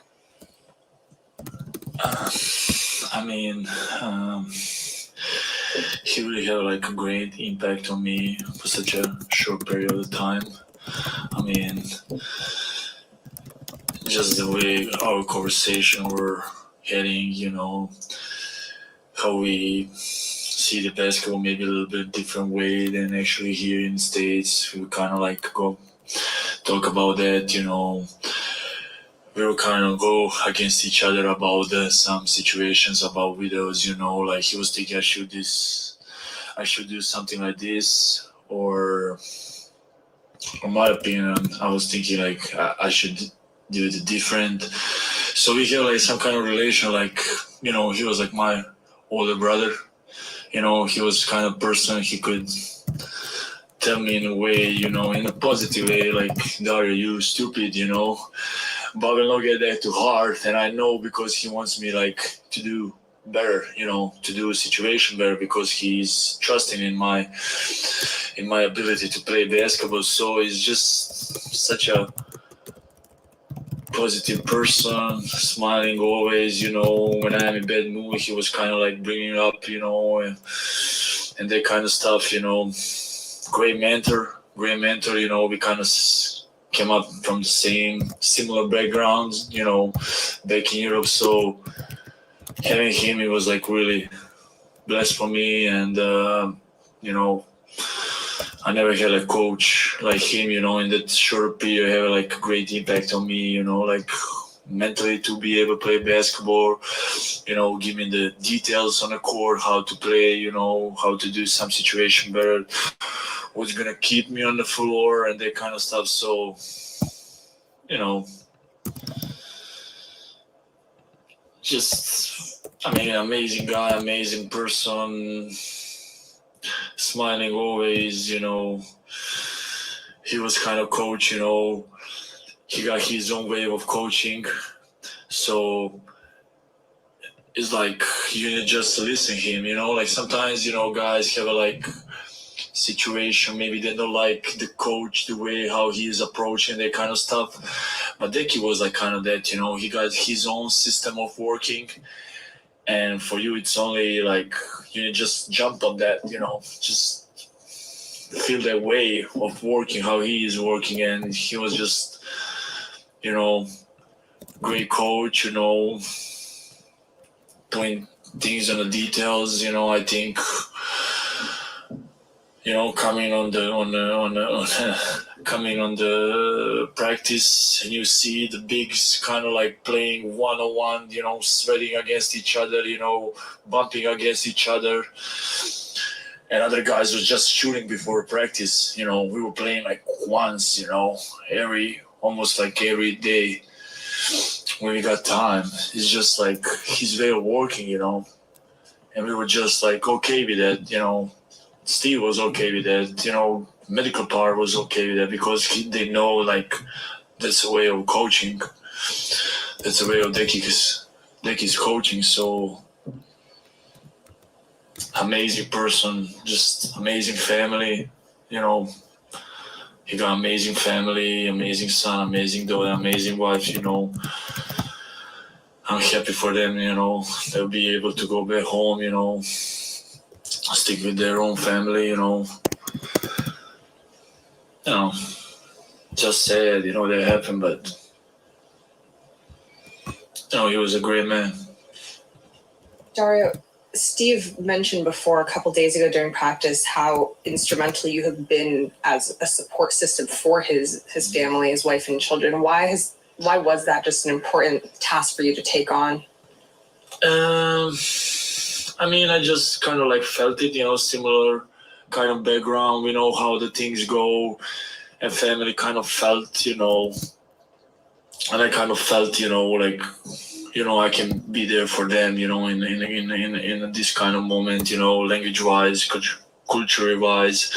So, I don't want to take any credit for that or something. Like, it's just like what I felt, the family kind of like need, and it was tough for me to kind of handle that mentally too. But like, I understand, if I can help that family at least like 1%, that's kind of like, that's how I felt, about how Decky means for me, and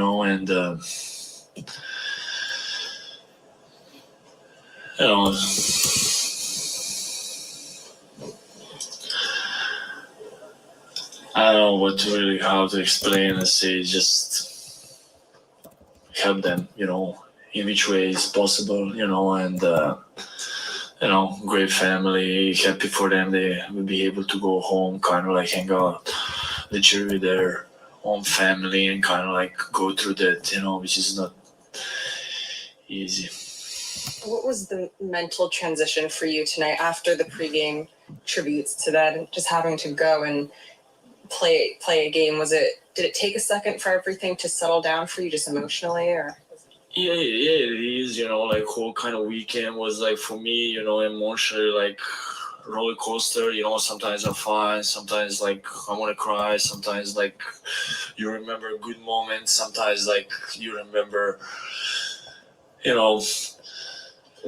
and the emotions today was high, of course.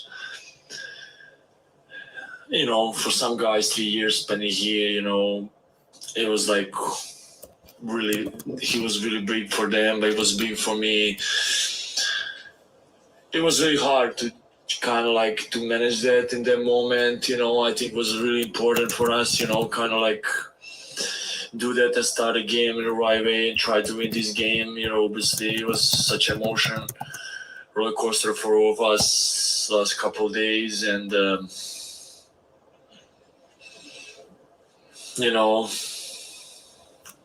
chair, Decky was sitting is just like hits you different, and that is how it is right now. And I'm so happy we kind of find a way to win this game for Decky first of all, and now for us, to stay in kind of playing playoff run, and last week was hard for all of us, so we're happy we get this win. Dario, did you do anything specific to honor Decky tonight?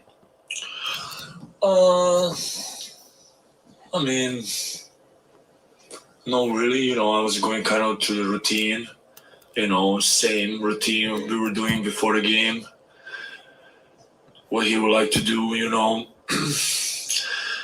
talk with other coaches about it, with some clip, the last year, how between DeMarco and Decky, some situation in game 4 against Sacramento when they kind of like hugging each other and DeMarco throw the chair on Decky So kind of like little smile before the game. But me, like, no, really, I think just stick to the routine, you know, what he taught me about, like, how to play the game, you know, to be brave and that kind of stuff was going through my mind. You know, I think the most important thing was for me just kind of like get routine back. And, you know, Decky's gonna, you know, stay in my head, you know, for some quiet time. It's not gonna something I will just go over to because we were kind of like every day together, working out together. Just it's gonna need some time to settle in. Can you explain to us how much of an impact he had on you ending up here with the Warriors?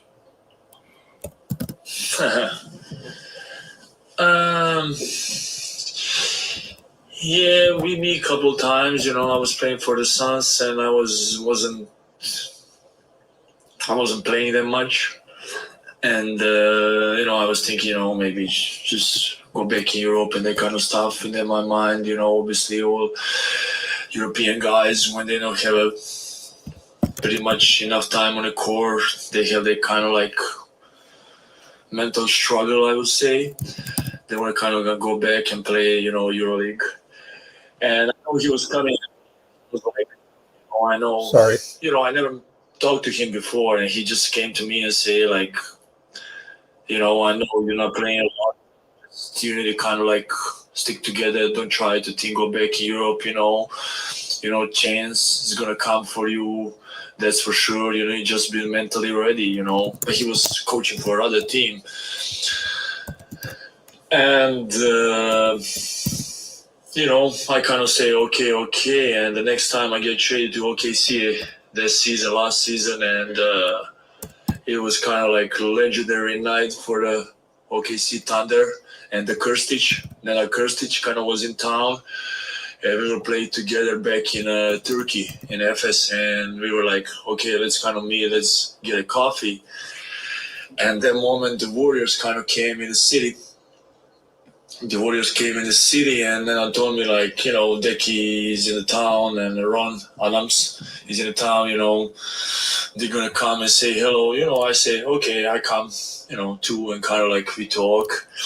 And, you know, that's when I meet Decky kind of again. We kind of sit, drink coffee, and kind of like talk about everything about the same background. He was, you know, kind of give me advice, you know, in a way, you know, how to pay some details. So, and, you know, after that, summer kind of came, you know, the free agency opened, and, you know, Decky was the first one, you know, kind of like send me a message, you know, we want you, you know, what you think about that, you know, and you obviously after that, Steve kind of calls, Chris, you know, but Decky was the kind of like first one, you know, please come, not kind of please come, but, you know, come with Warriors, you know, I think you're going to play, you're going to have a good opportunity to hear. And, you know, talk on the phone a little bit, and, you know, obviously after a couple of days to just make a decision, you know, to come to Warriors. I think he was the first kind of like guy to reach me.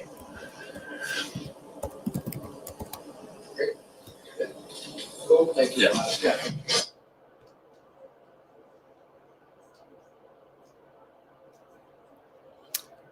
All right. Well, I'm experiencing a lot of technical difficulties, so I don't know.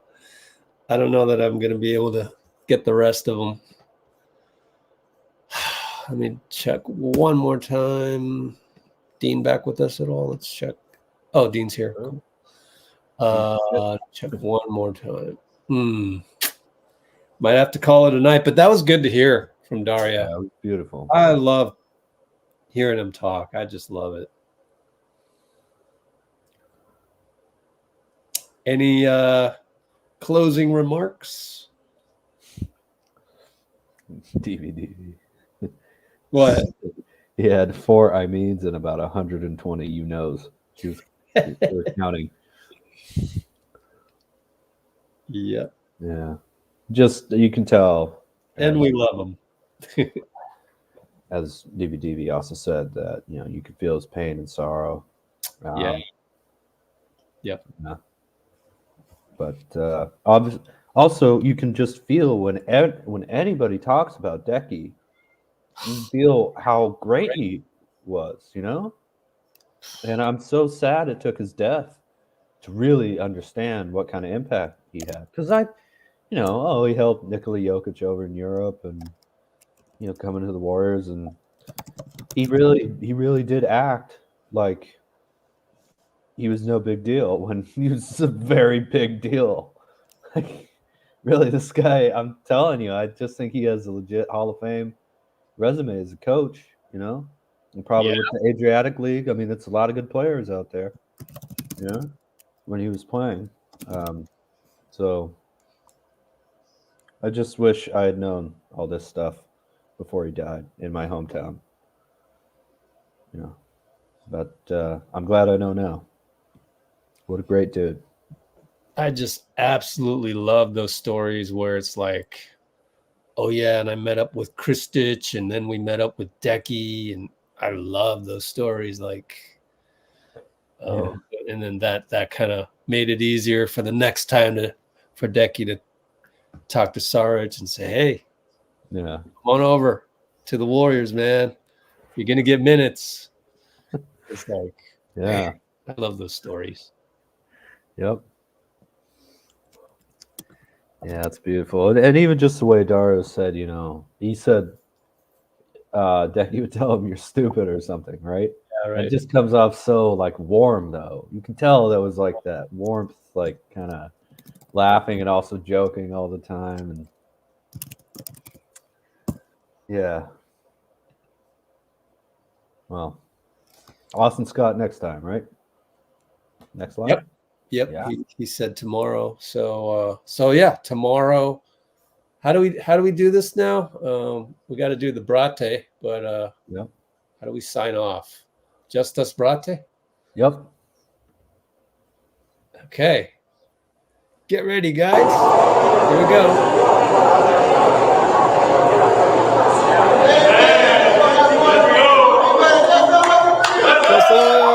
What's up, Brate?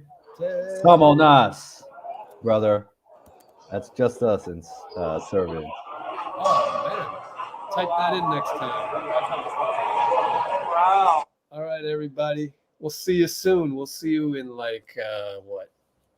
24 minus 5, 19 hours. Yeah, let's go. Just thanks for looking that up. Someone else. All right. See you guys soon. Boop. Ends.